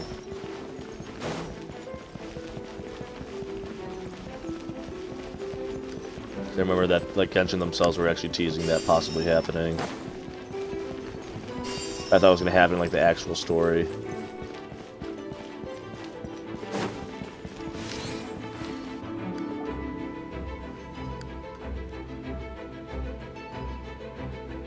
We're here to help. Perfect timing. Let's do this. Oh yeah, we can take them. We got this. Time for takeoff. Brace yourselves. Time for retribution! Wind, hear me. Maria sweeping in! Ooh, I kinda like that animation, not gonna lie.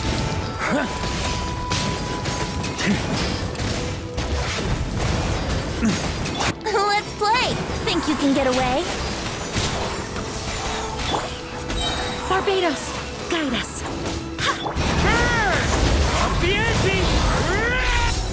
That was easy. Looks like we're all back together.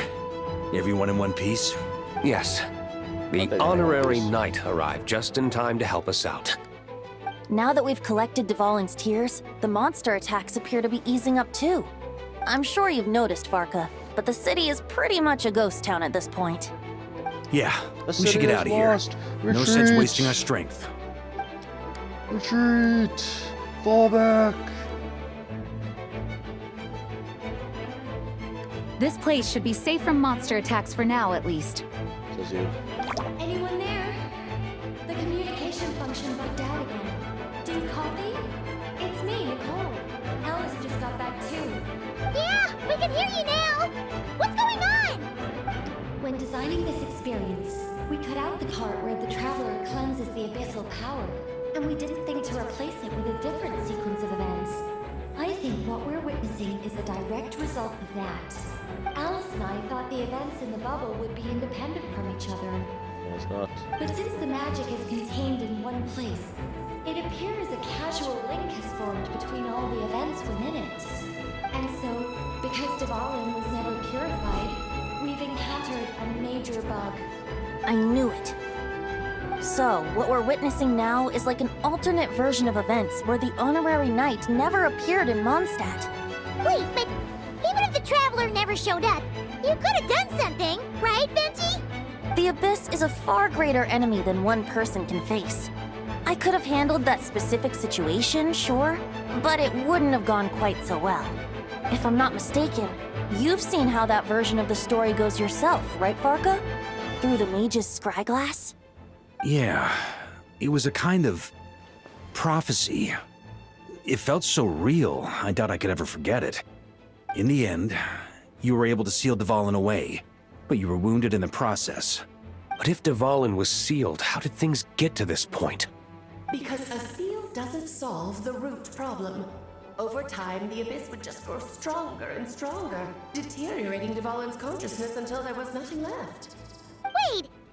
Does that mean what we saw earlier was... The aftermath of Dvalin breaking free from the seal. That's right. He is in dire straits. The power of the Abyss has fused with his flesh and bones. Purifying him now in this state is no different than sentencing him to death. Oh. So, if we want to resolve this crisis, We have to kill Dvalin. I know that sounds intense, but remember, this is a fictional world. The real right. I Dvalin don't is even know if right it's the real as Dvalin or rain not. and a lot more mellow than this one, that's for sure. We have our solution, so let's hop to it. Should be a piece of cake for a group like this. No time to lose, right? We've got Klee waiting for us after all. That's right. She's playing somewhere else right now, so we do have some time.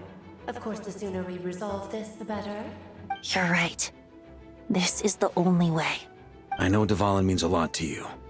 If this is too hard, you can leave it to us, you know?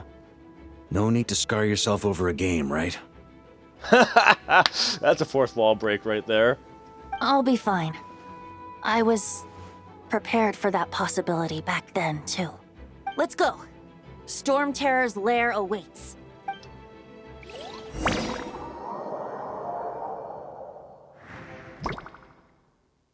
This is it.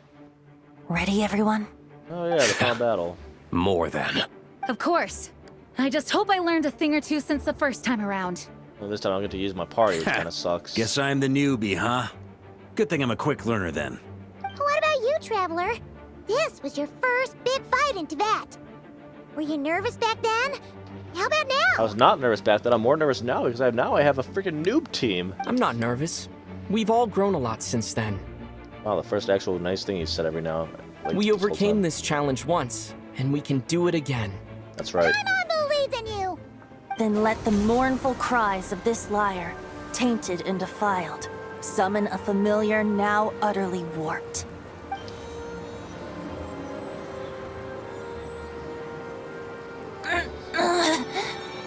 Uh-oh. You alright, Barbados?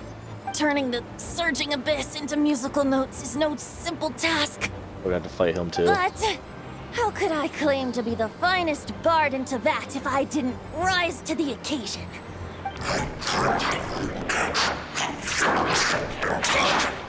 I have heard enough.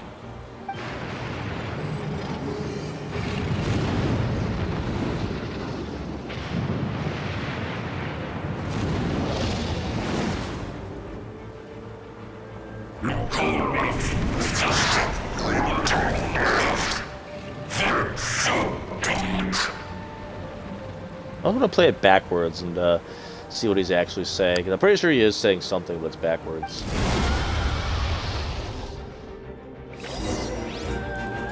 I like Venti's real identity. Hulking dragon is as intimidating as ever! Remember, we need to wear him down first before we can attack his weak spot.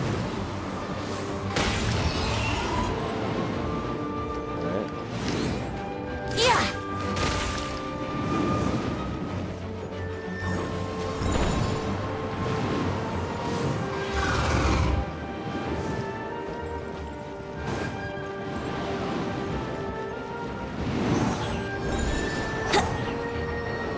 Wait, I got Venti. I could literally just use my own freaking thing.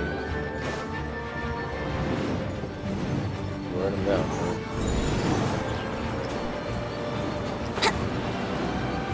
Oh god, I'm fucking up.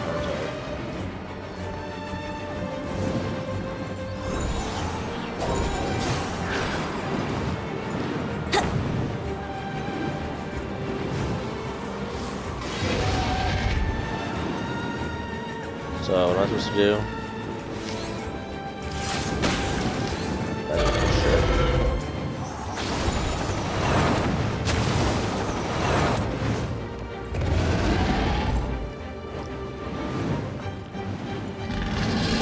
Time to switch positions. Oh, now we switch. How rude! Oh, great, I just fell to my death.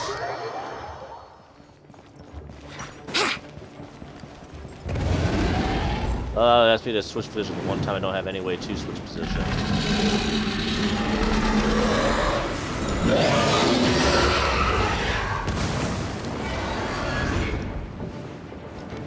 Wouldn't gliding be faster?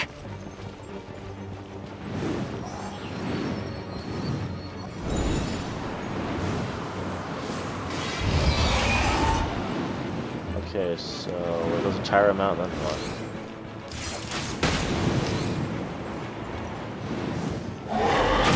Does that actually do anything? Oh yeah, it is actually, okay.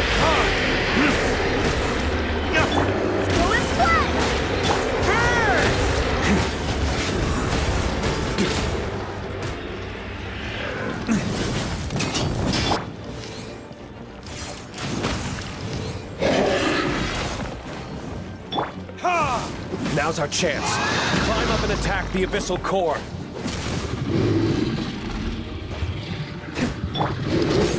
Burn! Thunder! Charge! Up the ante! Nice job! One more to go.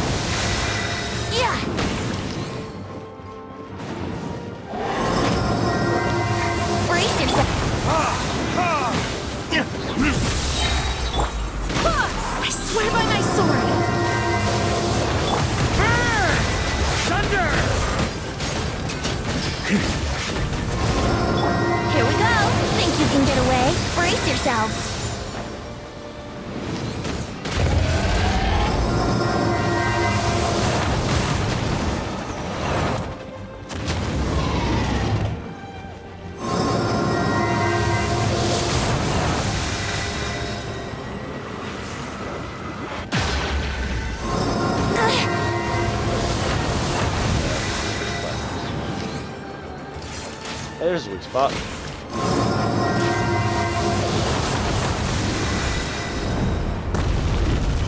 Hello again.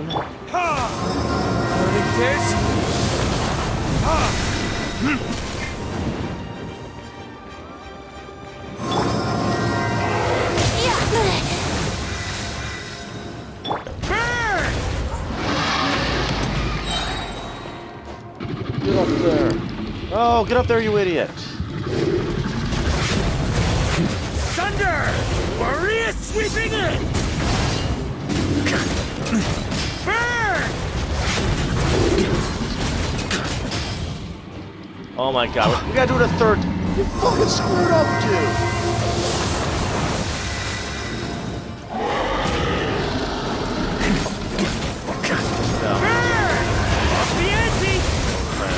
Beforehand, but now for sure.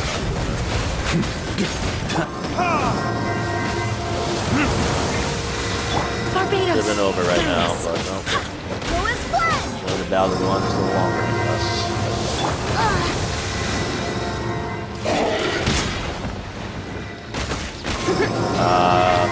Debs? I wonder if they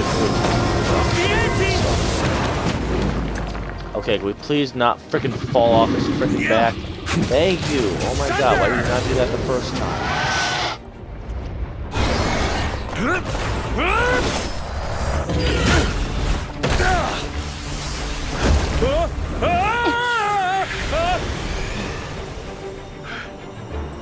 Thanks, Gene.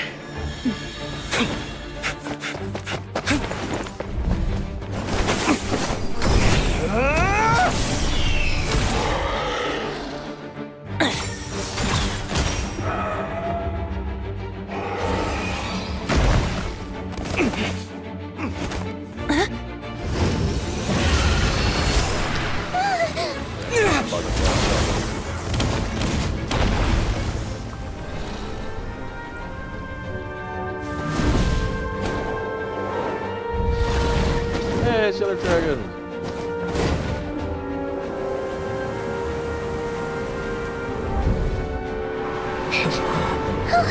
Dwalin, you're here! I follow the lyre's song, wherever it leads. Thank you. Looks like the mage's tale isn't over yet.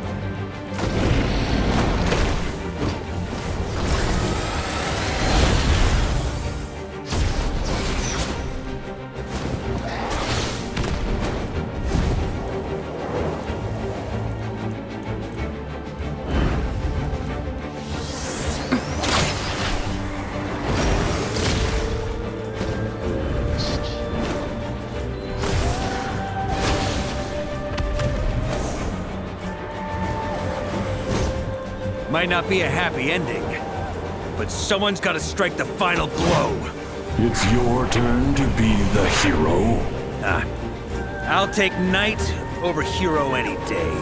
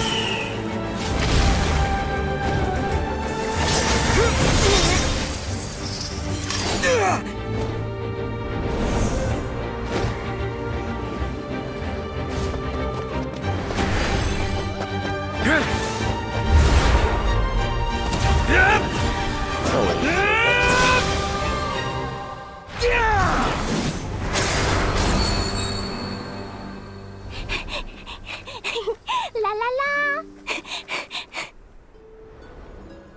Hmm?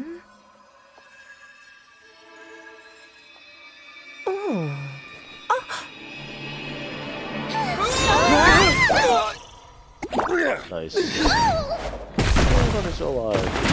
How do they fit that in there still?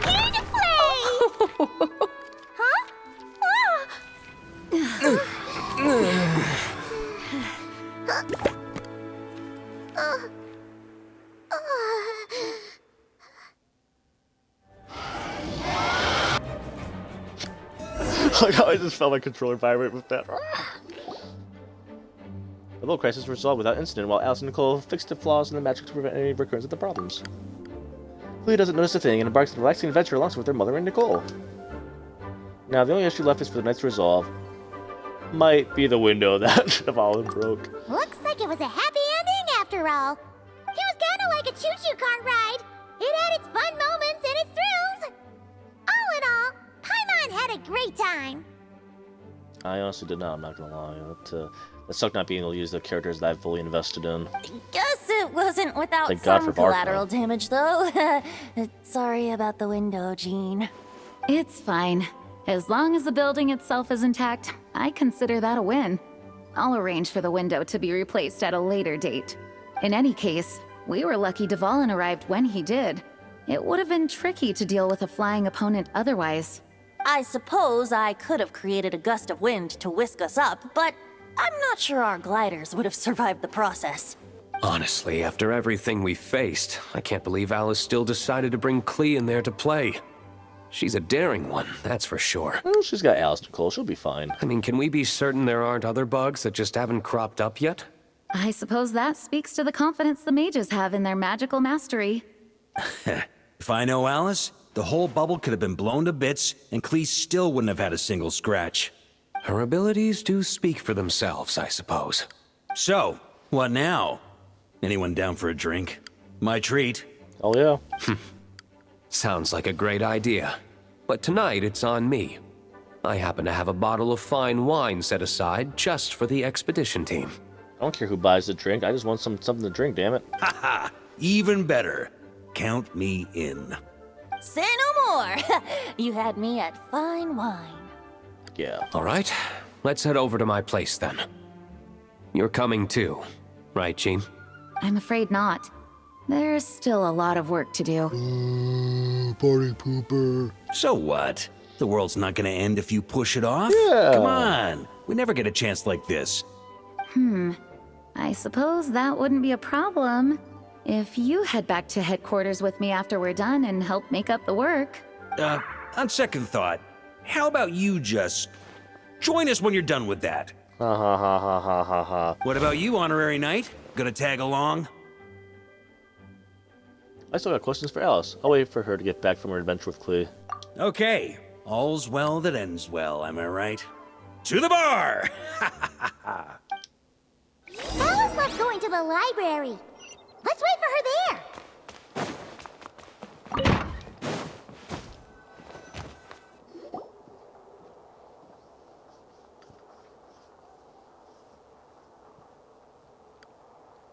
Looking for me?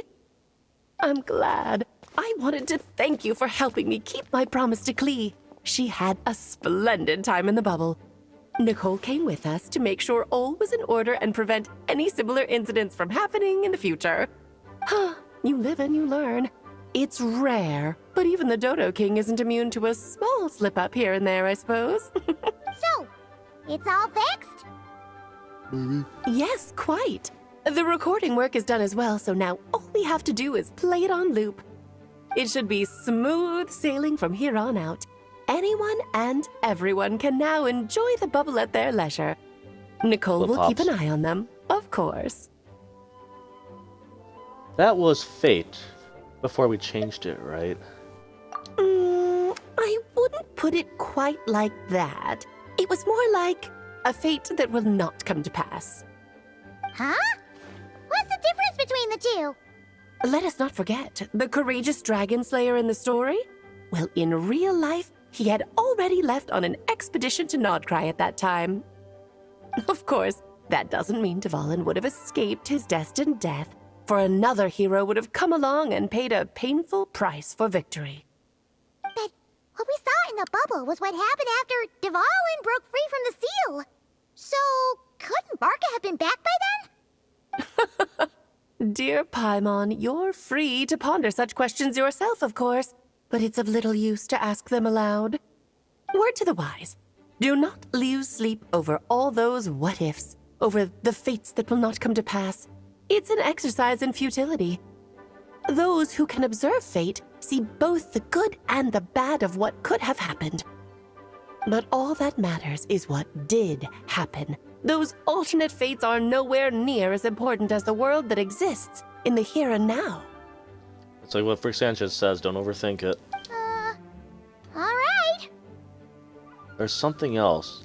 The abyssal power inside the bubble was far too real. Ah, you're saying it was as if the bubble itself had become contaminated. I suppose some gunk could have stuck to my luggage while I was wandering the border and got mixed into my magic without me noticing. What do you mean by that? Just kidding. I would never be so careless. I don't know about that. Your intuition is spot on, Traveler. What developed in the bubble was a nascent form of abyssal power that, if left unchecked, would evolve into the real thing. What? So it didn't come from outside? It just appeared out of thin air? The abyss is perilous, cunning, dangerous, obsessive, and most infuriating of all, a complete and utter mystery. I'm sure you've seen for yourself how complex it can be. The Hexen Circle has been observing its energies for a long time, and I think Barbalot's interpretation is the most accurate. The essence of the abyss lies in the hatred carried by all the fates that will not come to pass. The hatred carried by fate. This world is filled with conflicting elements. That one thing should happen signifies that a different possibility has been eliminated. These events can be small, almost trivial. I had Sweet Madame for lunch today, for instance. That means the Alice who chose tea break pancakes instead is no more. Of course, they can also be events that threaten the world, such as my friend Rhindotter's decision to tap into the abyss. In that instant, the tale of a future in which she remained pure was gone forever. Was she ever pure? So then, the question at the heart of it all is this. Why must these fates be the ones to disappear? Ah, Paimon gets it! It's hatred that stems from not being chosen. Precisely. The magic we wove this time involved recreating the past. However, some of the variables we added allowed a certain amount of these unchosen fates to come very, very close to reality. And thus, the abyss showed its teeth. Of course, much like always, it is not existence that it seeks, but the destruction of all. In the end, though, it wasn't a huge issue. Things like this happen on the border all the time. No wonder the abyss is so full of hatred. It has quite the victim complex, that's for sure. It's obsessed with entering this world at all costs. And that is precisely why we must protect our lives and those of our loved ones. I don't know why, but I always think of the abyss as kind of like Mordor in a way from Lord of the Rings. Like, you always have to keep it at bay. Because if you let it in, it's going to slowly take out everything. Because when you think about it, to exist in this world is to be a spark of luck amidst countless possibilities. How precious is that? Having crossed swords with this abyss many times, I'm beginning to think along the same lines too. Ah, Alice, you're here.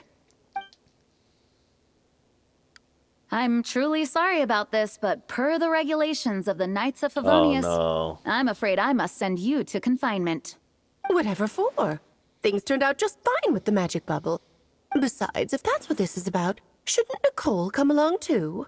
It's not about the bubble. We received word that a number of fish have been injured as a result of explosions near Starfell Lake. I thought they were to eat those fish. As I'm sure you're well aware, fish blasting is strictly prohibited. Oh dear. Uh-oh. Yeah, good luck keeping her locked up, though. Run, Clee! Save yourself! She's already inside. Aww. Guess it's a day of first for the Dodo King, huh? Oh, farewell forever, traveler. You shall never see me again. I'm sure we can still visit you in your cell. I mean, you just gotta, you know, I'm sure they maybe let like 15-minute walk-in time or something.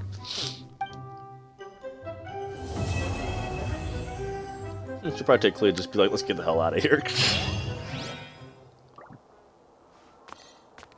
Alright. Well, that's the whole event. It's all done.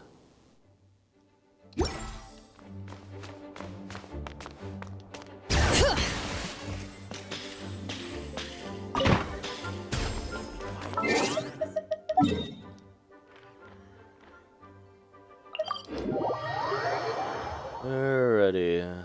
Yeah. Well,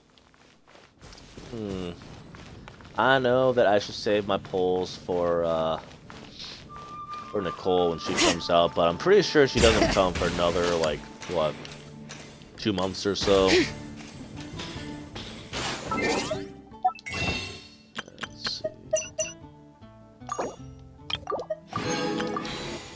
How many do I have? 30? I almost have 40. So I almost have half of enough to guarantee getting one of the Mondstadt characters, and I don't have Klee yet. You know what I'm thinking? Full throttle! Before I get off. And I can always get more summons at any time.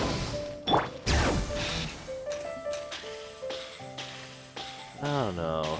Should I get Klee? How long is there left on the banner? 6 days. Where are the other characters? Oh, it says right there. Basically, I would only choose between either Eula or Klee, because the other ones you could just get from losing the 50-50, so it would make no sense to choose the other ones. But yeah, I don't have Klee yet. You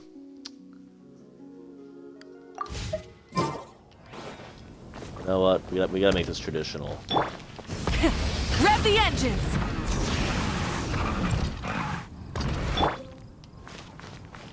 There's no fucking way that the three of us fit on here during that one cutscene. Alright. There we go. C6. Alright, it's time for tradition. Which way is the moon?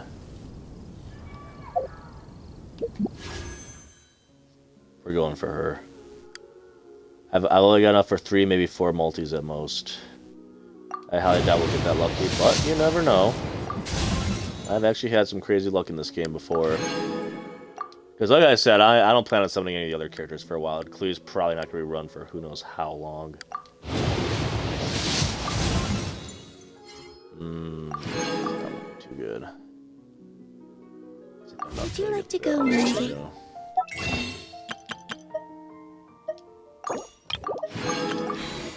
And worst case scenario, I'll just throw in the CC and probably get her at the very last second. Because I know these wishes don't carry over, so I mean, obviously I'd have to go for her, so. Okay, well I got a new book if that counts for anything. God damn it. Oh, even worse, it's that guy with that weird accent that we played with earlier. I hate that guy. Oh yeah, and one other thing, character archive. Yeah, remember how I was saying earlier, you know how he's like, oh yeah, you remember everything? Guess what? Oh, October. Oh, because I deleted my first account back in September, I remember now. October, yeah. Yeah, I started this one at the beginning of October, I remember that. It's been a long time. It's truly been a long time. But then I haven't really replayed the game at all until around this year, or last year, so. Yeah. Yep, once again. Like I said, I played it the first year release. But then my phone ran out of space, I couldn't support it, so... Yeah, all my free-to-play characters right there in 2020. Well, I'm a little disappointed about how the Wish outcome went, but like I said, I'll just throw in the CC, spend a little bit, and I'll get it, don't worry. Alright, well, I think I'm gonna call it a night here. It is getting pretty late, and I do have to work tomorrow, so... Alright, have a good night. Wow, that was a long stream. Yeah, almost 5 hours, damn. Alright, have a good night.